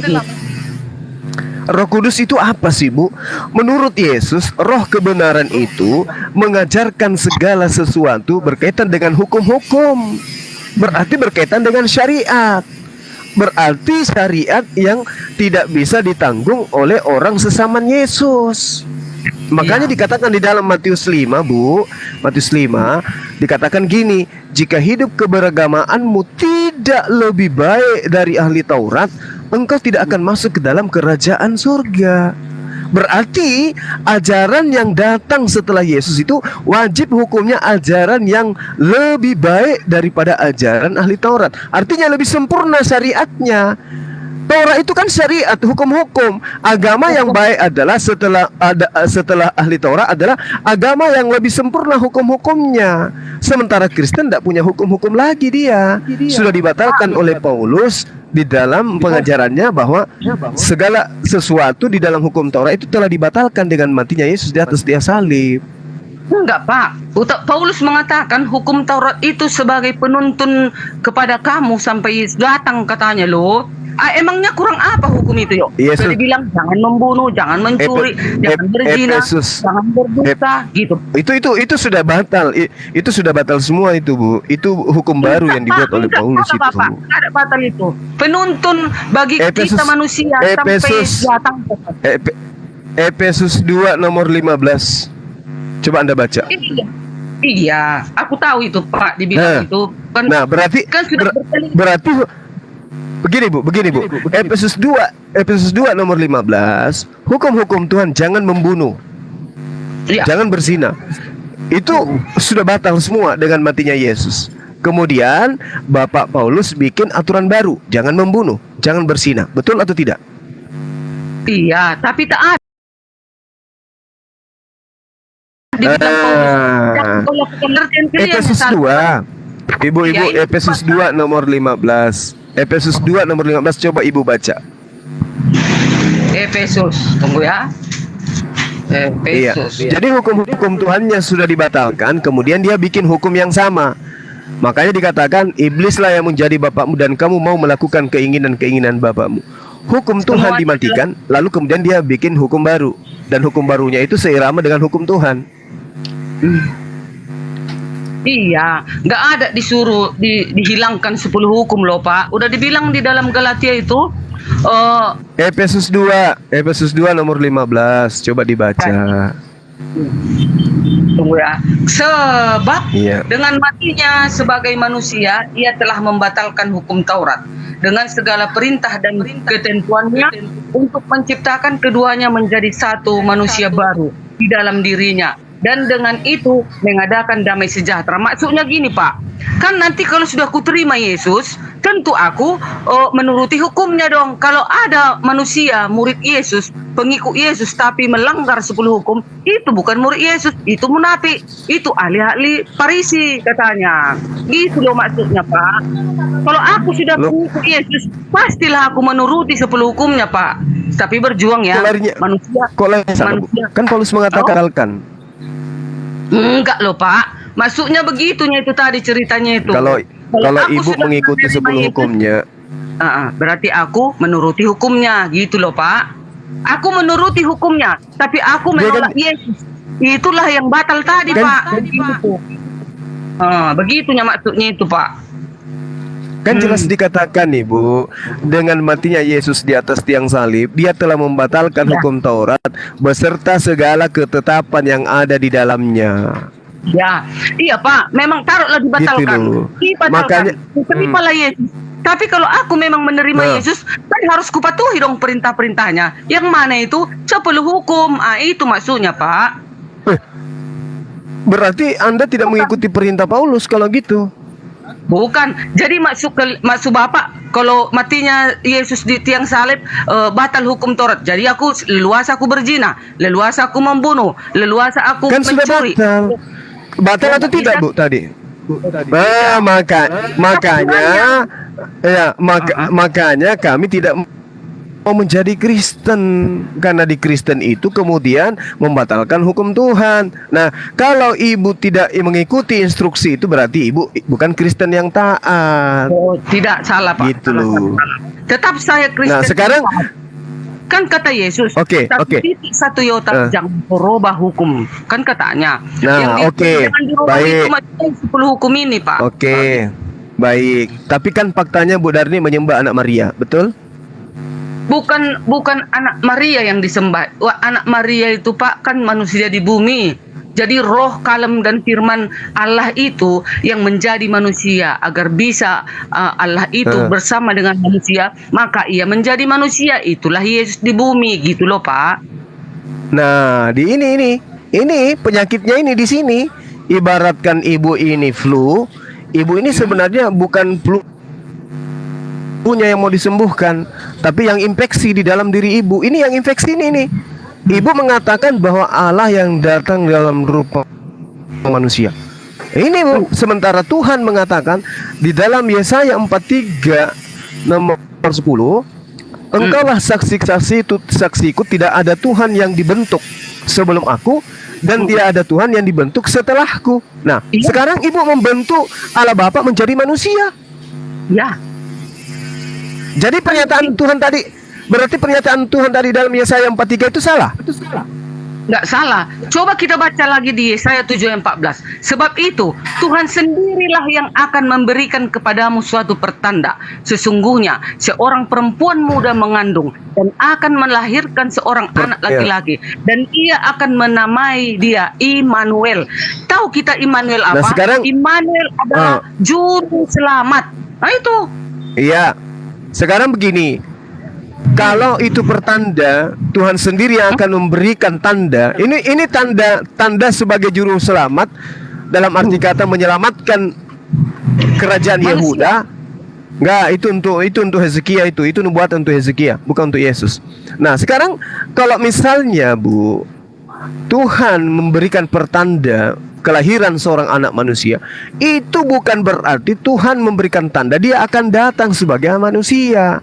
Makanya dalam Yesaya 44 nomor 10, nomor 11 dan data-data selanjutnya, siapakah mereka yang membentuk Allah dalam rupa patung, dalam rupa ukiran? Semua mereka akan kubuat malu, kata Tuhan. Akan dibasmi. Akan dibasmi. Nah, sekarang Anda membuat Tuhan dalam tuangan. Anda membuat Tuhan dalam bentukan manusia. Bukan Pak, salah. Sadarnya Ibu? Enggak lah Pak. Bukan kubentuk manusia jadi Tuhan, tetapi Allah itu sendiri yang turun ke bumi menjadi manusia. Salah. Coba. Oke. Coba Anda buka Yohanes 8 nomor 42. Boleh nggak Anda baca? Boleh Pak, boleh. Nah, silakan. Yohanes 8 ayat 42. Bentar ya Pak. 7, 40, 41, 42 ini. Kata Yesus kepada mereka, "Jikalau Allah adalah Bapamu, kamu akan mengasihi aku, sebab aku keluar dan datang dari Allah. Dan aku datang bukan atas kehendakku sendiri, melainkan Dia yang mengutus aku." Ya betul lah Pak. Nah, sekarang yang datang sebagai manusia itu siapa? Yang datang sebagai manusia itu Roh Kalem dan Firman Allah. Allah sendiri. Allah sendiri. Bukan Pak. Manusia dagingnya Pak. Manusia daging Allah turun ke bumi. Yang datang menjadi manusia itu Allah sendiri atau bukan? Bukan Allah loh. Nah, Allah terus itu kan bisa datang ke bumi. Terus kenapa Yesus dituhankan kalau dia bukan Allah? Kan nggak ada menuhankan dia waktu di bumi kan, tetapi dia di bumi ini tetap sebagai utusan Yahweh. Kan berarti, di bumi ini dia dikatakan utusan. Dia anak Daud.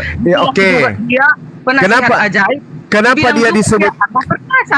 Kenapa dia disebut sebagai manusia? Kenapa dia disebut utusan? Karena dia Tuhan, gitu. Dia disebut anak manusia karena lahir dari perawan Maria manusia. Dia disebut utusan karena dia utusan Allah. Berarti dia bukan Allah itu sendiri kan? Bukan, di bumi tidak Allah dia, tetapi setelah kembali dia ke kerajaannya, itulah disinilah infeksinya. Bagaimana? Ketika dia di dunia, dia bukan Tuhan, betul? Betul. Nah, kapan manusia. Dia manusia ketika dia di bumi. Berarti setelah dia manusia di bumi, dia menjadi Tuhan setelah di surga, betul? Kembali ke asalnya sudah. Iya, kembali ke asalnya. Aku dan Bapa satu, kan katanya. Tadi katanya di dalam Yohanes 8 nomor 42 dia datang bukan atas kehendaknya sendiri. Iya dong, kan utusan dia. Ini yang tidak berkehendak adalah manusia. Nah, kok dia bisa menjadi Tuhan setelah dia di surga? Udah jelas dia menjadi Tuhan di surga, karena di dalam Matius 28 ayat 18 Yesus adalah berkuasa di bumi dan di surga. Kan nggak ada dua di surga berkuasa, hanya satu. Tadi di bumi dia katakan berkuasa, tapi dia tidak bisa berbuat apa-apa dari dirinya sendiri. Buktinya berkuasa dia bangkit kembali, membangkitkan Lazarus, mengampuni dosa orang yang berpenyakit lumpuh itu, dan menyembuhkan orang dari segala penyakit, memelekkan mata orang yang buta dan segala macam. Orang yang bungkuk 16 tahun dipegangnya aja langsung pendarahan 16 tahun langsung dijamah aja. Baik, pekerjaan-pekerjaan tersebut, mujizat-mujizat itu dia lakukan sebagai utusan Tuhan atau Tuhan? Sebagai utusan di bumi. Nah, udah selesai. Berarti dia bukan Tuhan karena dia melakukan itu. Di bumi Pak, iya. Di bumi hanya dia mengajarkan kepada manusia agar menyembah Allah di surga. Karena kelak kan Yesus kan pulang ke rumahnya ke surga kan. Buktinya kalau dia hanya manusia dan utusan, Dia akan mati di tanah dan akan membusuk dan akan ada bangkainya di situ. Ini kan enggak, dia kan bangkit. Baik, baik. Jadi gini. Ketika Yesus di dunia, di dalam Yohanes 5 nomor 30 dia mengatakan, "Aku tidak dapat berbuat apa-apa dari diriku sendiri." Ibu percaya enggak itu? Percaya kali, Pak. Nah sekarang manusia yang tidak dapat berbuat apa-apa dari dirinya ini, bagaimana caranya membuat dirinya menjadi Tuhan kembali? Iya, kan di bumi tadi kan sudah kita bicara, Pak. Dia kan sebagai utusan di bumi. Dia juga dibilang nabi. Dibilang juga dia lebih daripada nabi. Dibilang juga dia raja dan segala raja. Tadi kan dikatakan dia tidak dapat berbuat apa-apa dari dirinya sendiri. Anda mengimani. Lalu bagaimana caranya dia yang tidak bisa berbuat apa-apa ini membuat dirinya menjadi Tuhan? Waktu kan sudah kembali dia ke asalnya, Pak. Dia kan sudah kembali ke asalnya. Berarti dia bisa membuat dirinya menjadi Tuhan. Loh, bukan membuat dirinya menjadi Tuhan. Memang dia Tuhan itu kembali sudah kepada asalnya gitu. Karena kan datangnya kan dari atas, dari sorga. Roh kalem dan firman Bapaknya yang turun ke bumi. Tadi Ibu mengakui loh bahwa Yesus tidak bisa berbuat apa-apa dari dirinya sendiri. Di bumi. Iya, di bumi, Pak. Di bumi. Iya, di bumi. Oke, di bumi. Nah, setelah kemudian dia di surga, apakah dia berubah? Ya, sudah pastilah dia kembali kepada bagaimana dia bisa berubah sementara dia tidak bisa berbuat apa-apa dari dirinya sendiri? Kan dia sudah kembali ke tahtanya, Pak. Loh. Nah, udah kembali dia ke asalnya, ke Bapa tadi, ke Yahweh, sudah bersatu dia lagi. Itulah Allah itu tadi, Pak. La haula wala quwata illa billah. Tadi katanya dia yang, Pak, kalau tidak dia menjawab Tuhan itu. Kalau dia tidak Allah itu, Pak, nggak mungkin dia yang menghakimi manusia, nggak mungkin dia yang turun bersama para malaikatnya untuk membalas setiap perbuatan orang yang tertulis di dalam Matius 24 ayat 30 dan Matius 16 ayat 17 tadi, Pak, 27 tadi, Pak. Berarti kan dia Tuhan, hanya Tuhanlah yang akan membalas setiap perbuatan orang manusia. Dan pula ditulis di dalam Yohanes 11 ayat 25, kata Yesus, "Aku adalah kebangkitan dan hidup. Siapa yang percaya kepadaku akan hidup walaupun sudah mati." Bagaimana itu coba, Pak? Betapa kuasa perkataannya itu. Bayangkan aku nanti kalau percaya kepadanya, kalau mati aku kelak, kalau kulakukan hukumnya tadi, dia datang akan bangkit aku, akan dibawanya aku ke surga. Itulah maksudnya. Ya, Pak.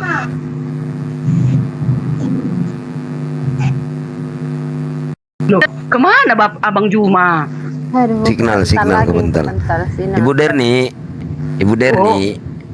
yang membangkitkan Yesus itu mati siapa, Bu? Yang membangkitkan sewaktu dia menjadi manusia di bumi adalah Yahweh, Sang Pencipta ya. Berarti Yesus memang Yahweh. bukan Tuhan ya. Ya, di bumi. Iya, berarti dia bukan Tuhan ya. Di bumi, Pak. Iya, enggak Tuhan, dia di bumi. Oh, berarti jelas bukan Tuhan ya. Terus ya, di surga dia jadi Tuhan. Di surga kan sudah kembali ke asalnya, Pak. Dia kan datangnya dulu dari sana. Dia bukan lahir dari antara persetubuhan manusia di bumi ini, bukan kan? Dia hanya karena karena begitu besar kasihnya kepada dunia ini, sehingga dia mengaruniakan anaknya yang tunggal, supaya setiap orang yang percaya kepadanya akan hidup selama-lamanya. Kan gitu. Nah, sekarang dia udah di surga, udah kembali ke tahtanya. Itulah yang kita sembah itu, makanya dia di bumi mengajarkan. Itu guru Nana itu. Iya, makanya dia mengajarkan suatu di bumi ini berdoa, di mana cara-caranya berdoa, Bapa kami yang di surga, dikuduskanlah namamu. Kan katanya, ginilah doa yang kuajarkan kepadamu. Karena ketika kelak dia ada di surga, itulah kita berdoa kepadanya. Ah, gitu. Silakan Guru Nana. Boleh sedikit ya. Ya. Yesus sudah ada di surga. Sebelum ada di surga, Yesus di mana, Bu? Yohanes 1 ayat 1. Pada mulanya adalah firman. Firman itu bersama-sama dengan Allah. dan firman itu adalah Allah. Sudah bersama-sama dengan Allah dia dulu-dulunya pun. Makanya dibilang, aku adalah yang awal dan yang akhir, dan yang maha kuasa dan yang akan datang. Kan hanya Yesus yang akan datang kan? Mana ada para nabi datang? Baik dia Abraham, baik dia Musa, baik dia Muhammad, baik dia Allah. Gak ada datang-datang. Gak mereka yang membalas setiap perbuatan orang, tetapi Yesus yang membalas setiap perbuatan orang. Ada ayatnya, Matius 16 ayat 27. Bersama para malaikatnya, bayangkan. Para malaikatnya ini berlaksa-laksa akan kita lihat nanti di awan-awan sana. Turunlah dia kan, turun-turun. Dia akan membalas setiap perbuatan orang. Katanya loh. Pertanyaan saya itu, Bu, di mana Tuhan sebelum ada di surga? Sebelum ada di surga, dia kan udah dibilang pada mulanya adalah firman. Firman itu bersama-sama Allah, dan firman itu adalah Allah. Ya pada mulanya dia bersama Allah. Bersama Allah, dia ada di mana itu, Bu? Di kerajaan surga. Sebelum ada di surga. Bukan sebelum di bumi, dia sudah di surga. Dia awalnya dari surga. Dia awalnya di surga. Makanya dia awalnya dari surga, turun ke bumi begitu. Sekarang sebelum ada di surga, dia ada di mana? Kayak mana sih Bapak ini? Kan sudah dibilang begini. Saya pertanyaannya. Pertanyaannya begini, Bu. Begini. Ketika Tuhan seorang diri yang dipercaya sama Ibu adalah Tuhan Bapa, Tuhan Anak, Tuhan Roh. Posisinya sebelum ada di surga ada di mana, Bu? Ya posisinya awal itu di surga lah, saya. Kan makanya dibilang aku adalah yang... Sebentar. Antara Tuhan dengan surga duluan mana, Bu? Ya, duluan lah Tuhan itu. Duluan Tuhan. Sebelum duluan Tuhan menciptakan. Ya, baik, duluan Yahweh. Sebelum Yahweh ada di surga, itu posisinya di mana? Sebelum ada Yahweh di surga. Aduh. Sebelum Yahweh itu ada di surga, posisinya ada di mana, Bu? Posisinya tetap di kerajaan surga lah. Di sanalah dia kan pada awalnya. Belum ada. Surga belum ada. Ya, sudah ada lah di langit ketiga di sana lah, Pak. Oh, sudah ada surga. Berarti antara Tuhan dengan surga bareng, Bu. Iyalah, sejalan lah. Karena gini, aku salah juga. Karena tempatnya kan di surga. Di sana lah dia, Pak. Janganlah membuat bingung aku. Bukan, pertanyaan saya ini begini, Bu ya. Baik, saya kerucutan lagi. Ketika Tuhan seorang diri, Tuhan sendiri nih ya, sendiri. Belum ada surga, belum ada neraka, belum ada malaikat, belum ada bumi, belum ada air, belum ada tikus, belum ada apalah, pokoknya belum ada semua. Posisinya ada di mana?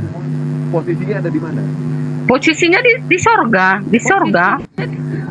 Surga belum ada, Ibu. Gimana sih? Jadi menurut surga Ibu ada. Antara Tuhan dengan surga barengan. Rumah Allah kan di surga itu. Iya, paham. Rumah Allah di surga, berarti antara Allah dengan surga barengan gitu ya? Barengan, iyalah. Ya.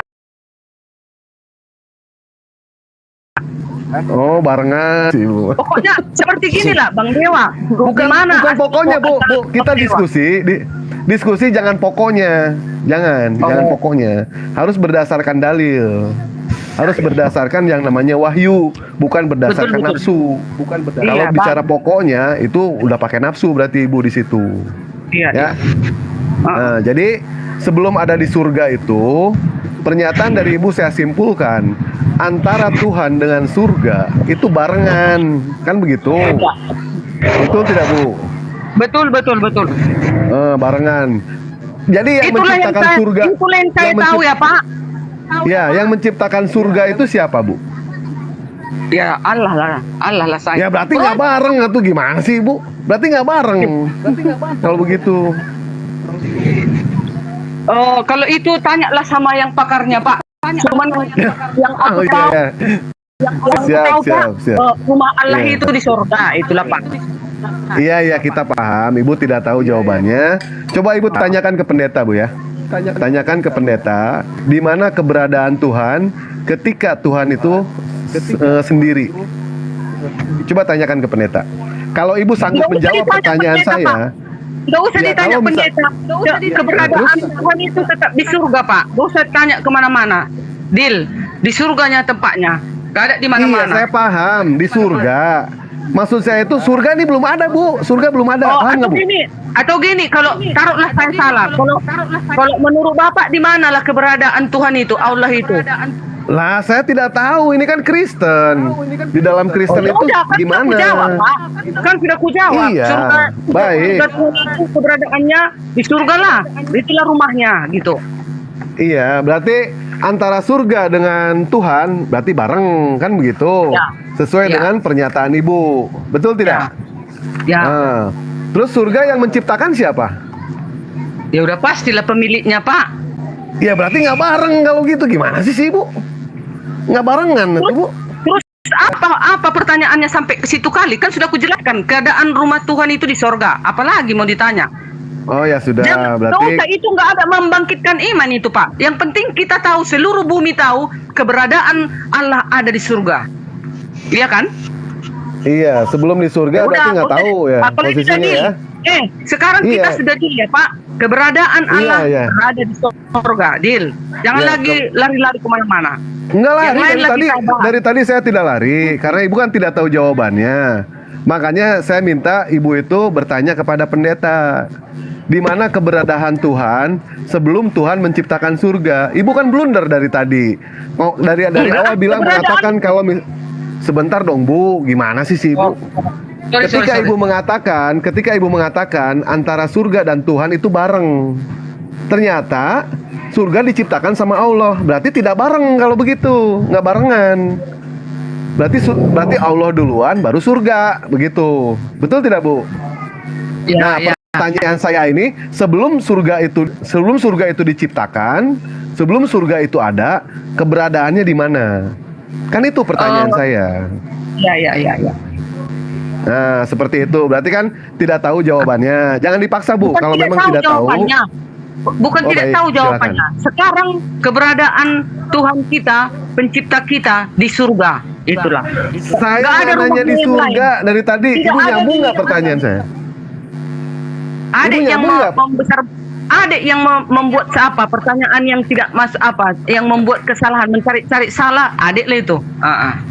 Bukan, saya tidak mencari kesalahan. Saya pengen tahu. Dari tadi saya bantah atau cari kesalahan, Bu? Kalau sudah 3 kali dijawab, Pak, jangan diulang-ulang lagi. Maunya ada Nah, kalau, seperti itu. kalau misalkan Apa? saya sudah menanyakan 3 kali, ternyata ketiga kali itu jawabannya itu tidak ada, Ibu jangan memaksa, gitu.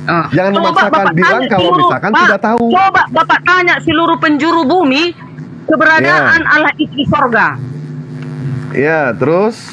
Coba tanyalah, atau tanyalah segala pendeta, segala ustadz, segala rabi, keberadaan Allah itu di sorga, keberadaan Yahweh itu di sorga, di langit ketiga. Ya, terus? Yang lain lah. Sekarang kalau sudah tahu kita Allah itu sekarang di sorga, Matius 28 ayat 18, Yesus berkuasa di bumi dan di surga. Nah, sekarang Yesus di surga, dialah yang harus kita dengarkan. Apanya yang mau kita dengarkan? Peraturan-peraturannya. Apa itu? Agar saya menjadi umatnya, saya menurutilah hukum-hukumnya tadi. Saya menjauhkanlah diri saya dari segala kejahatan. Jangan membunuh, jangan berzina, jangan mencuri, jangan menyembah berhala, jangan mengingini milik sesamamu, jangan menyebut namanya sembarangan. Itulah yang harus kita patuhi sebagai kita adalah umatnya. Iya kan? Baik, baik. Ternyata ya, di dalam ajaran agama manapun juga, ini tidak akan diketahui keberadaan Allah. Tidak akan diketahui selain di dalam Islam. Islam menjawab pertanyaan itu semua. Di dalam Islam, Allah itu bukan di surga. Allah tidak butuh surga. Allah tidak nongkrong di surga. Allah itu besar. Allah itu maha besar. Allah tidak membutuhkan yang namanya surga. Surga hanya dibutuhkan oleh manusia. Begitu, Bu, ya. Nah, tadi Ibu mengatakan 10 perintah hukum Taurat yang harus kita jalankan. Yang pertama, Jadi begini, Pak. Terus dulu. Jadi kalau di oh, itu. Ibu pengen belajar toh? iya dong. Oh, Iya siap. Kalau Allah Siap, kami Bu. kan tempatnya di sorga. Kalau Allah Islam di mana tempatnya? Saya kan pertanyaan saya, Bu, sebelum surga itu ada, Ibu paham nggak pertanyaan saya? Iya, sudahlah kita lewatkan itu. Sekarang gini aja. Lah berarti kan ibu tidak tahu jawabannya. Tidak tahu jawabannya. Betul? Jangan egois di situ, Bu. Jangan egois. Oh, sorry. Yuk. Nah, kalau memang tidak ada, bilang tidak ada, saya memang tidak tahu. Silakan ibu tanyakan ke pendeta, Bukan ke saya tidak pendeta tahu. ibu. Bukan saya tidak tahu keberadaan ya udah Allah jawab kami. aja. Keberadaan Allah Kristen berada di surga. Tanya seluruh orang Kristen, pasti itu jawabannya. Saya tahu, Bu. Yang saya pertanyakan di sini, di mana keberadaan Tuhan ketika Tuhan belum menciptakan surga? Kau tanya pertanyaan sama saya, Bu. Tuhan. Kau tanya sama Tuhan kalau kau masuk surga. Nah, berarti kan ibu tidak tahu. Susah amat sih. Ibu berarti tidak tahu. Jangan bilang tahu lagi. Kau tanya Gitu. sama Tuhan. Iya, berarti ibu tidak tahu. Hanya di Islam yang ada jawabannya, Bu. Hanya di Apa Islam. jawabannya Islam? Apa jawabannya Islam? Di mana? Kalau di Islam, santai Bu, santai ya.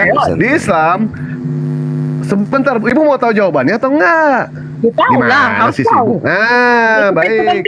Berarti di Kristen tidak diketahui keberadaan yang namanya Tuhan ketika Tuhan itu belum menciptakan yang namanya makhluk, ya. Nah, di dalam ajaran agama Islam, ketika ada seorang sahabat bertanya kepada Rasulullah SAW, "Ya Rasul, di mana keberadaan Tuhan ketika Tuhan belum menciptakan yang namanya makhluk?"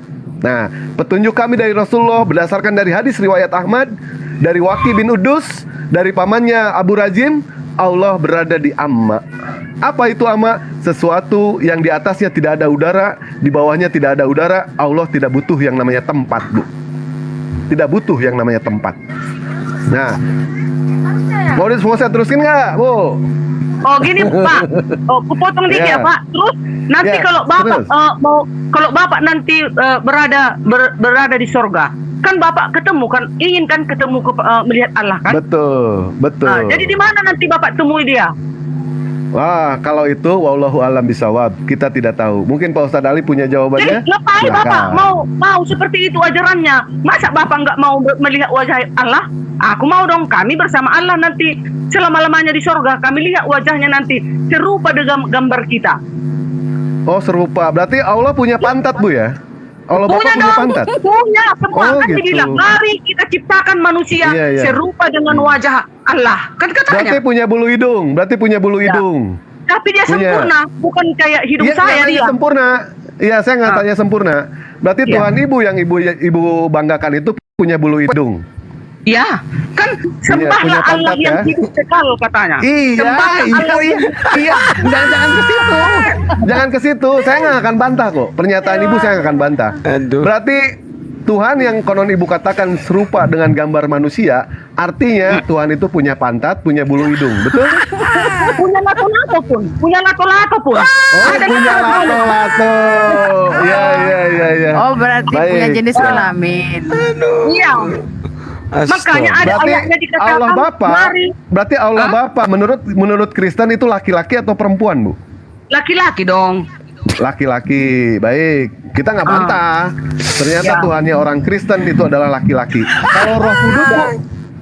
Kalau Roh Kudus? Kalau Roh Kudus itu kan di dalam hati manusia. Roh Kudus menggerakkan. Iya, laki-laki atau perempuan? Laki-laki atau perempuan? Itu tidak berjenis kelamin, itu rohnya Bapa itu yang hinggap di seluruh umat manusia, yang mengajarkan kebaikan dan mengarahkan kita kepada kebaikan, gitu. Baik. Berarti Roh Kudus di sini tidak punya gender. Yang punya gender itu adalah Allah Bapa. Berarti berbeda berarti ya? Makanya dibilangnya Pak, makanya dibilangnya, mari kita ciptakan manusia seturut dengan rupa Allah. Iya, saya ikutin. Pak, tunggu dulu, kan gak ada dibilangnya, mari kita ciptakan manusia serupa dengan gambar monyet katanya. Iya kan saya ikutin. Kalau serupa dengan gambar monyet berarti wajah kita kayak monyet. Ini kan cantik-cantik kita kan, ganteng-ganteng. Berarti ganteng Allah kita itu.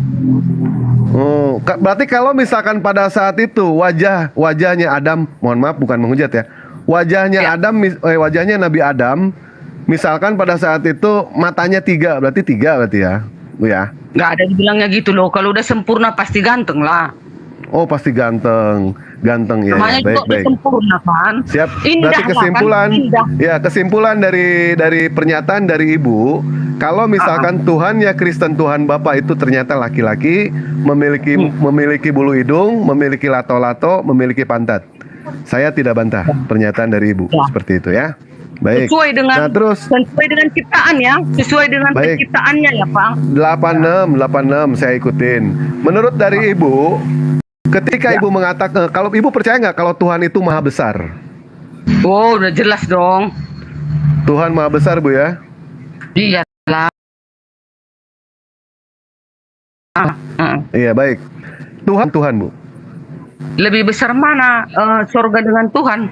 Ya tidak tidak terkatakan gitu. Kalau bahasa Tidak Karom terkatakan. bilang tidak Tidak terkatakan. terasumsi maksudnya, Bang. Lah terkatakan. Tidak terasumsikan. Nggak apa-apa, berasumsi juga nggak apa-apa, berasumsi juga. Ketika Ibu mengatakan Tuhan maha besar, pertanyaan saya ini mudah, Bu. Lebih besar mana Tuhan dengan surga?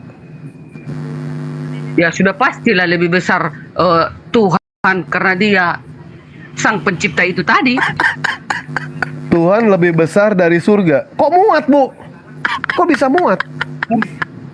Ya, kan Dia Allah Maha Kuasa. Bisa nanti Dia menjelma menjadi serupa dengan gambar manusia, serupa dengan kita. Berarti baik, berarti ketika mengatakan maha besar, dia bisa maha kecil, begitu ya? Kan nanti kan Dia akan kita lihat. Makanya saya mau menuhankan Yesus karena yang akan kulihat nanti di kerajaan surga itu adalah Tuhan Yesus. Masa aku punya Tuhan tak ku tengok Dia? Untuk apalah aku punya Allah tapi aku nggak melihat Dia? Tidak, saya tak mau. Saya mau melihat karena hari terakhir adalah melihat Tuhan itu. Hari terakhir adalah bersama-sama dengan Dia menikmati alam ini. Iya, saya nggak bantah. Iya, saya nggak bantah pernyataan Ibu. Saya mengatakan seperti ini. Kita sepakat, yang namanya Tuhan itu maha besar. Sepakat. Iya. Ya kan? Iya. Nah, sekarang ketika saya bertanya, lebih besar mana Tuhan Bapa dengan surga? Ibu tinggal jawab aja. Lebih besarlah Tuhan Bapa. Lebih besar Tuhan Bapa. Tetapi kenapa bisa sampai masuk ke dalam surga? Kalau misalkan Bapa itu lebih berarti besar. kalau bisa Dia masuk ke dalam surga, Anda tidak percaya dong Allah Maha Kuasa. Bisa kan sukanya mau jadi apa Dia? Kok kalian batasi? Bukan dibatasi, Bu. Bukan dibatasi. Saya cuma bertanya di sini. Bertanya. Sedangkan di film-film aja, dengar dulu. Sedangkan di film-film aja Superman bisa mengangkat apa di udara. Masa Tuhan nggak bisa membuat dirinya mau jadi apa kek? Mau apa kek? Katanya Allah Maha Besar. Banyak nonton film. Iya, setuju. Udah, pokoknya antara Tuhan dengan surga lebih besar yang namanya Tuhan. Saya ikutin. Ya kan? Tetapi ternyata Tuhan maha besar bisa masuk ke surga yang maha kecil. Begitu, Bu ya. Jadi ini berlawanan sama sekali dengan yang namanya logika, Bu. Tidak berlawanan, Say. Kan udah dibilang Allah Maha Besar. Masa kalau kita curigai Allah Maha Besar nggak bisa ngapa-ngapain Dia? Mau jadi apapun bisa Dia kan? Buktinya tengok itu, saking kuasanya Dia, bisa Dia turun ke bumi menjadi Yesus. Tidak ada, Bu. Itu kan doktrin. Kata-kata inkarnasi, kata-kata inkarnasi, kata-kata reinkarnasi, ejakulasi itu nggak ada, Bu. Nggak ada kata-kata itu. Ya. Itulah kami, Pak. Itu cuma doktrin dari Ibu yang mengatakan seperti itu. Kalau misalkan kita bertanya kepada orang yang waras, Bu ya, ketika Ibu mengatakan surga itu sama Tuhan lebih besar mana? Lebih besar Tuhan. Apa mungkin yang namanya Tuhan yang maha besar bisa masuk ke surga yang maha kecil? Itu kan hal yang tidak mungkin. Tetapi karena Ibu itu sudah bisa disulapkan dirinya menjadi seperti kita. Dia kan mau mendatangi kita. Berarti kalau nggak bisa Dia tidak dibatasi ya? Berarti bukan Allah Maha Besar. Iya, tidak dibatasi ya. Kalau Tuhan menikah bisa nggak, Bu? Kenapa? Tuhan menikah bisa nggak? Jadi maksud itu malaikat di sana apa rupanya? Bukan, berhubungan maksudnya badan. Malaikat di surga sama Allah di surga berhubungan badan rupanya. Coba pertanyaan saya, Bu, disimak, Bu ya. Tuhan itu menikah atau tidak? Oh, tidak mungkin Dia menikah. Tidak, karena itu roh. Kok Ibu membatasi gimana sih? Loh, Ibu kan nggak ada membatasi. ayatnya, loh. Bukan, Nggak maksud ada saya ayatnya. begini. Tadi ibu mengatakan ke saya jangan membatasi Tuhan. Ketika saya Iya. bertanya ke ibu, Tuhan bisa menikah atau tidak? Tidak mungkin. Kenapa ibu membatasi Tuhan? Bukan, kalau itu masuknya itu nanti kita lihat aja di sorga, dia nanti berhubungan badan udah sama telat, siapa? Bu. Nggak tahu Udah kita. telat, bukan soal hubungan badan kita, Bu, ya. Justru di sini saya mau Kalau mengkantor menikah pernyataan itu dari kan ibu. berhubungan badan. Menikah kan berhubungan badan kan? Jadi Allahmu Saya kan- berhubungan badan. Bu, saya Allahmu nggak nanya berhubungan sampai ke badan. sana, Bu. Bu, Ya kan coba Bapak Bu. tanya Allahmu. Jadi Allahmu berhubungan badan. Saya nggak nanya sampai hubungan badan, Bu. Nggak nanya. Menikah Yang itu saya berhubungan badan. pertanyakan, Saya tanya, menikah berhubungan badan atau enggak? iya, baik. Ya udah. Iya. Nah, ketika Masa ibu Robi- mengatakan, aduh ya Allah ya Robi. Ya, sorry. Ketika ibu mengatakan kepada kami, ya kan, saya bertanya kepada ibu bilang mengatakan, kamu jangan membatasi Tuhan. Nah, pada Iya. saat saya bertanya ke ibu, Tuhan bisa menikah atau tidak? Tuhan tidak mungkin bisa menikah. Kenapa ibu membatasi? Iya, Bapak pertanyaannya apa? Penghujatan. Makanya namanya. jangan membatasi. Kalau misalkan tidak membatasi, berarti ibu jangan membatasi Tuhan. Kalau Pak, begitu. bertanya itu yang Begitu. sopan-sopan dong. Masa Allah kita bilang menikah, lucu kan? Lah, saya sopan nggak? Coba tanya yang di bawah. Saya sopan nggak bertanya? Nggak sopan, Saya sopan dong. nggak? Masa Allah dibilang menikah, Kalau begitu, lucu. begini saja. Ibu nanya Sopan, sendiri, Pak. ibu jawab sendiri. Carilah pertanyaan yang menghujat-hujat Maha Kuasa. Lah Bu, ibu tadi kan bilang sang penguasa punya sama seperti kita manusia. Itu banyak, Nak. Punya Pertanyaannya lato-lato pula ibu tidak, bilang Pak. tadi kan gitu. Gimana sih Bu, kalau Iya, di tapi kitabmu ada jangan itu kesitu ayatnya pernikahan pertanyaannya, anak Bu. domba itu gimana? Kenapa pernikahan anak domba? Terus apa yang mau ditanya di pernikahan anak domba? Nikah loh. Oh, itu maksudnya Menikah bukan? begini, bukan menyambut kan katanya, menyambut. Jadi kita nanti yang akan disambut oleh Yesus itu, yang akan masuk ke kerajaan surga. Kitalah pengantinnya, gitu maksudnya. Bukannya Tuhan yang menikah, say. Kalian nggak selalu ada. salah topan. Nggak ada Pernikahan pernyataan anak kayak domba. gitu. Nggak ada, Bu. Pernikahan anak domba yang menikah siapa, Bu? Nggak ada yang menikah loh, nggak ada yang menikah dibilang di situ. Itu hanya kata kiasan. Maksudnya itu menyambut kita manusia yang sudah selamat kepada kehidupan kekal, itulah yang di sorga. Iya, ada Dibuka. kalimat pernikahan anak domba ada ya. Dibuka Iya, dibuka kiasan ayatnya, itu. Kang Alip. Dibuka ayatnya. Menikah dipersatukan laki-laki dan perempuan. Tidak. Bukan ke situ arahnya. Ini relevan nggak dengan pertanyaan tadi Kang Mahadewa? Ambil ayatnya yuk, ambil ayatnya. Wahyu Iya, berapa? ada nggak kalimatnya pernikahan anak domba? Saya tanya Iya, ada atau pernikahan tidak? anak domba ada, tapi bukan Ada. pernikahan bersetubuh laki-laki dan perempuan. Oh, itu Bukan penjelasan maksudnya. lain lagi. Pertanyaan kan tadi kan Tuhanmu menikah atau tidak? Itu loh pertanyaannya. Tidak menikah Tuhanku, tidak menikah. Itu Loh. kan hanya asumsi kalian. Membatasi dia, membatasi. Ustaz, izin turun ya, Bang Dewa izin turun, ada tamu. Jadi gini Bu, teman saya Bu, Bang Dewa tidak menghujat gini. Ibu yang mengatakan bahwasannya sang pencipta itu punya lato-lato. Terus kalau lato-lato dibuat apa Bu? Kalau lato-lato itu? Ya, jadi malaikat itu rupanya buat apa lato-latonya? Bukan, ibu yang saya nggak berbicara tentang malaikat tadi. Teman saya mengatakan kan ibu makanya harus menjawab, harus punya dalil juga. Lo kok sang Maha pencipta yang di surga itu ibu mengatakan sang pencipta itu Yahweh atau apa itu yang ibu katakan tadi, kok punya lato-lato? Ibu sendiri yang mengatakan punya lato-lato loh. Iya. Terus jangan Lihat membatasi. dulu, Ibu yang mengatakan gitu kan? Ya, Lah, waktu terus kalau punya penciptaan lato-lato manusia, secara manusia, secara apa ya? Logika itu terus punya lato-lato mau diapain Bu? kan ditanya dimainin si aja Dewa lato-lato tadi. itu atau Kan kayak ditanya gimana? si Dewa, bagaimana bentuk wajah Tuhan itu? Kan dibilang di dalam penciptaan. Kata Tuhan, mari kita ciptakan manusia serupa dengan gambar Allah. Iya, ibu yang mengatakan punya lato-lato. Berarti Ibu manusia sendiri yang mengatakan diciptakan- punya lato-lato. Dengar dulu. Manusia diciptakan ada lato-latonya kan? Lah iya, ibu yang mengatakan bahwasanya Tuhan punya lato-lato loh. Ibu lo yang mengatakan loh, Kak. Gimana Kan sih? Tuhan yang bilang, mari kita ciptakan manusia serupa dengan gambar Allah. Nah, setelah ada pertanyaan Seperti karena punya gambar Allah lato-lato itu kawin, kita. terus kenapa Nah. ibu yang tersinggung? Ibu bilang menghujat, gimana sih ini? Maksudnya menghujatnya kayak gini, si Dewa tadi bilang, masa Allah kawin? Emangnya Allah kalian kawin? Bu, pertanyaan saya tolong di ini, Bu ya. Tadi kan Ibu bilang jangan membatasi Tuhan.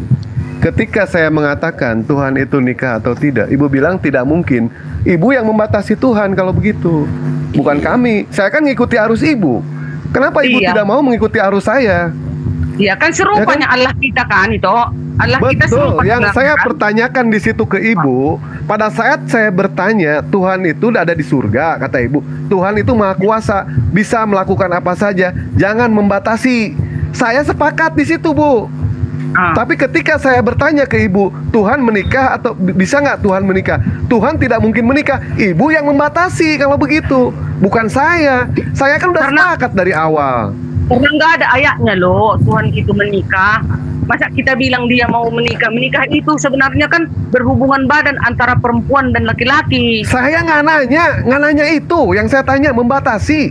Soal membatasi, yang saya tanya itu. Udah, sekarang yang lain lah. Masa itu di situ-situ aja kita bosan penonton. Oke, Ustadz Alif, Bang Dewa izin saya tuh ada tamu ya, Ustadz. Siap. Assalamualaikum warahmatullahi wabarakatuh. Iya. Ya tadi itu Waalaikumsalam warahmatullahi. Tadi kan pertanyaan apakah Tuhan menikah, Bang Darni menolak tidak, tetapi ayatnya justru malah perkawinan ini. Nah, ayatnya ada, penjelasannya baru gitu loh. Jangan menolak ayatnya atau tidak ada, bilang justru ayatnya tertulis ada. Kalau punya lato-lato malah nggak ada ayatnya. Ya di mana ayatnya? Ini Wahyu 19 ada. Oh, yuk, bacalah Pak. Iya, Nyanyian karena Wahyu 19. Nyanyian atas jatuhnya Babel. Ayat berapa? Iya, silakan nomor 7. Ayat 7. Bentar ya. Marilah kita bersukacita dan bersorak-sorai dan memuliakan Dia, karena hari perkawinan anak domba telah tiba dan pengantinnya telah siap sedia. Dan pengantinnya telah siap sedia. Maksudnya pengantinnya itu kita, manusia yang akan jadi anak domba itu akan menyambut kita. Anak domba itulah pernikahan itu. Jadi anak domba itu akan menyambut kita. Tuhannya menikah bukan menikah seperti di dunia, menikah disahkan perempuan dan laki-laki, bukan. Seperti apa? Pertanyaannya, Ibu bilang tidak, padahal di sini malah kawin.